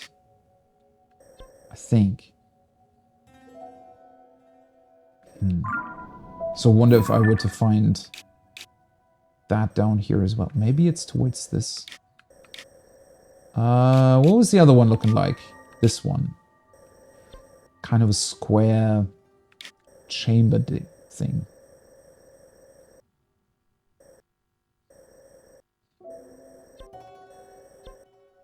God. How is there so much to discover down here? This is insane. It's just insane. Alright, so... Ah, you get statues. There is another one up there. It's just a flaming bat. Okay.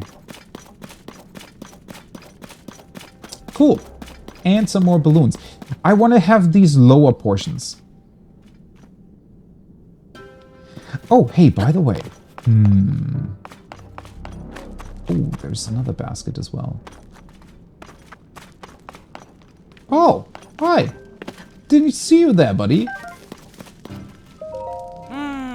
Sonar devices here as well. Yeah. You surprised me. Don't do that.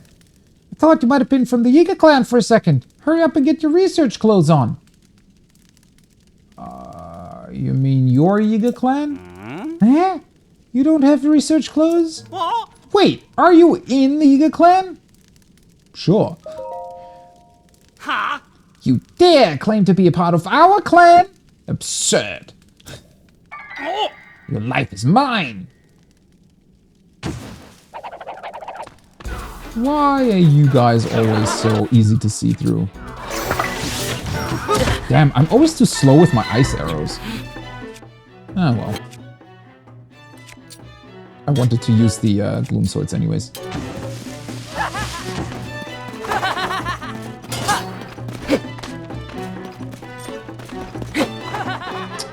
Come here.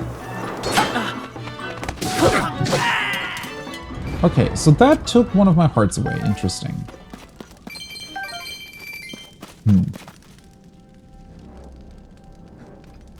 I wonder if it's per hit or something.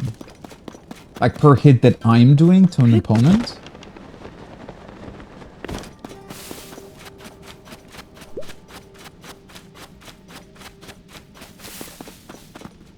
Oh, that being said, well, they are quite powerful, right? And I haven't even fused anything to them yet. I fuse attack power. I was slightly afraid to fuse something to it that makes them seem less awesome, but these would fit, right? Yeah. Still looking pretty awesome, honestly. That is a 57 weapon. What the hell? I guess the Gloomtoll really would be worth it, huh? If I were to fight some sort of boss with them, though, I think I would definitely try to utilize my resistance stuff, because otherwise that would probably suck. Actually, it might be worth using the Frost Scaly Blade for a second. Because, I mean, all of the other stuff... Unless I do want to fuse something else here. I have so much. Not the diamonds. I still have these things, so I might as well create another one of them. Could create an axe.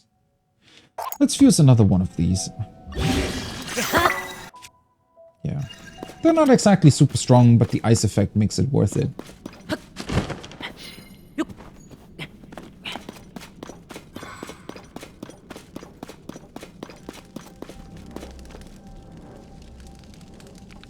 Oh, right. Now I don't have space for the... Because one thing that I've wanted to test is, so far I've always placed a flame emitter in them, right? Oh boy, there's... Oh god. Flame emitters, rockets. Because I was going to say, I wanted to test if I place wood here, with like wood and flint, right? It would also create a fire, right? Where's my flint? Did I scroll past it? But then it wouldn't use up,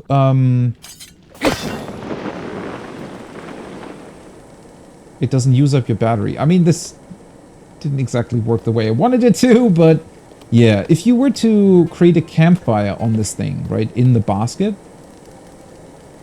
pretty sure you can just fly up indefinitely. Until maybe the balloon begins to blink.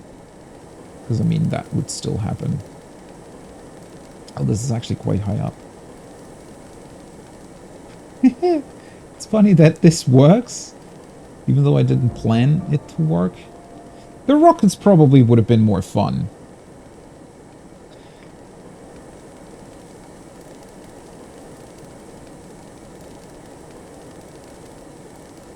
Well, there we go.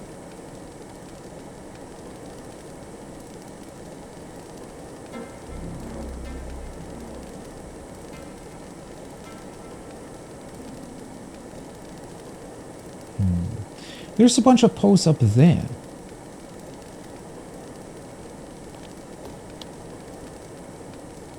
This really does last for a very long time. Is that the light route that I marked yellow? Yeah, kinda. Almost. Anyways. I think I hit something in front of it. Okay. A lot of posts down there. Aha! Well, that looks like another part of the labyrinth, doesn't it? And I think the other one had... Ah, okay, now it's blinking. I think the other one had a shrine on it too, right? Or not a shrine, a light route. Okay, so it seems like... But that's... I'm fairly certain that's closed off. Yeah, the gate's still closed because you have to activate the ground and the sky-based labyrinth first. Hey guys.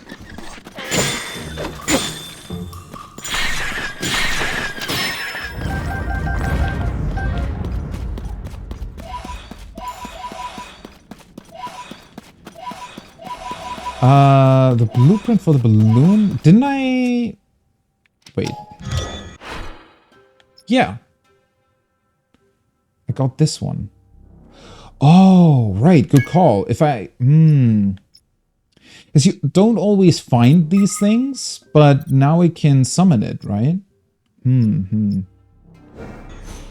That might be worth it. Because so far, that's definitely been creating verticality sort of by yourself, since we don't have Rivali scale anymore, has definitely been the most difficult part, right? If you don't have anything to ascend through. So having that available... I mean, I don't want to use up too much Zonite for that kind of stuff, but I guess if you're in a pinch, right, if you really need a way to go up somewhere, it definitely comes in handy.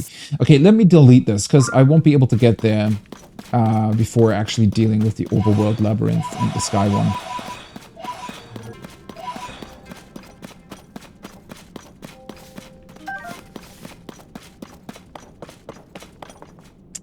So, we're roughly traveling that way now.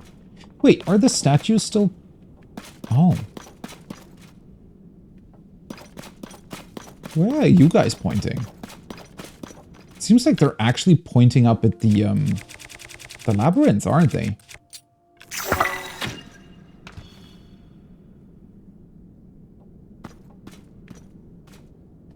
Huh. Well.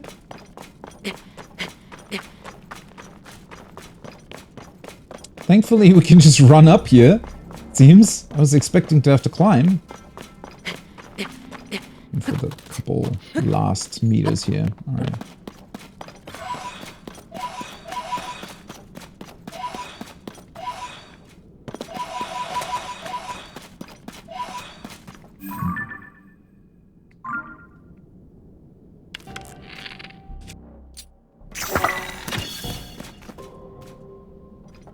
Yeah, she's still looking up. That is very strange.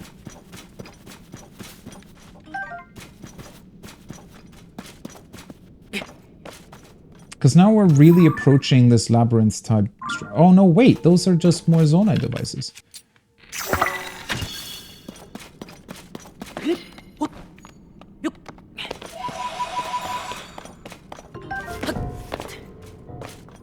Yeah, they're still pointing up. What the hell?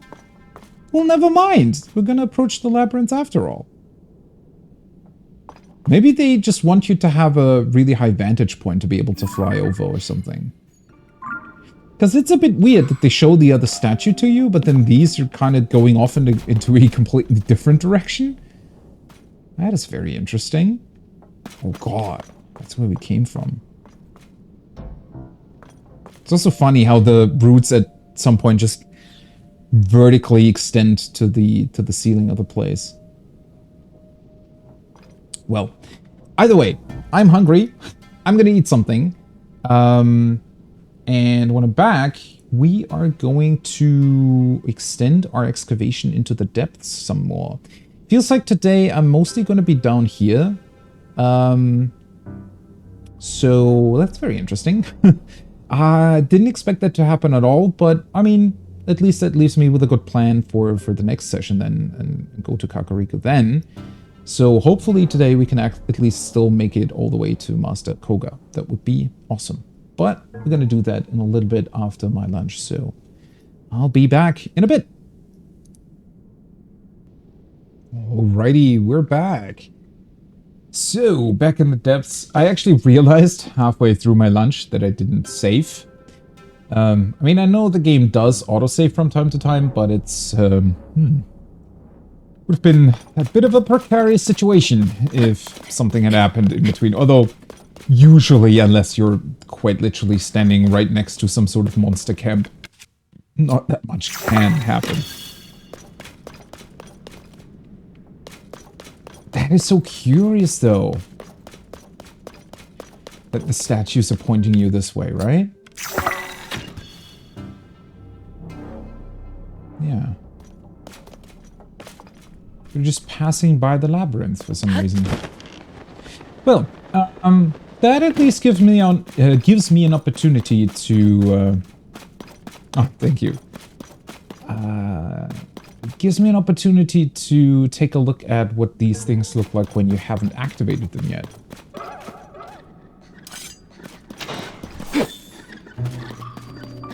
South Lomai Depth Labyrinth.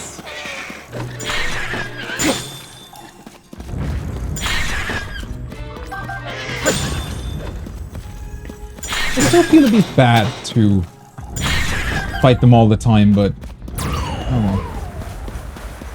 It's their fault for attacking me, isn't it? Oh boy, where did I place that one? Why is it so far off the light route? How did that happen? Okay, let's delete this. Let's do that again. Right. Yeah. As I had expected, these things are just gated off.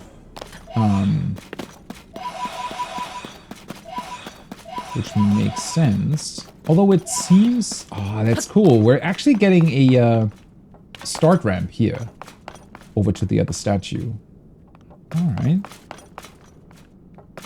One thing that I do want to know, though, is there a way for us to get to the top of this structure? Perfect timing, you just woke up. Nice. That is perfect timing indeed. I hope you had a good rest. Damn it. I wish I still had the glue sticks. They're probably not going to be here. At least I would be very surprised if they are. Oh, never mind. They are, in fact, here. And we also get 2 stone slabs. So in theory, wouldn't that allow me to just get on top of the labyrinth? Or am I missing something here? Let's see. Give me those. I mean, getting on top of it obviously still doesn't allow you to get to the inside and grab the armor piece. But it will help me to get the light root. Oh, wrong part.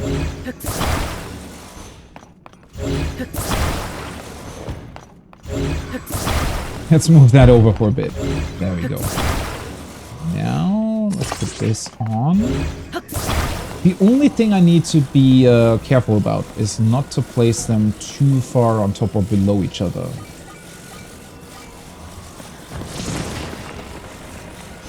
This is still... The fact that this just works is crazy to me.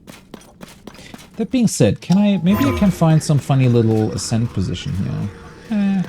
No, doesn't look like it. Although, I'm pretty sure I could just climb. The problem is... no, wait, wrong ability. Problem is... Okay, I would still be able to grab it at this height. Because there's probably going to be a certain height where I'm not allowed to grab it anymore. So I need to make sure to not do that.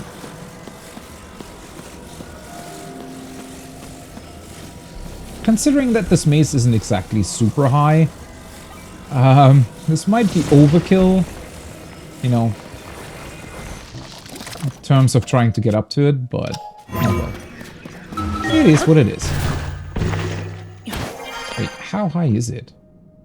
It might actually be worth to illuminate my surroundings a little bit.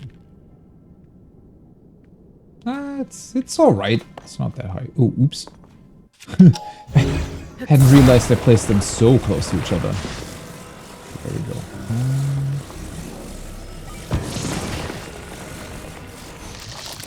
I cannot believe that they just allow you to do that.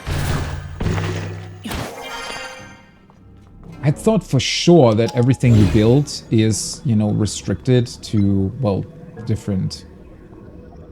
Yeah, see, I'm already too... that's unfortunate.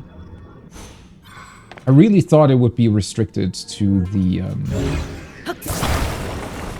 well, the buildable materials.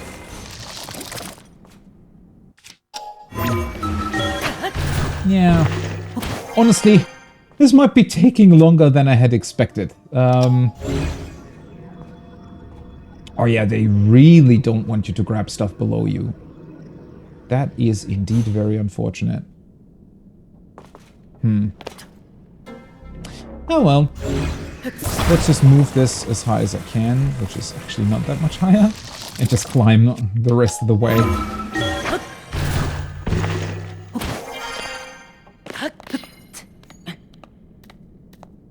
I think this is going to be easier.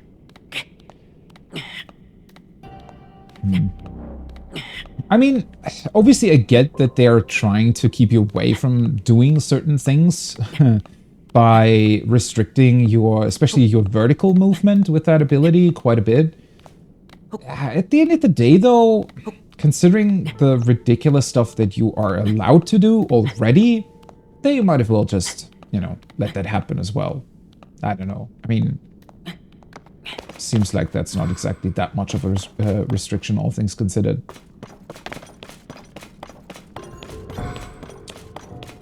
This is very dark. Ah, there we go. I was going to say, the light route was definitely behind some sort of structure. So this is where you... This is the tunnel thingy. that I saw at the other labyrinth that you're diving through when you're jumping all the way from the sky labyrinth downwards. See system light route, alright.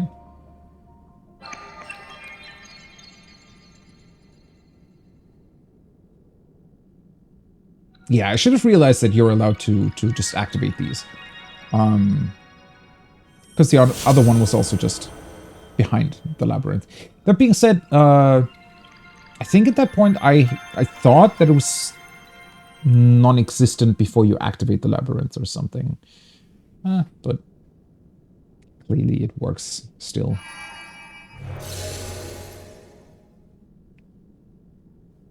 One thing that I definitely hadn't thought was that we're gonna go and clear up this much of the map already. Ooh, the structure isn't a square, it's a rectangle. I wonder what that means. Also, there's a bunch of stuff to my right.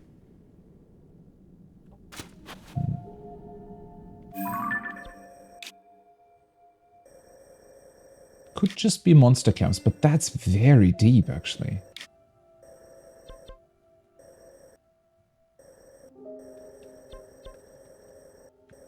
It's way further below these structures, for example, right? Because as with all maps here, the color indicates height. So these bluish looking parts, they're quite a bit downwards. Okay, and we are close to the walls of the depths. Which is particularly interesting here, because on the overworld, this is part of the desert. So in theory, the world extends quite a bit further. But obviously, I don't entirely remember how they held you off of the edge of the world in the desert. I think it was through storms or something. There was definitely some clever level world border hiding stuff going on. Huh. This is now quite a bit, honestly. I mean, it's still, you know, maybe only, I don't know, 10%, 15% of the entire map, if at all. But still, very, very interesting. There's a lot of Zonai devices all over the place. And that's the Yiga clan thing where we're in earlier. Huh. Alright, that light route is already marked, and I'm pretty sure that the statues also roughly look that direction. That's another light route, but I don't think we'll have to go there. God, makes you realize how gigantic these structures actually are. I wonder what's down here. If there would be another construct here, or something else maybe. Do I just want to launch myself across? There's a bunch of posts down there, but launching is just way more fun. Oh yeah, there definitely is. I saw the alarm thing now. It actually seems to be illuminated quite a bit from the inside too, now that I activated the light route. Huh. Might help a bit in dealing with that thing once I actually get to it. 55, whoa. Although, that number sounds pretty crazy, but technically it's still only about half, right? I think. Something like that. I mean, I don't know how many light routes there are in comparison to shrines, because a couple of shrines do not correspond to a light route, right? The ones on the Sky Islands. So there might be a little bit of a difference there. It still looks empty, yeah. I mean, it's also the way it's done is really cool, I think. Where if you activate an individual light route, it really only illuminates a very, very slight portion around that particular part of the map, right? But as soon as they get connected, it just fills in so much more. So the more connected stuff you have, the bigger it'll seem, you know, in its entirety. Which I like that a lot, that they've done it that way. Right. Might as well stick a lamp to the front of it, right? This was still down in the, every single time. Still down in the depths.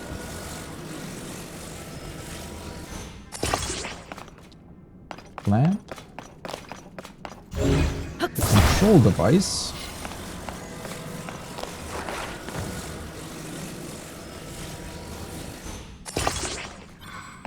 And a fan.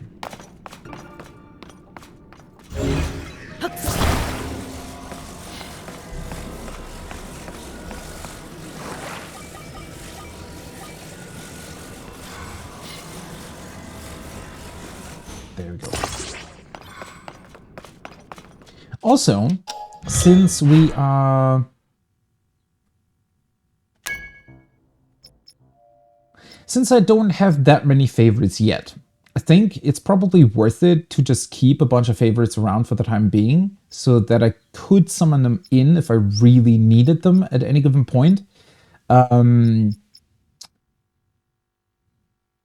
Because I can just delete one, right? In case I find another new, really cool structure that I want to build. If that doesn't work. I think it moved too far back.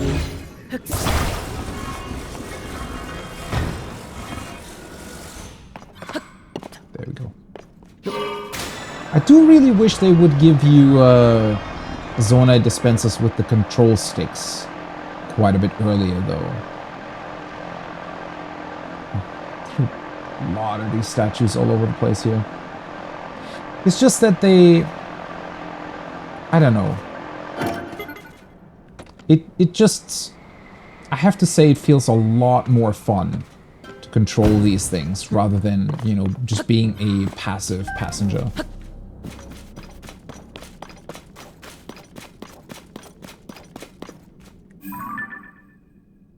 Ah, there we go.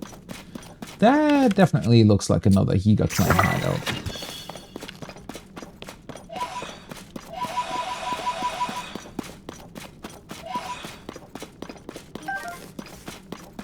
Ooh, and a soldier with a weapon.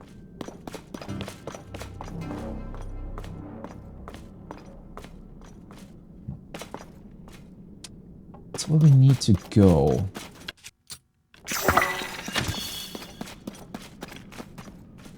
It is pretty interesting how far the Yiga clan has been able to get here. I mean, I would say that's definitely quite a bit further than I thought they would have gotten. I don't know. Mostly because they don't exactly seem capable, but yeah, it's...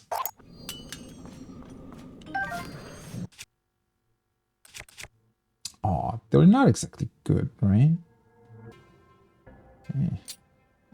Ah, well. Okay, it does look like there's a lot of gloom here, though. Especially surrounding the light route.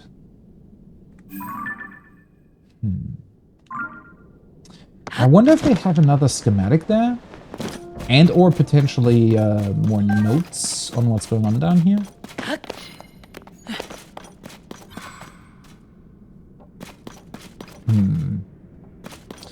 Well, another vehicle certainly would have come in helpful here.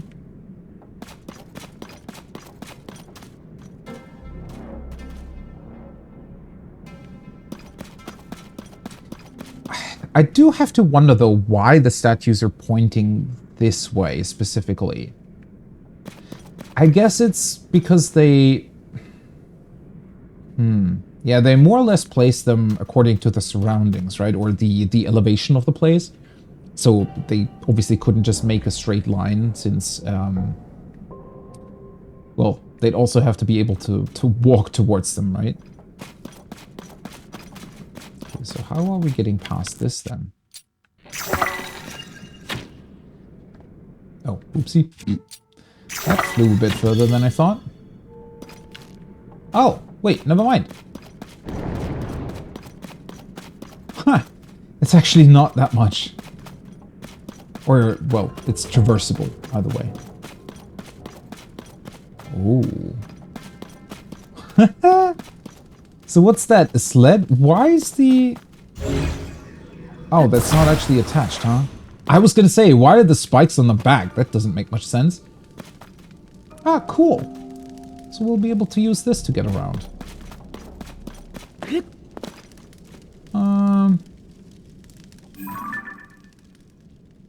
Oh, that is really high up.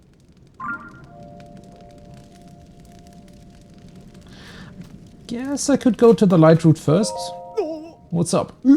Are you here to help? Oh, please. This is misery. I'm covered in gloom, and I need a sundelian. Oh, do I really have to give him one? Look at that smirk. Sorry, I can't help.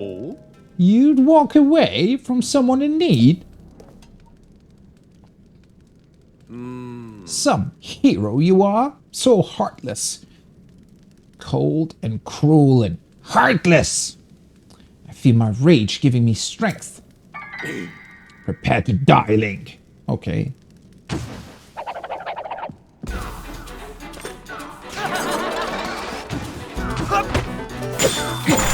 I do love how easily they just miss you when you're just walking one step to the right whenever they do their funny little teleport. Okay, well, it's just a bunch of moblins. I think. Oh well, let's really grab the light route first, and then I'm gonna drive over to their camp. I do want to have a light with me.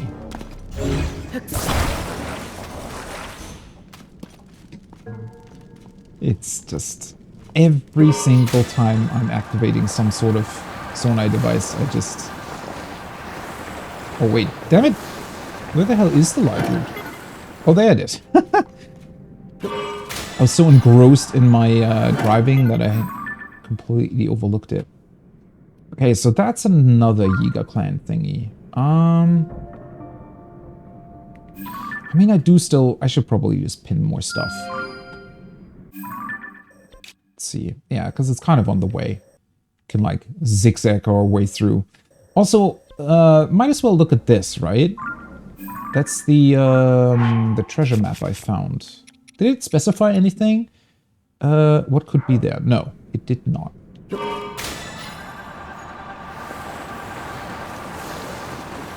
But the coolest part of all, and I know I mentioned that in regards to the, oh come on, really? To the rockets, is that I love how they have weight to it, right? How it takes it a little bit to actually get going. I think that's such a cool way to just make you aware of how these things work, that they're really just machines and not only a gameplay element. I think it works really, really well. It also feels like they have much more of an impact, especially with the rockets, obviously, right? Because you get like a proper start sequence and then it just shoots you off to wherever you will hopefully want it to go.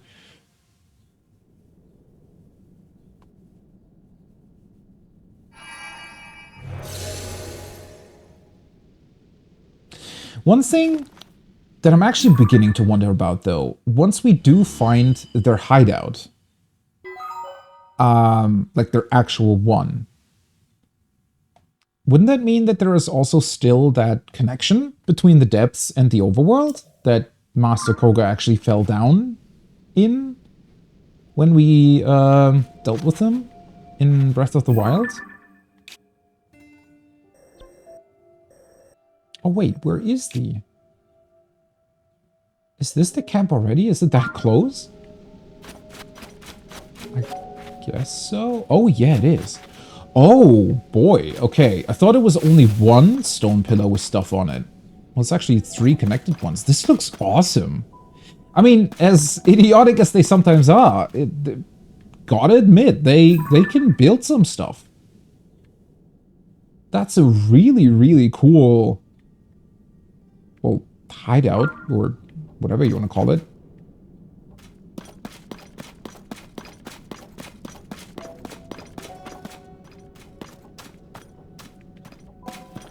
And And obviously I'm also still super intrigued by the ceiling of the depths.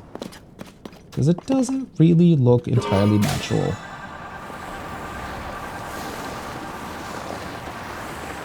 Also, the sled has a really cool turning point. Like an actual, you know, fan-driven hovercraft would have.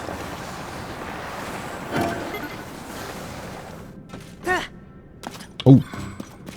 Awesome jump there, Link. Did not know you could do that. Alright, there has to be a way to ascend here, right?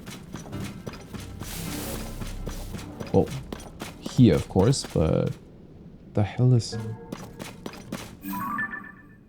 What the... Where do they find that stuff? Is that a laser device? And, of course, another airplane...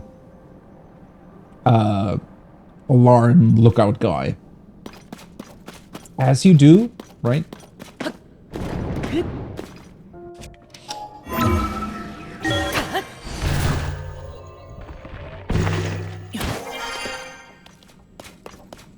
Ooh, does that work? Nah. Sometimes I kind of forget about the fact that I can just climb. I always want to look for points to ascend to and or Zonai devices and whatnot. What the hell is that? So they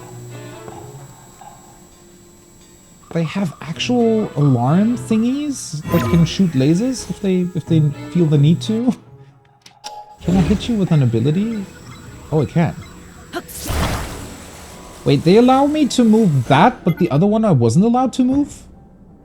I disagree with that. The thing that I stuck into the wall. It was like right below me and I still wasn't allowed to move it. Hey! Oh! Is that you?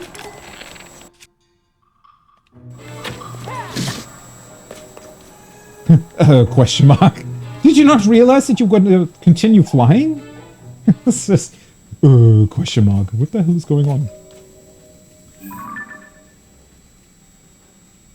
Is he... He's controlling that laser thing!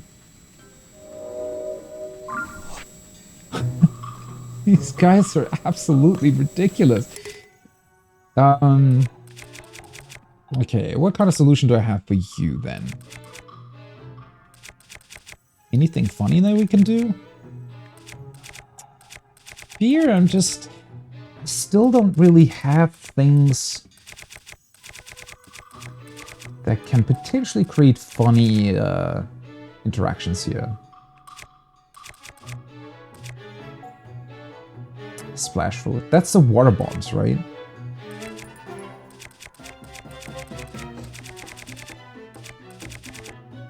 I wonder what would happen if you attached a tail to your arrows.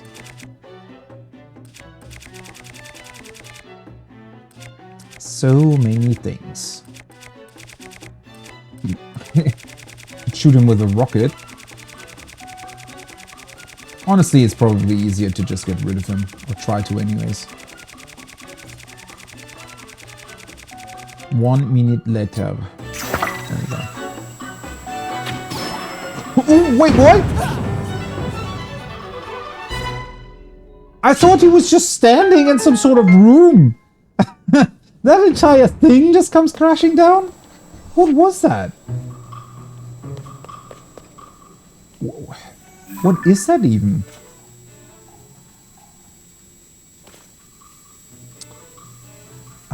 Well, he certainly met with an unfortunate end. I just shot him! Yeah, apparently he was flying with that thing. I thought it was a room that was just attached to their things here, but apparently it wasn't. Oh, the other guy's come back around. Where are you? Well, he has come back around, but he's just flying past anyways. Yeah, apparently whatever he was standing in is some sort of room-looking device, and since he was standing on the control plate, I think he technically levitated with that entire room section.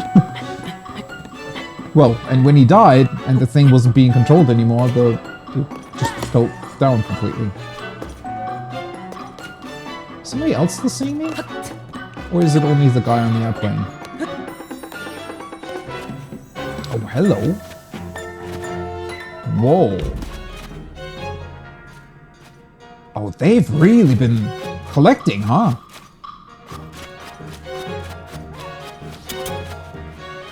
No, somebody else is shooting at me. Who's shooting at me? I don't even see anybody else. Or was it you? Okay, it might have been him. Now, he is in an even more unfortunate position, though. Shouldn't have done that, buddy.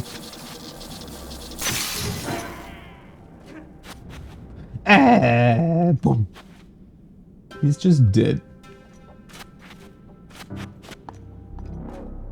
Are they using this as a launch platform? That's so awesome.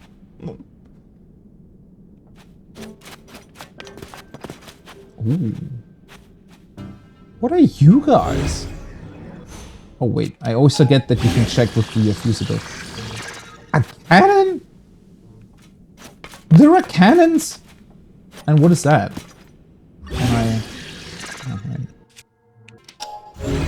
That's what was attached to the room thing. Where the other guy was standing in.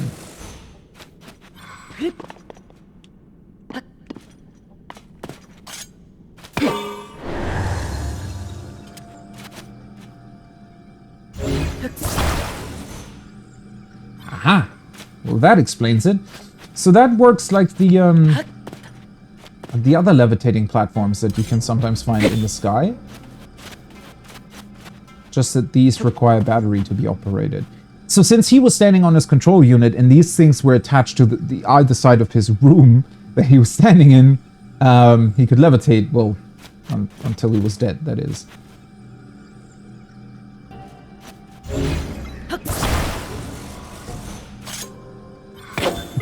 Such a troublemaker? They're constantly attacking me.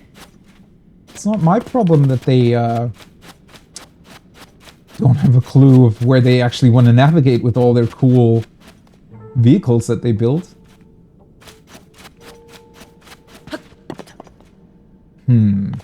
So if I were to attach a fan to this, it would also just float, I'm assuming.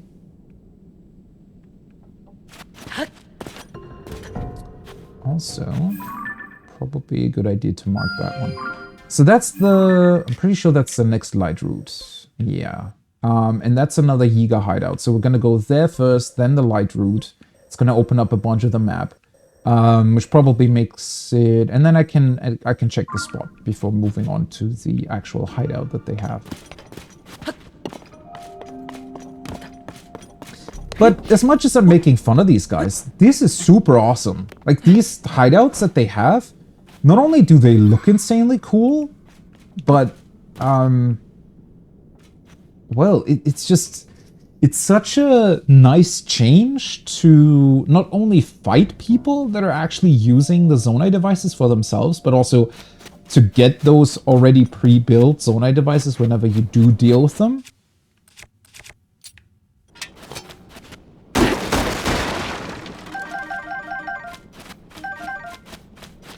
Alright. Well, what do we get out of here, though?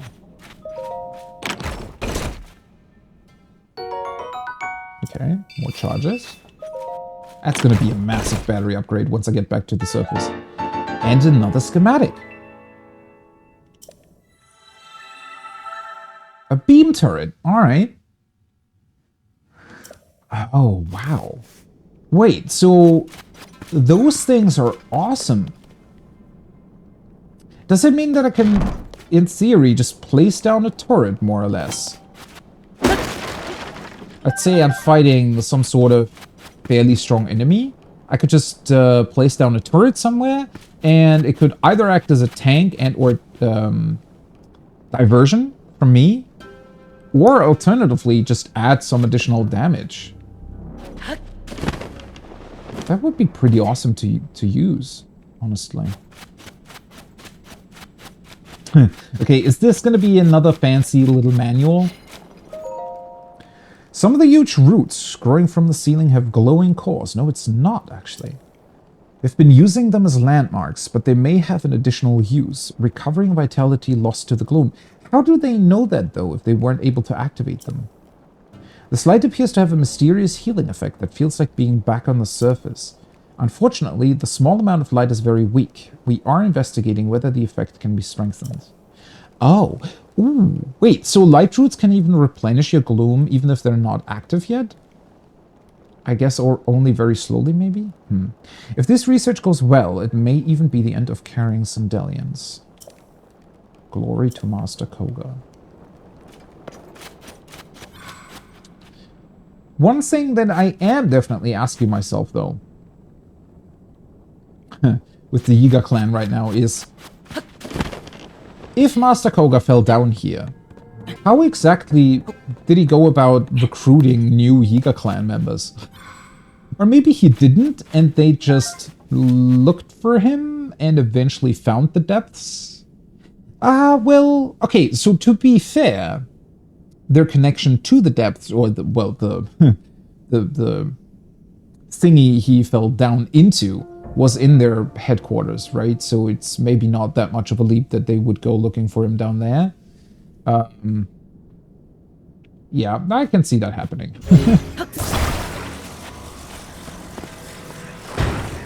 Boing.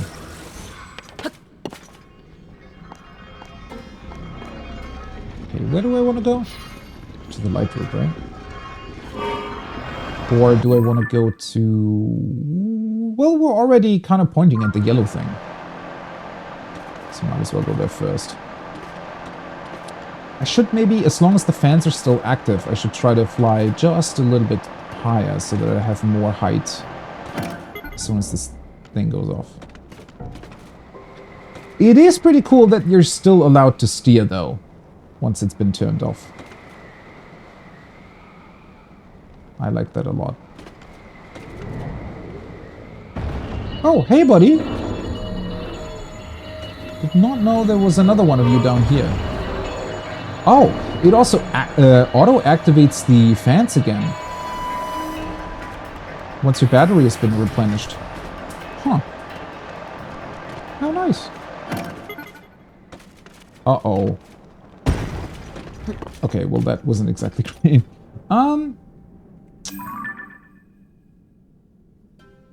Let's leave him be. Let's leave him be.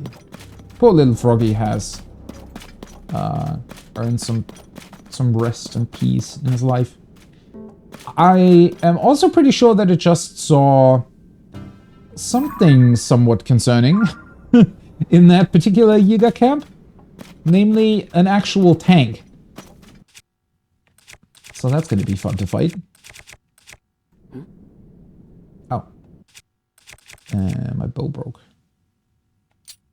Yeah, that one. That's a bit weird. I still don't understand why they... So when you don't have a bow equipped anymore and you change your bow, right? And you've just changed it, it still automatically switches back to your melee weapon, and so you're not able to attach anything to your bow. It's a bit weird. I still wish there was a dedicated button to switch between melee and ranged, but oh well. Ooh, what is giving off that electricity at the front? Well, it sure is nice of them to... Oh, did you see me? You did. I don't know how, but you definitely did. It's nice of them to have a platform out here for us to just jump over. Okay, well, let's fight a tank, shall we? Are these this? No, I'm not.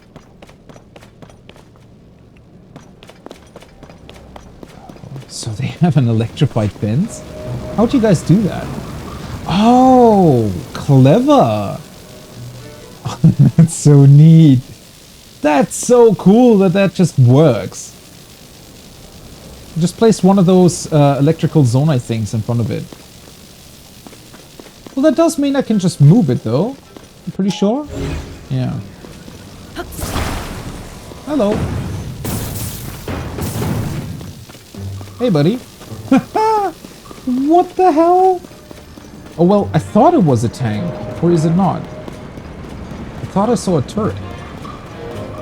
It might have just been whatever weird thing is on top.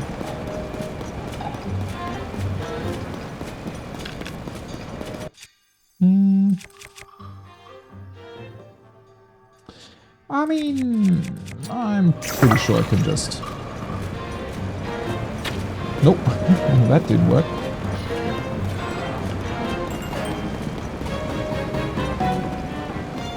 Come on, buddy. Just let me on, please. Oh, there we go.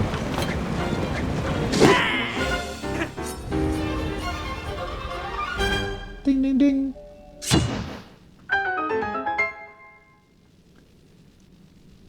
Is there only this one guy here? I really thought I saw a tank. Oh well. I mean, it's still a pretty cool device. It's not exactly all that usable, though, is it? I mean... It's not slow, but, you know... Trying to hit an opponent that is on foot, that can just run circles around you, with a vehicle like this, I feel like it doesn't work that well.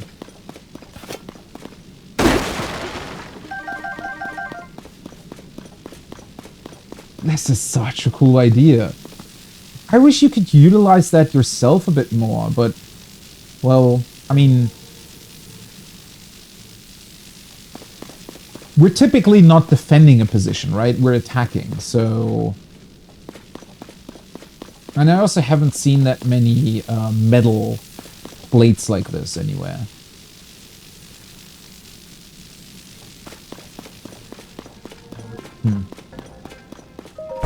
Alright. See, I'm pretty sure we're gonna get another schematic here, I hope.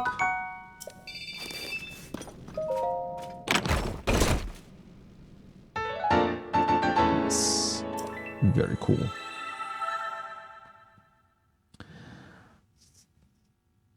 Well, disregard what I just said.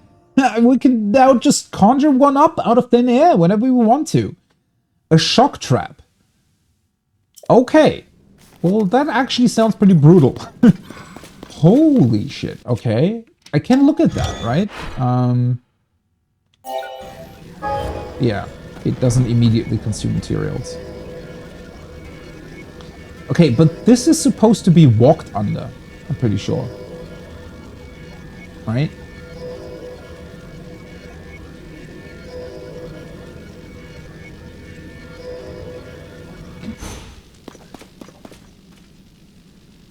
Well, I mean, it's still pretty awesome nonetheless.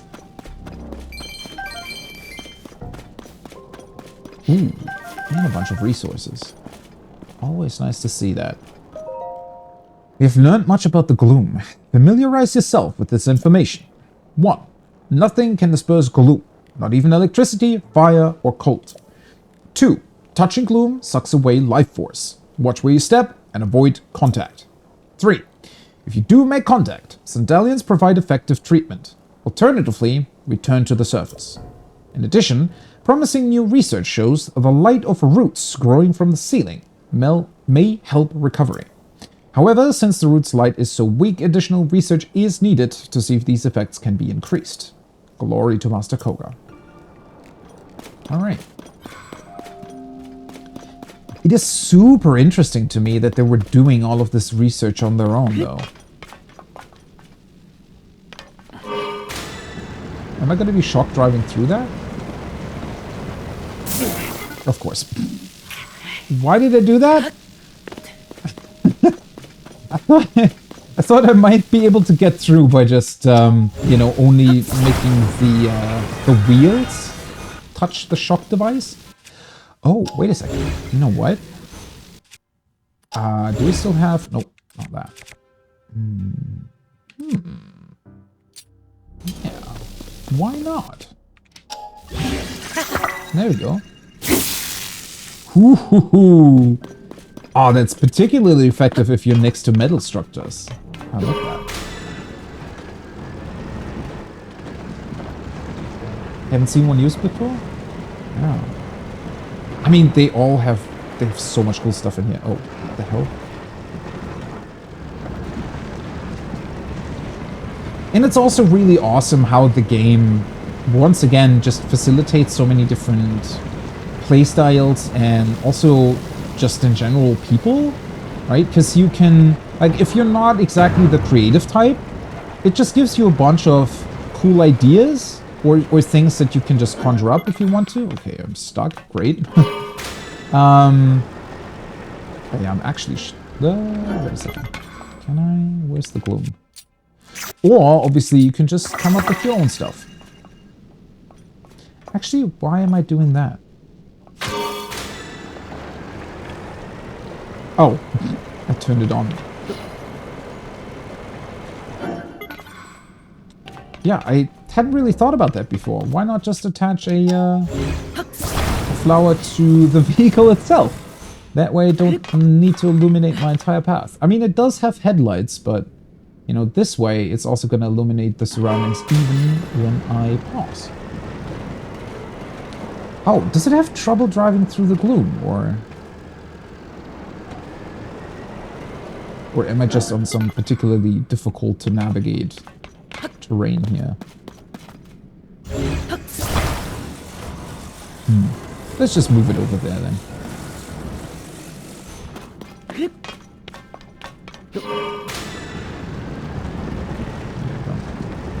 Can you get stuck in the gloom? Oh, how interesting. Or is that because of its weird design? It might also be that it gets stuck because it has that front bit attached. Well, let me just quickly get over here then. Nope. Close.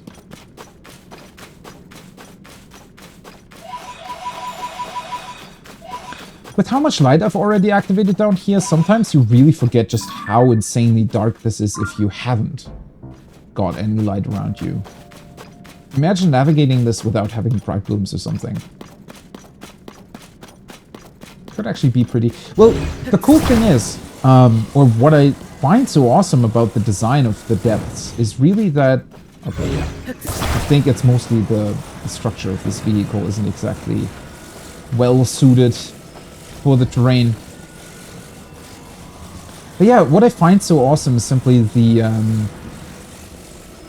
way the terrain works, because it means that if it's truly dark, it's going to be very, very difficult to see if there is some sort of ledge in front of you or something else that would stop you from moving forward or make you fall down or you know, anything like that.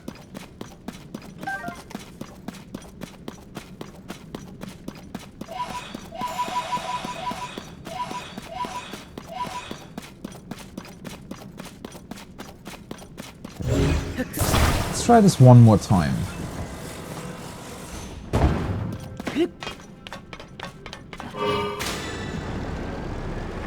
Nope. Unfortunately not. Only thing, I'm pretty sure I already drove over... Yeah, it's just getting stuck. The problem is, this thing isn't exactly well designed, I think. Because it has the weird thingy here at the back. And then it also has the spikes at the front. And both of those things combined means that you very easily get just simply stuck on terrain. Okay, another zone structure in the back. Interesting.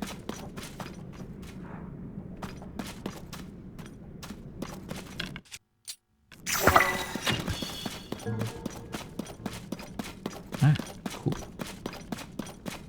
More zone things. I do wish I could take the bombs with me, though. Got another balloon. Do I really need that? Because I think this is just a normal... Never mind. Well, no. It's just normal terrain. I thought we might have to cross some sort of chasm here. What the hell are you? Wait, that looks like another furnace, doesn't it? Oh, wait, that actually makes sense because we're supposedly going towards the Gerudo mine, right? It's just that I think Koga has chosen that place as his hideout potentially.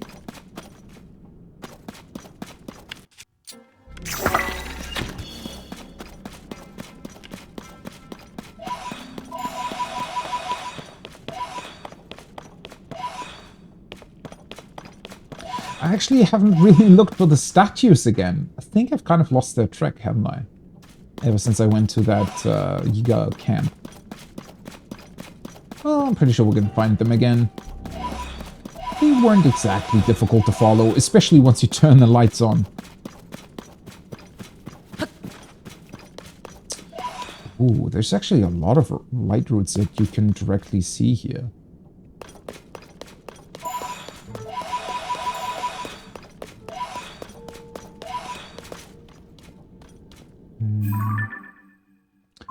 Right, that should be close to where the treasure is supposedly hidden. Oh, it's right next to it. Interesting. So let's activate this one, then that one. And I think... And there's one directly behind this one. Right, that's next to our quest target. Perfect.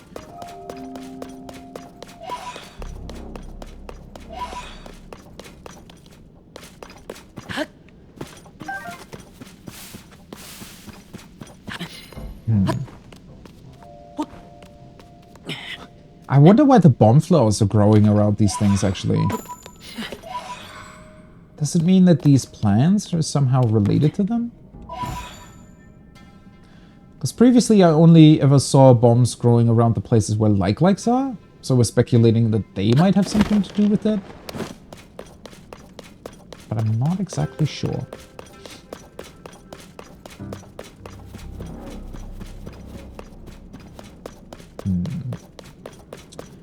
Okay, this looks to be a little bit of a larger chasm. Well, no. Looks much more dangerous when it's completely dark.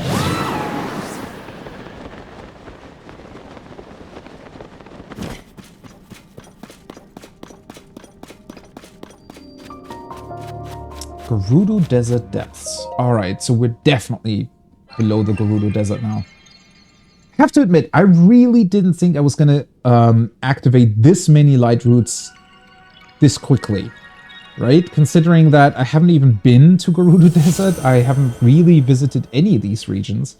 Although I'm a huge fan of traversing the depths in a completely different path to the one that I'm taking on the overworld. That is honestly pretty fun.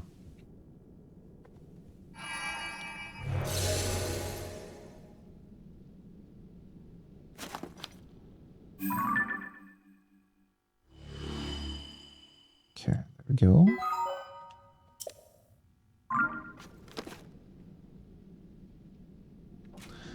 Only thing I wish is that they would also, at least when you activate them, replenish your health. I think that would have been awesome, but it's fine that they don't. All right.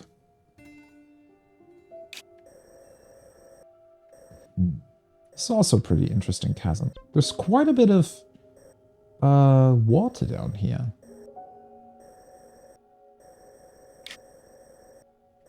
Okay.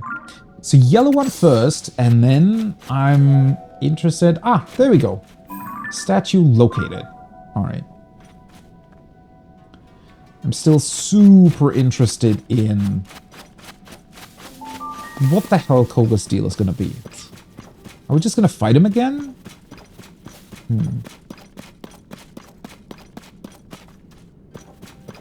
That being said, we might not actually have to, or rather we, it might not be the last time that we interact with him, huh? Could be that he is just running away again afterwards. Okay, so that, yeah, that is definitely the upper parts of a furnace, and there does seem to be a bunch of other Zonai stuff behind there too.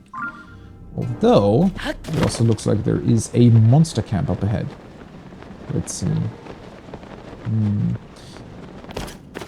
I mean, I could just use a balloon Can fly over. Ooh, hello, soldier's claymore. Oh, can I take a cool photo of this? Oh, that's actually going to be difficult, isn't it? Why are you ducking down? Oh, because... Oh, never mind.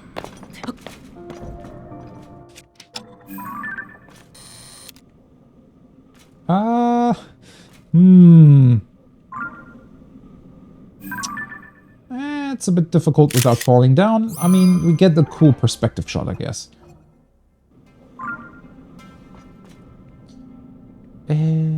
That's a two-handed weapon. Nah, I'll just leave it be.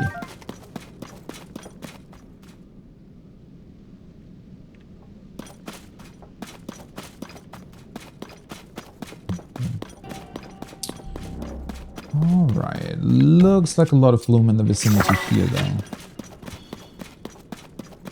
No?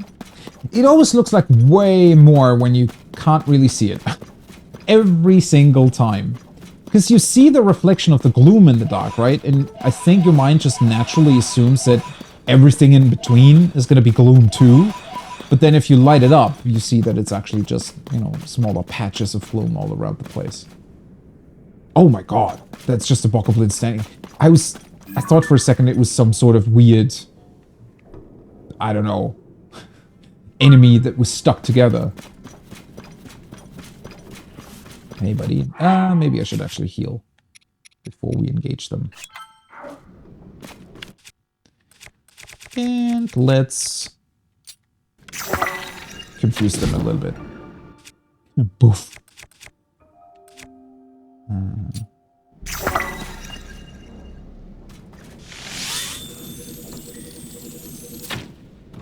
Oh.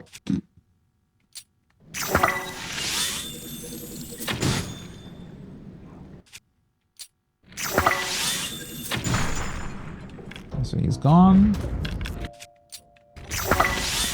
Might as well utilize the different ice fruits, right? Considering I still have so many. Oh god damn it. Nope, that was... Well, why not?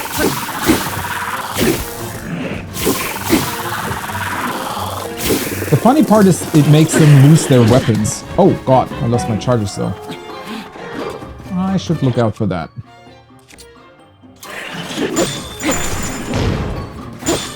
Also, somebody is still shooting their horn.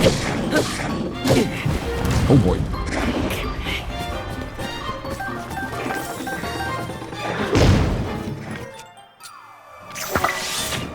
Ah, really? Should be a bit more careful with weapons running out of charges.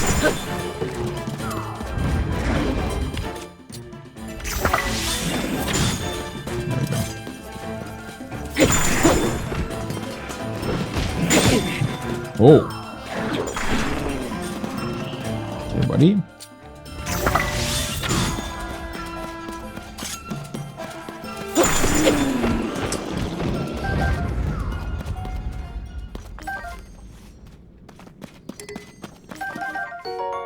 Moblin guts. Wait, I haven't gotten those yet? This priced ingredient can be obtained from moblins. Its odor is too pungent for normal food preparation. Oh, yeah. Nice. What's with the last guy? There are always a couple guys that just stay behind. For no reason whatsoever, seemingly. I mean, I get the ones that are up top somewhere, because obviously they can't really get down that easily.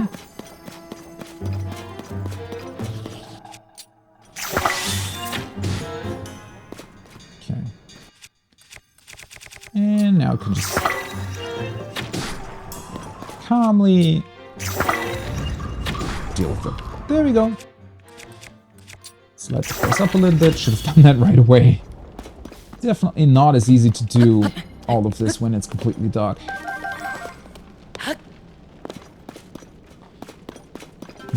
Shouldn't be too far away from the light route, so I'm not overly concerned about my health right now. Oh. Well, hello there. What the hell are you? Are those explodey... Well, not barrels this time. Do they have a button? Am I seeing that correctly? Okay, I need to test that. Actually, need to be a bit careful here. Drop. Oh god. Link certainly wasn't careful. Oh, wait, what? Oh! Ah, I did not know that I can take pictures of these two. I was very confused that I could take a picture of Chulin, but it's his bow, not he himself. Alright, see? So, what happens if I... Aha!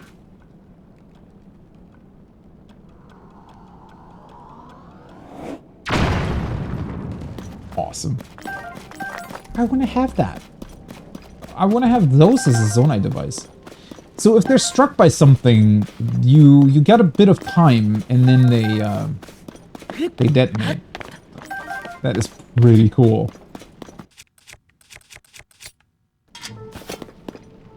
Sadly, didn't get all the Zonite.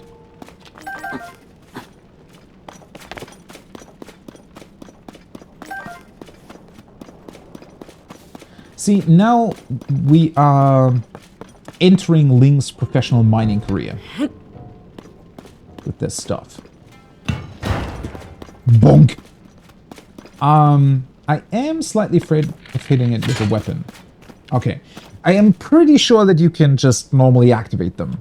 I don't think they're going to be exploding on their own just by hitting them. Unless maybe you hit them with a fire-based weapon. I can definitely see them exploding in that case.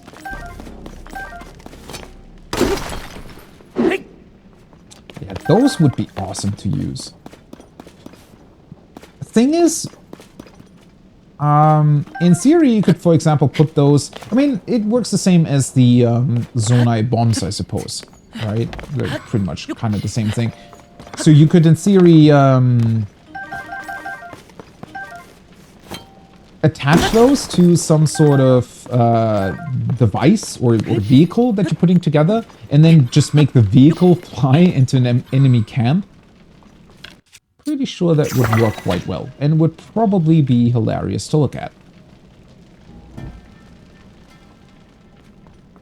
Alright. Wait, what's the... Oh, for a second I was confused what the red thing was that was still marked. I completely forgot that I originally wanted to go back that way. To check on the bargainer statue. I mean, I might still do that eventually, but... pretty far away now. This looks very interesting.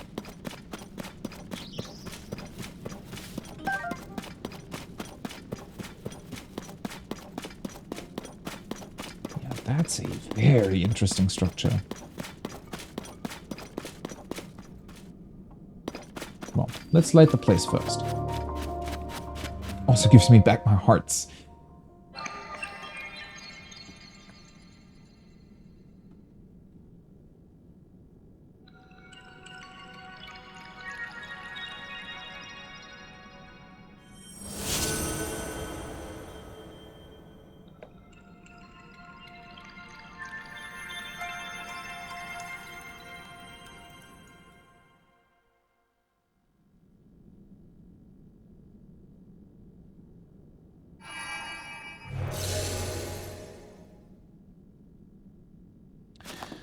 And just like last time, it seems like these ruins are quite a bit more extensive than I originally thought, because I only saw the furnace, but as you can see, there is quite a bit more surrounding this. Looking at the map now, it is almost ridiculous just how many of these Zonai device places are all around, because they're always these 8-corner-like shapes, right?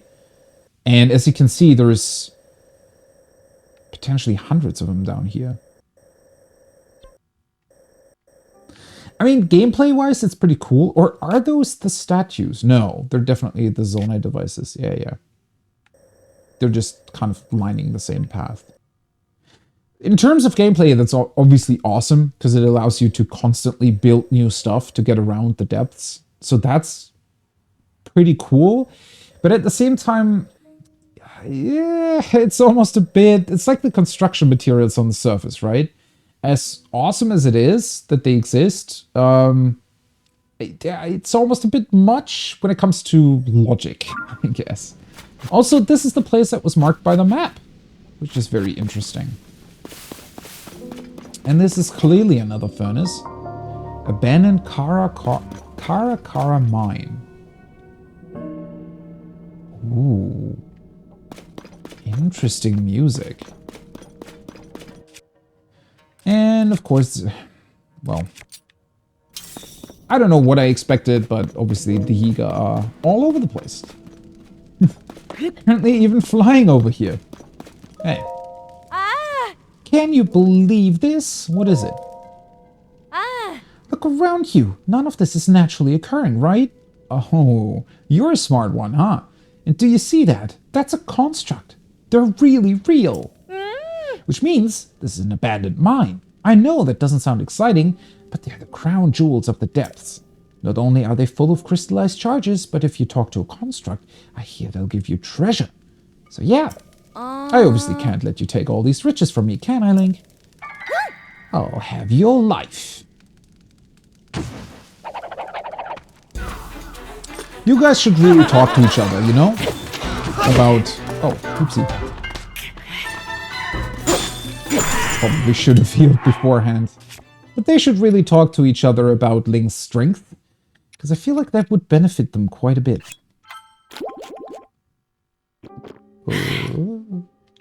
Might as well.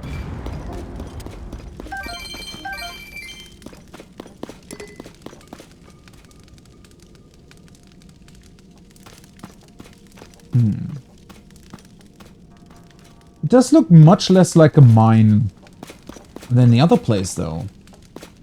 I mean, it has a furnace. Aside from that...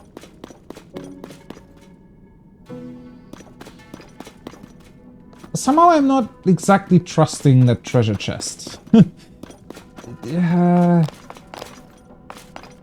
That seems to be mighty suspicious. Just chilling out in the middle of that giant structure there.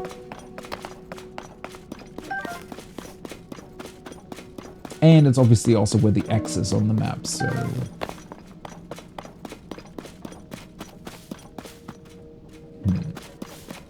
Let's see, let's just collect everything else first. And or talk to the Zonai. Hey buddies, what you doing?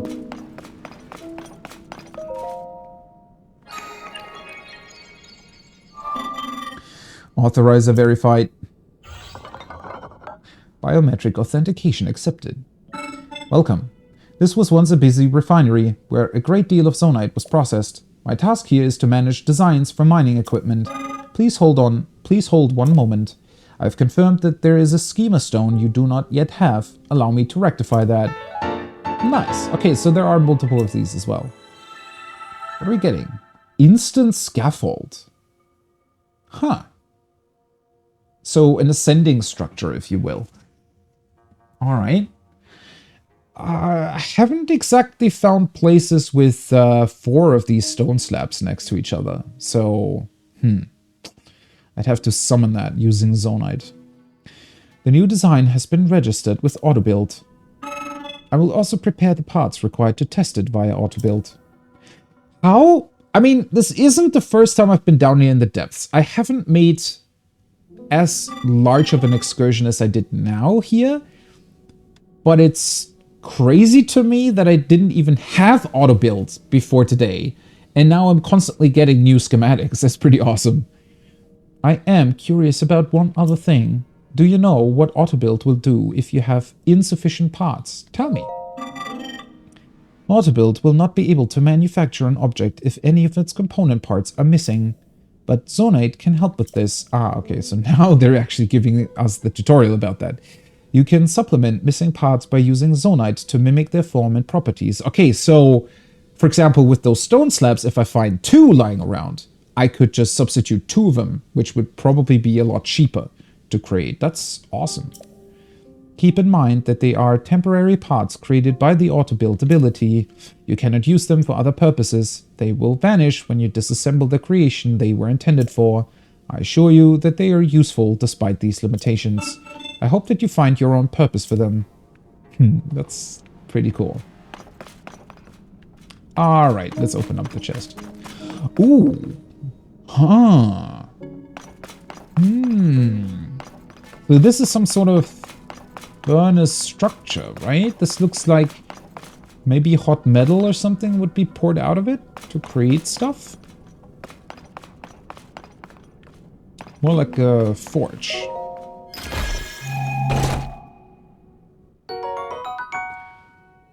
Well, hello!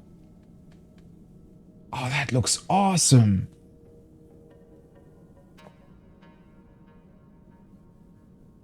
That looks really cool. Miner's Mask. A mask used for working in darkness. The attached lamps are filled with bioluminescent material to light one's surroundings. What an awesome armor set! Looks a bit crazy and definitely reminds me of Outer Wilds, but yeah.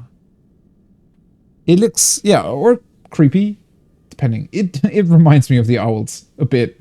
Because, I mean, the lights are kind of antlers, right? Okay, let's just equip this, even though it has an armor value less. Okay, from behind it looks pretty ridiculous. Although it's a bit cute that it also has... It has 3 lamps, right? Just like the... Oh, well... No, they actually have 2 on their head. But the way the lamps are dangling... reminds me a lot of their earrings. Oh, hey, there we go. Well, that's convenient that they placed 4 stone slabs here for us to auto-build that stuff they just showed us. Looks like a bug, really? Oh, right. I didn't even see because of the pincers in front, right? Because I was thinking more of a...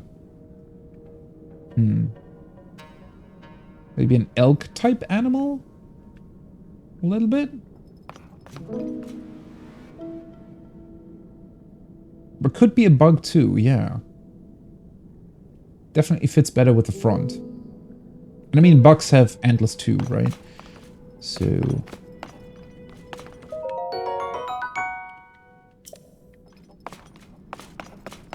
Well, that treasure map was definitely worth it. Is it still in my inventory or has it disappeared now? No, it's still here. Okay.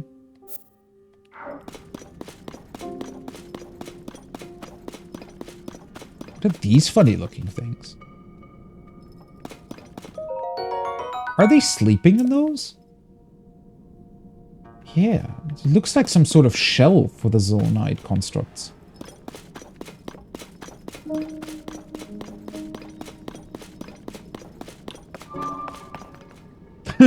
True, the lights would blind you more. That is very, very true. I mean, you do get lenses or something, so maybe they would, you know... maybe it would be possible to, well, view stuff in front of you without being blinded by the lights. Also, what's the point of the one back here? Reminds me of a bicycle helmet. They sometimes have, you know, lamps at the back so that cars can see you better, but... yeah. Very true. Design isn't exactly well thought out, I think.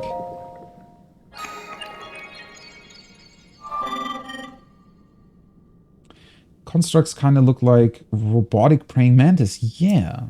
They definitely have insect-based things, much more so than like bigger mammal animals with antlers. Oh yeah, I know what that is. Alright, well, that means that I can get a whole bunch more crystallized charges, right? Yeah, I know.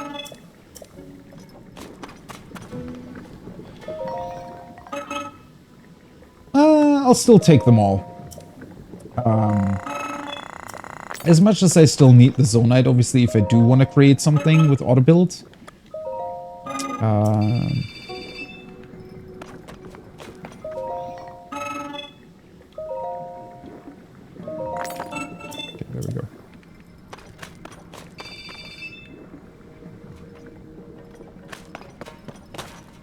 I take this? No. Yeah, sorry.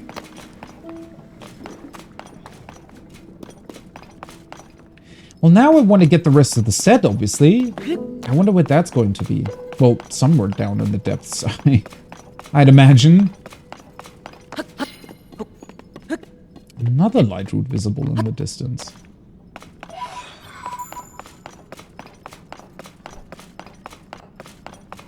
Ooh, hey. They left some lying around. That's nice. Alright, let's test this. Auto build. Schematic, confirm.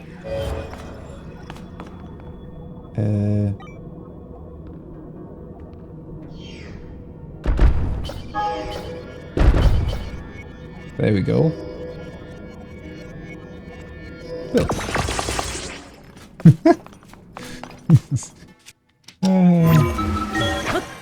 And of course it has the perfect height to ascend through. Bam. Nice. This entire structure is super interesting though.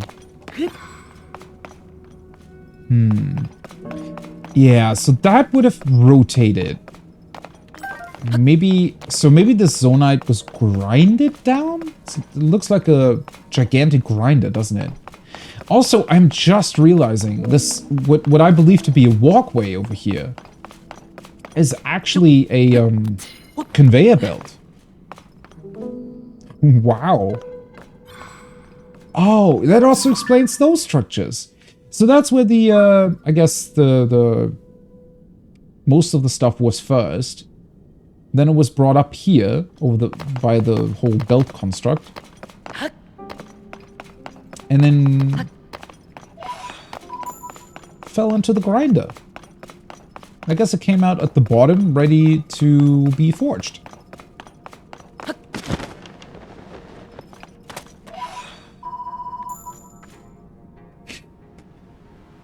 So cool. I don't know if the forge fumes would exactly be, you know, healthy, but then again, I guess it's, in general, a pretty big concern for an area like this. Oh, that's why they're placed down here. Okay, that makes more sense now. I was actually wondering why here.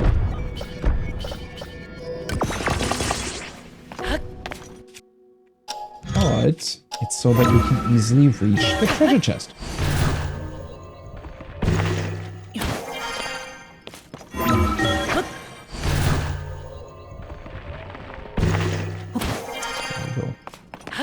Although I fear it won't contain a second part to the set. That would be a bit too crazy.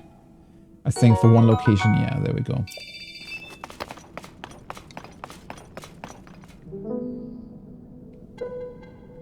Whenever you get a higher vantage point, it's just crazy how cool the light routes are, is illuminating all of your surroundings. You know what? As funny as this looks, maybe I do want to swap back to my original headpiece. I don't know. Midas Mask is something else for sure. Although I do hope if it... Well, it will probably come with the corresponding body piece and pants. Hopefully those are going to have lamps on them too, because I feel like that would look pretty awesome. Alright, well, I guess time to head to Koga, huh? Pay him a visit.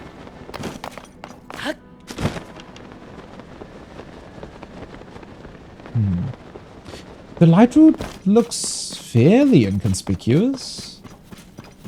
From this angle, it doesn't exactly look like there's anything of interest between here and the light route itself.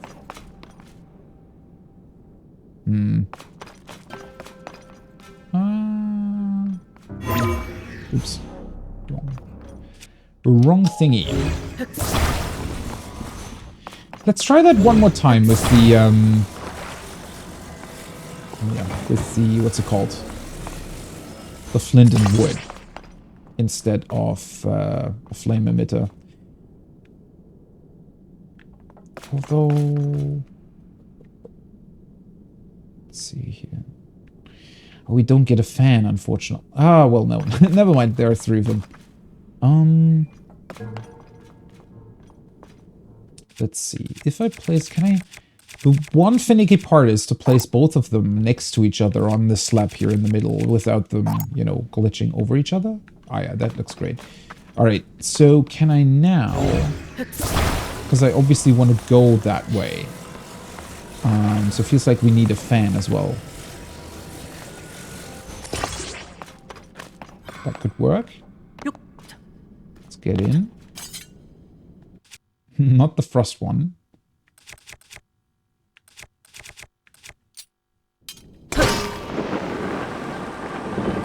Oh my god. No, Link, stop burning. Well, I mean, it works. I underestimated how much of an angle it would get through this whole endeavor. What the hell am I looking at? That's another forge. How many of these things are down here? And that's a gigantic platform. We're kind of turning the wrong way. Damn it.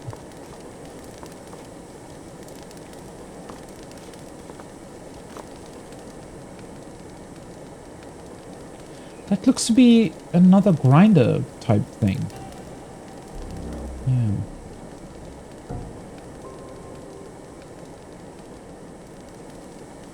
But it's definitely where I'm trying to go. Let's see. Let's just descend a little bit further until the balloon begins to blink. And then I'm just going to jump and fly over to it. There are even more two light routes in the distance. That's pretty crazy considering that feels like we're close to the edge of the map. Also, we're close to the ceiling right now. Oh yeah, we're actually really close to the ceiling.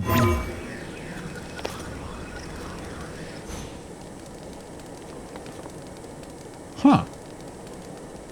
Huh. I did not realize the balloon would take us quite this far.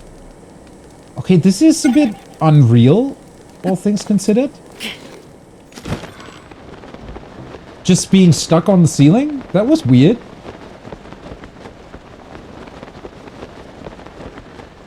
But once again, the ceiling simply does not look natural, I think. It's just way too uniform for that. Okay, what have these guys built here? Can I abandon Gerudo Mine? There we go.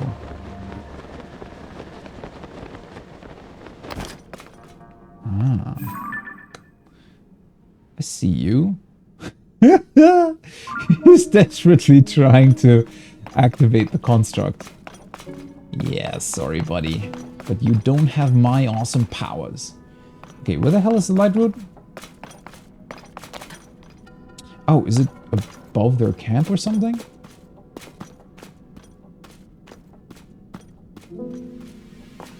Ooh, where does that lead? Yeah. Poor Koga, just out of his depth here. I didn't realize that it was going to be above me like this. Let's see, I just wanted to activate the light route first before heading to him. Ooh, hello. Interesting.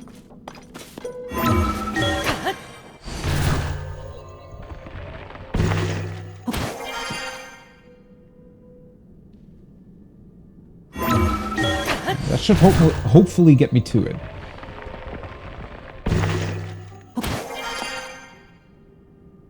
Ah, there we go. Perfect. Gona Tauros. I wonder how surprised they're going to be if the light just turns on above them. That is very interesting, though, that this forge slash grinder slash whatever the hell it is so close to the other one. Considering that I haven't really seen any similar structure in the rest of the depths so far. Well, I mean, I guess I really still haven't looked at that much stuff down here.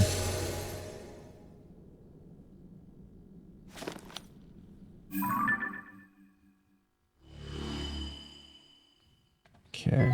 And we're still not to the western edge of the map.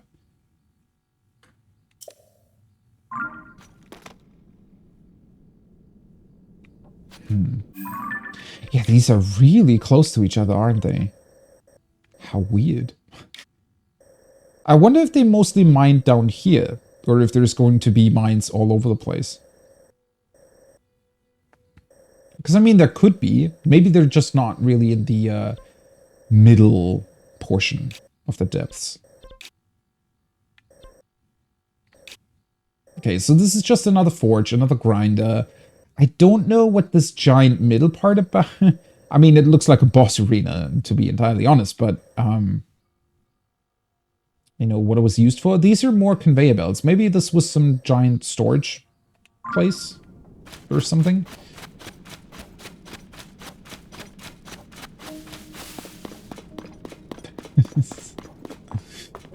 Those are the two he ran away with, I'm pretty sure.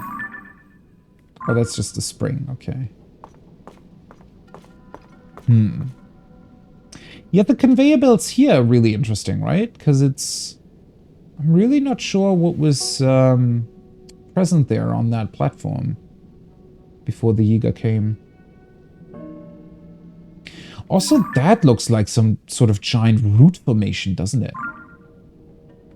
But they're going, like, all through the depths. I never quite noticed it like this before.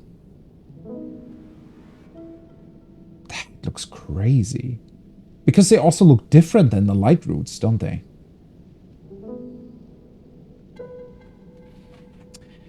Well...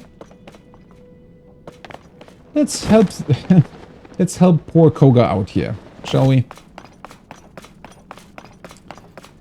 Let's not make him stand in front of that the entire time. Desperately trying to activate something he doesn't have the authentication for.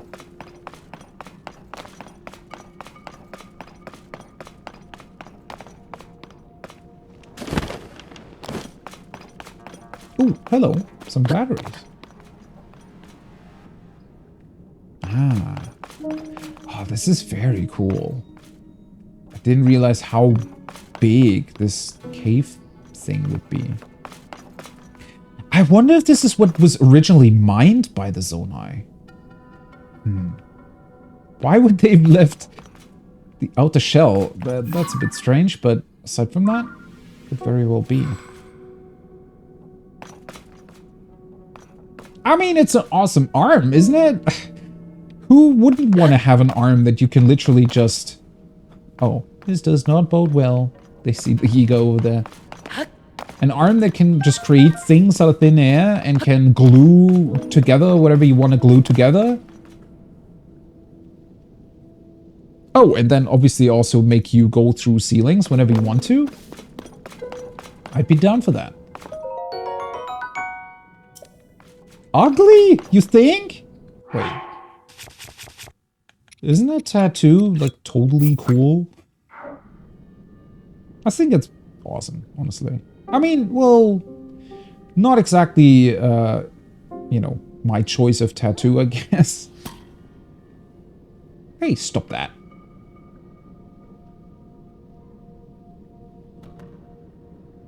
I mean, I guess it would suck a lot if you weren't able to take it off again, right?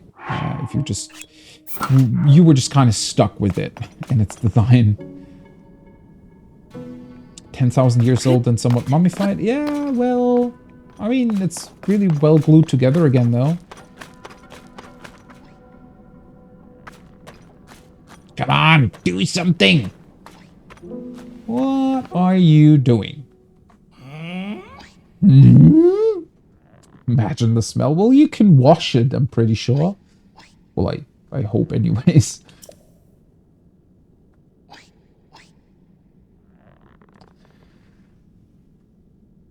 Okay, the nails are long and sharp, it's creepy. Yeah, okay, that I do agree with.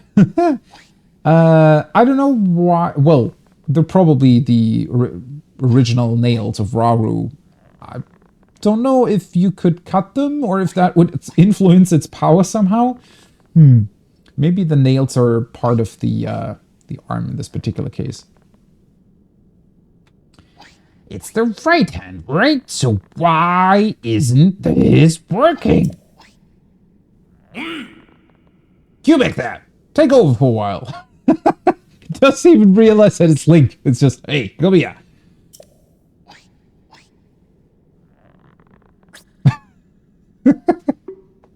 Yeah, I'm here again. Hi.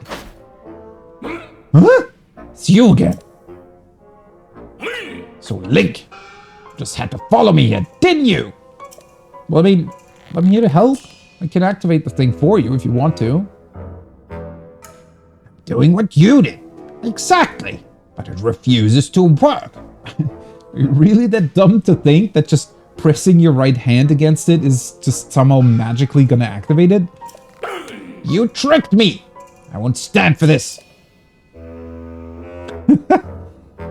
You wasted some of my time. I'll battle you. I'll beat you. And I'll steal the power back from you. Prepare yourself. Alright. Your favorite character, yeah. He was my favorite character, honestly, from Breath of the Wild as well. He was such a funny boss fight. I think he was definitely by far the most unique boss fight the game had. Not exactly difficult either, but just super fun, super funny, and very unique. And honestly, the whole interaction with the Yiga clan I thought was definitely one of the highlights for me. The fact that you could, that it was a sneaking section entering their headquarters, and that you could distract them with bananas. There was so much really, really cool shit to it. And I think, that's what actually bumped me out a little bit, that there weren't more quests like that, right? That had such unique locations, ideas, and identities to their characters. Alright, what are we gonna fight this time? Oh. Master Koga. Can he shoot flames at me? Or he definitely has flamethrowers then. Okay, he has learned that ground-based vehicles apparently don't work.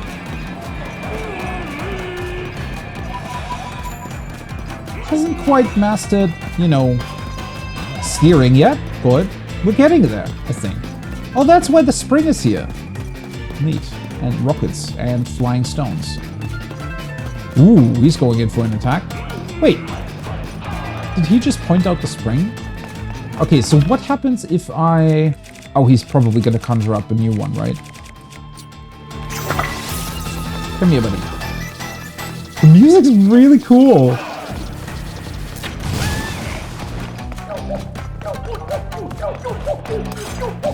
Oh, wait. Hey, that's really hit him.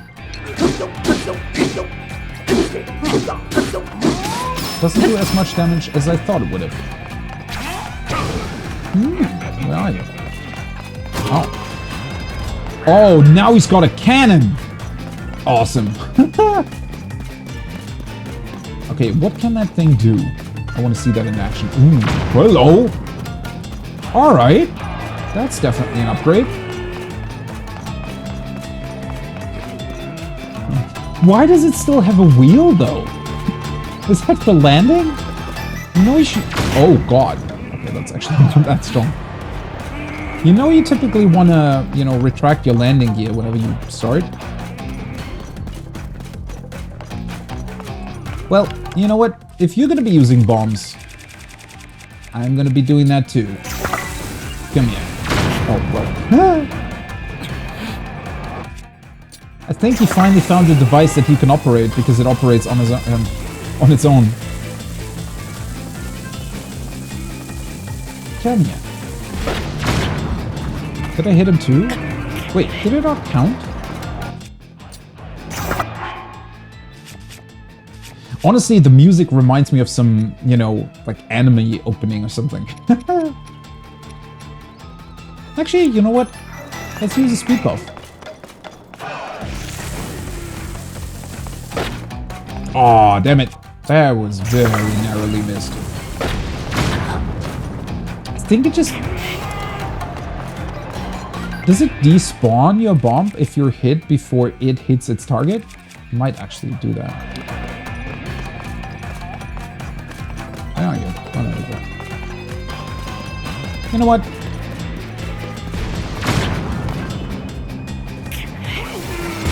Oh, hello. Didn't expect that second hit. Where did my spring go?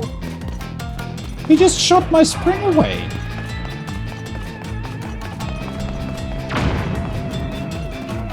Okay. Well, you know what?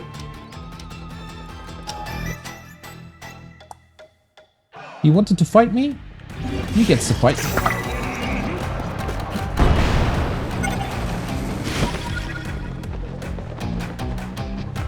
Hey, buddy.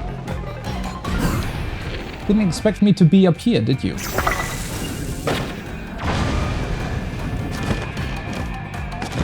Oh, poor guy. Oh no! He fell outside of the arena. Oh. Whoa! Hello! I want to have those shields. Where does he get it from? Does he still have a cannon yet? Oh no, my rocket's already gone. I'm hoping it will last for longer. Do we get another one?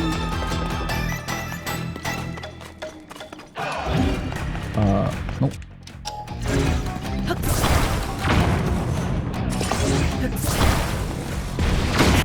Oh. God damn it. Let me build something. I want to be as cool as you are. Why not?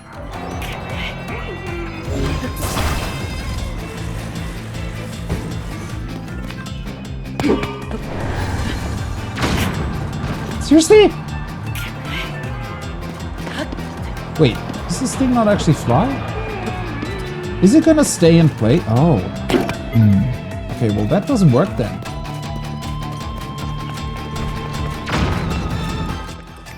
I think I'm gonna have to resort to my electrical stuff again.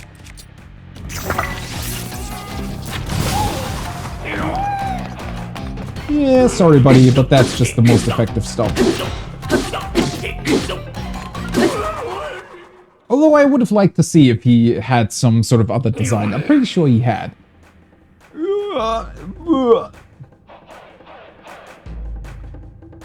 Ranma 1.5? No, not 1.5. What's it called? Ranma half? I don't know the English name of that.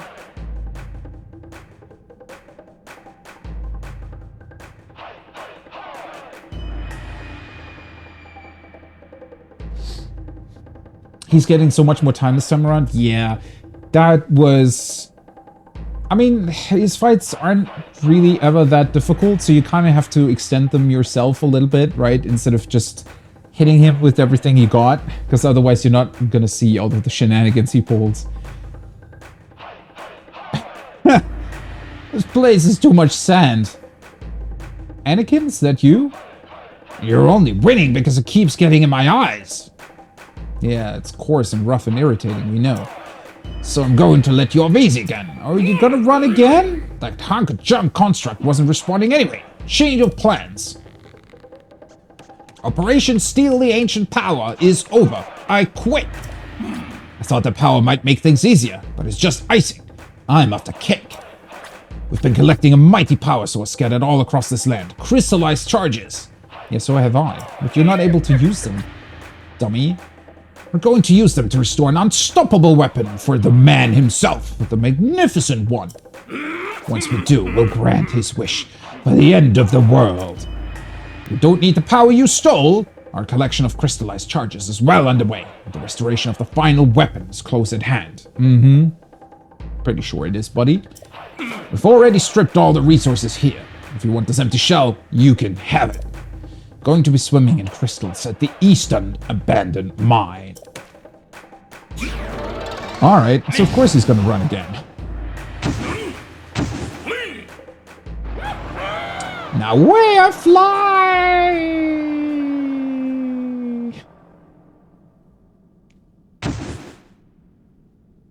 Would have been funny if he just, you know, faded off into darkness and then there was like a star. Bing! Like Team Rocket. Greetings. Oh, I just noticed. What was that weird effect around Link? But it's just a glow effect from the food I ate. Thank you for driving out the trespassers. I overheard your conversation. You spoke loudly enough that it was difficult not to. Well, he did that. It wasn't the conversation so much as he just laying out all his secret plans. The eastern abandoned mine that man spoke of is most likely the abandoned Lanero mine. Oh yeah, that's definitely going to be pretty far away. It is extremely far from here. You will not find stone guideposts to it in this area. I suggest ascending to the surface first. You may be able to find a chasm leading there in the region to the east. That is actually a good idea, because I didn't want to stuck around the depths for too much longer, to be entirely honest. I mean, don't get me wrong, I want to go back down here, but, you know, I think I've had my fair share of chasm for now. I want to go back to the overworld for a bit. There are 2 chasms in the region to the east that contain stone guideposts leading to the abandoned Lanero mine. I recall a chasm on land in the Lanero wetlands. There is also one south of there in a mountain village. There is one other thing before you resume your journey. My associate over there manages schema stones. You may want to ask for one. Well, thanks. Master Koga of the Yiga clan. You successfully drove Master Koga from the abandoned Gerudo mine and learned his true aim. He plans to restore a powerful weapon for the man himself. Pursue Koga to the abandoned Lanero mine. A line of statues stretching from one of the chasms either in the Lanero wetlands or amidst the mountains south of there will guide you to the mine. Considering the space we ventured through right now, from where I entered, technically this isn't that much further away, right? So I could go through the depths once again. Just don't know if I want to, quite honestly.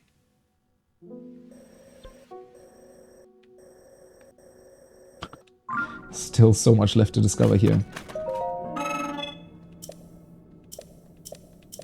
Okay, just repeats what you just said.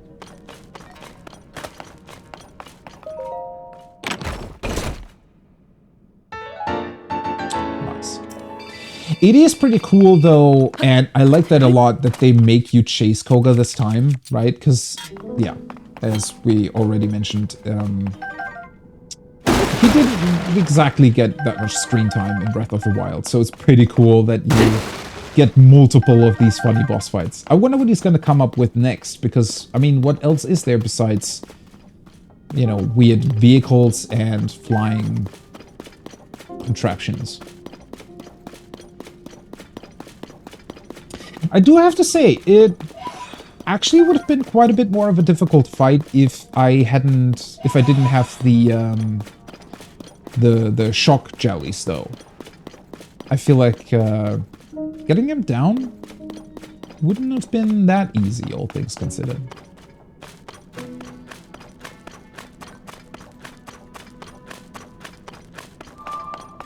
They had to have been here for quite a while when they built this, though. Well, maybe it doesn't take too long to get these places up and running. Authorizer verified. Welcome. This was once a busy refinery where a great deal of sonite was processed. My task here is to manage designs for mining equipment. Please hold one moment. I've confirmed that there is a schema stone you do not yet have. Allow me to rectify that.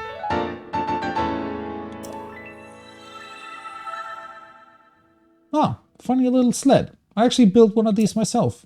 Hovercraft. I will also prepare the parts required to test it via autobuild.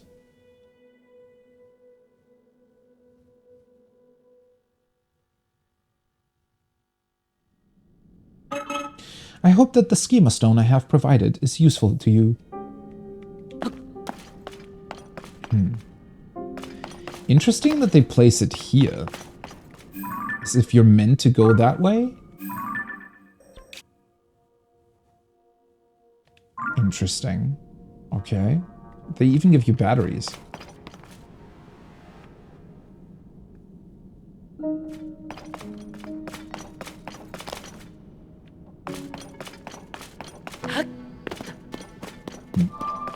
Well, let's see. I think I ran out of large zonite. Or almost anyways. But the small ones I might still be able to buy. Oh, oops. Yeah, I know.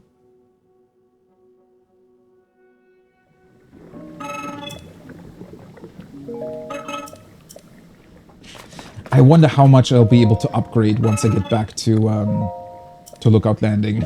I feel like that's gonna be one hell of an upgrade. Okay, yeah. Those I don't have anymore.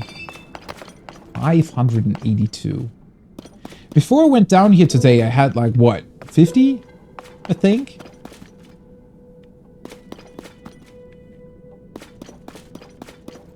It sure was nice that the zone I built a boss arena, right? For Koga and me to fight in. I think that's pretty nice of them.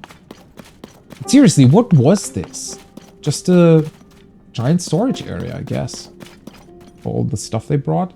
Possibly also a landing pad for bigger vehicles. Although it's actually pretty big for that, isn't it?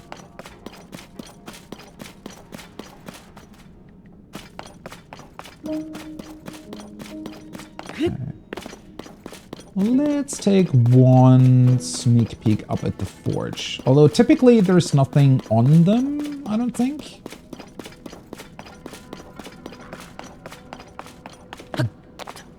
I like when they're working by themselves. Just, you know, peacefully following their task that has been given to them thousands of years ago. Without a care in the world. Probably happy that the danger has been eliminated around them.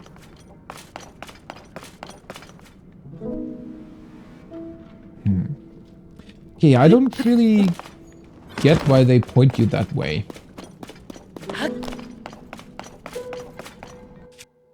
But let's test the schematic. Hovercraft.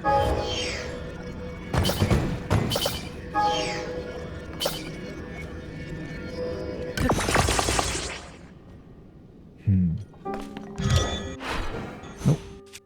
I would have thought they'd add the batteries too, since they were already around here. Not that I really need them.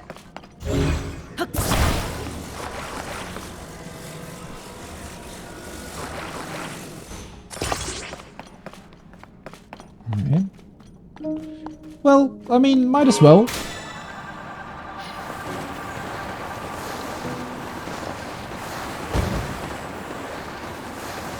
What do we have back? Oh! Nice! Oh, that's neat. You just get a tiny little reward for actually utilizing the schematic. That's pretty cool. I haven't realized there was a chest over here. Nice. And we're over 600 even. Okay. So there's a moblin back here. Yeah, I think it's actually going to be time. Oh no, it's led back. Oopsie. I think it's finally time to send back to the surface. Question being, in theory, I could just straight up ascend. Problem is, I would just appear somewhere in Gerudo. In the desert, most likely. Which I don't think I want that.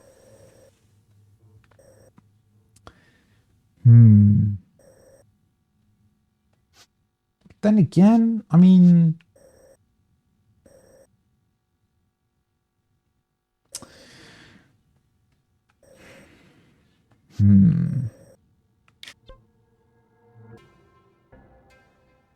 I don't think I need this anymore. I mean, I'm pretty sure I'll get there eventually.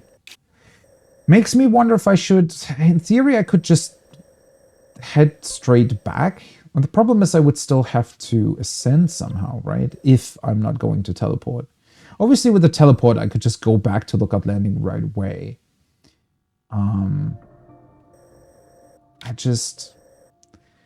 I thought I could just check on things.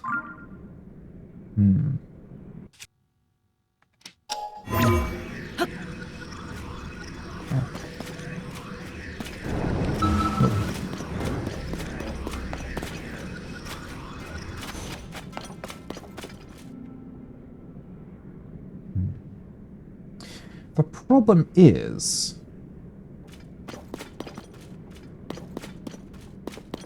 I definitely would not be able to go to the surface here, obviously, just on my own. I mean, I'd have to find a, one of those neat little Zonai elevators that we found. Or not elevators, but the, the structures that allow you to ascend. Really? You do have to be quite careful where you're driving. Sometimes this stuff really just doesn't seem to work.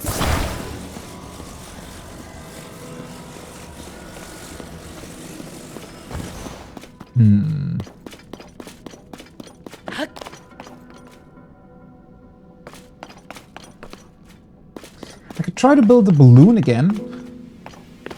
Just go to the ceiling.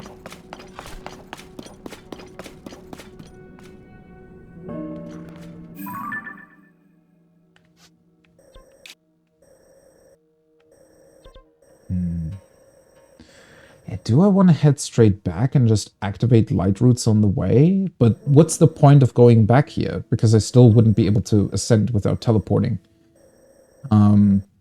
So either I would find a way to just get back to the surface.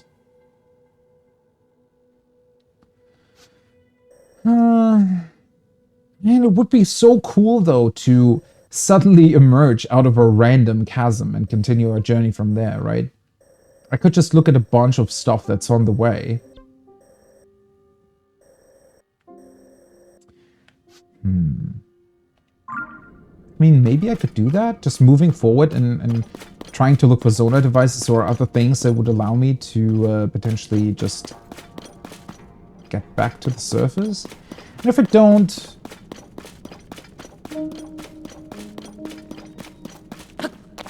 I don't know. Then again, I also want to check on Kakariko. I could go towards... But that's equally unlikely to go to Kakariko from down here, right? I mean, I do know there's a bunch of chasms around here.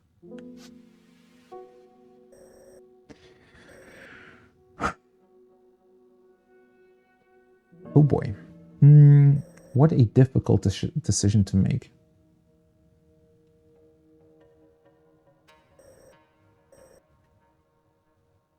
Honestly, I think I'm going to ponder that a little bit.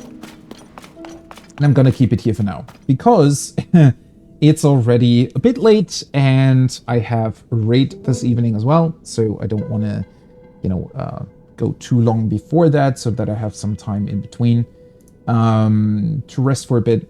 So I think I'm going to keep it here. Sadly, we didn't really get to what I was originally supposed to be doing. I mean, we did go after Koga and also technically completed our research into where the statues lead. So now it's going to be interesting what Yasha makes out of that. I mean, we still haven't heard her, you know, research on it and what she might be thinking about that. What it might mean. I don't know. We're probably going to be sent down into the chasm a couple more times. So, yeah. I think next time I'm going to figure out how to get back to Lookout Landing. I don't know. It just feels so boring just teleporting back. And I honestly wish I could check on various things that are on the way. It's just that I don't really want to get to Gerudo yet. I really want to head to Kakariko next when it comes to overworld stuff. And I also think that, well, it's just going to be difficult to ascend somewhere. But we'll see.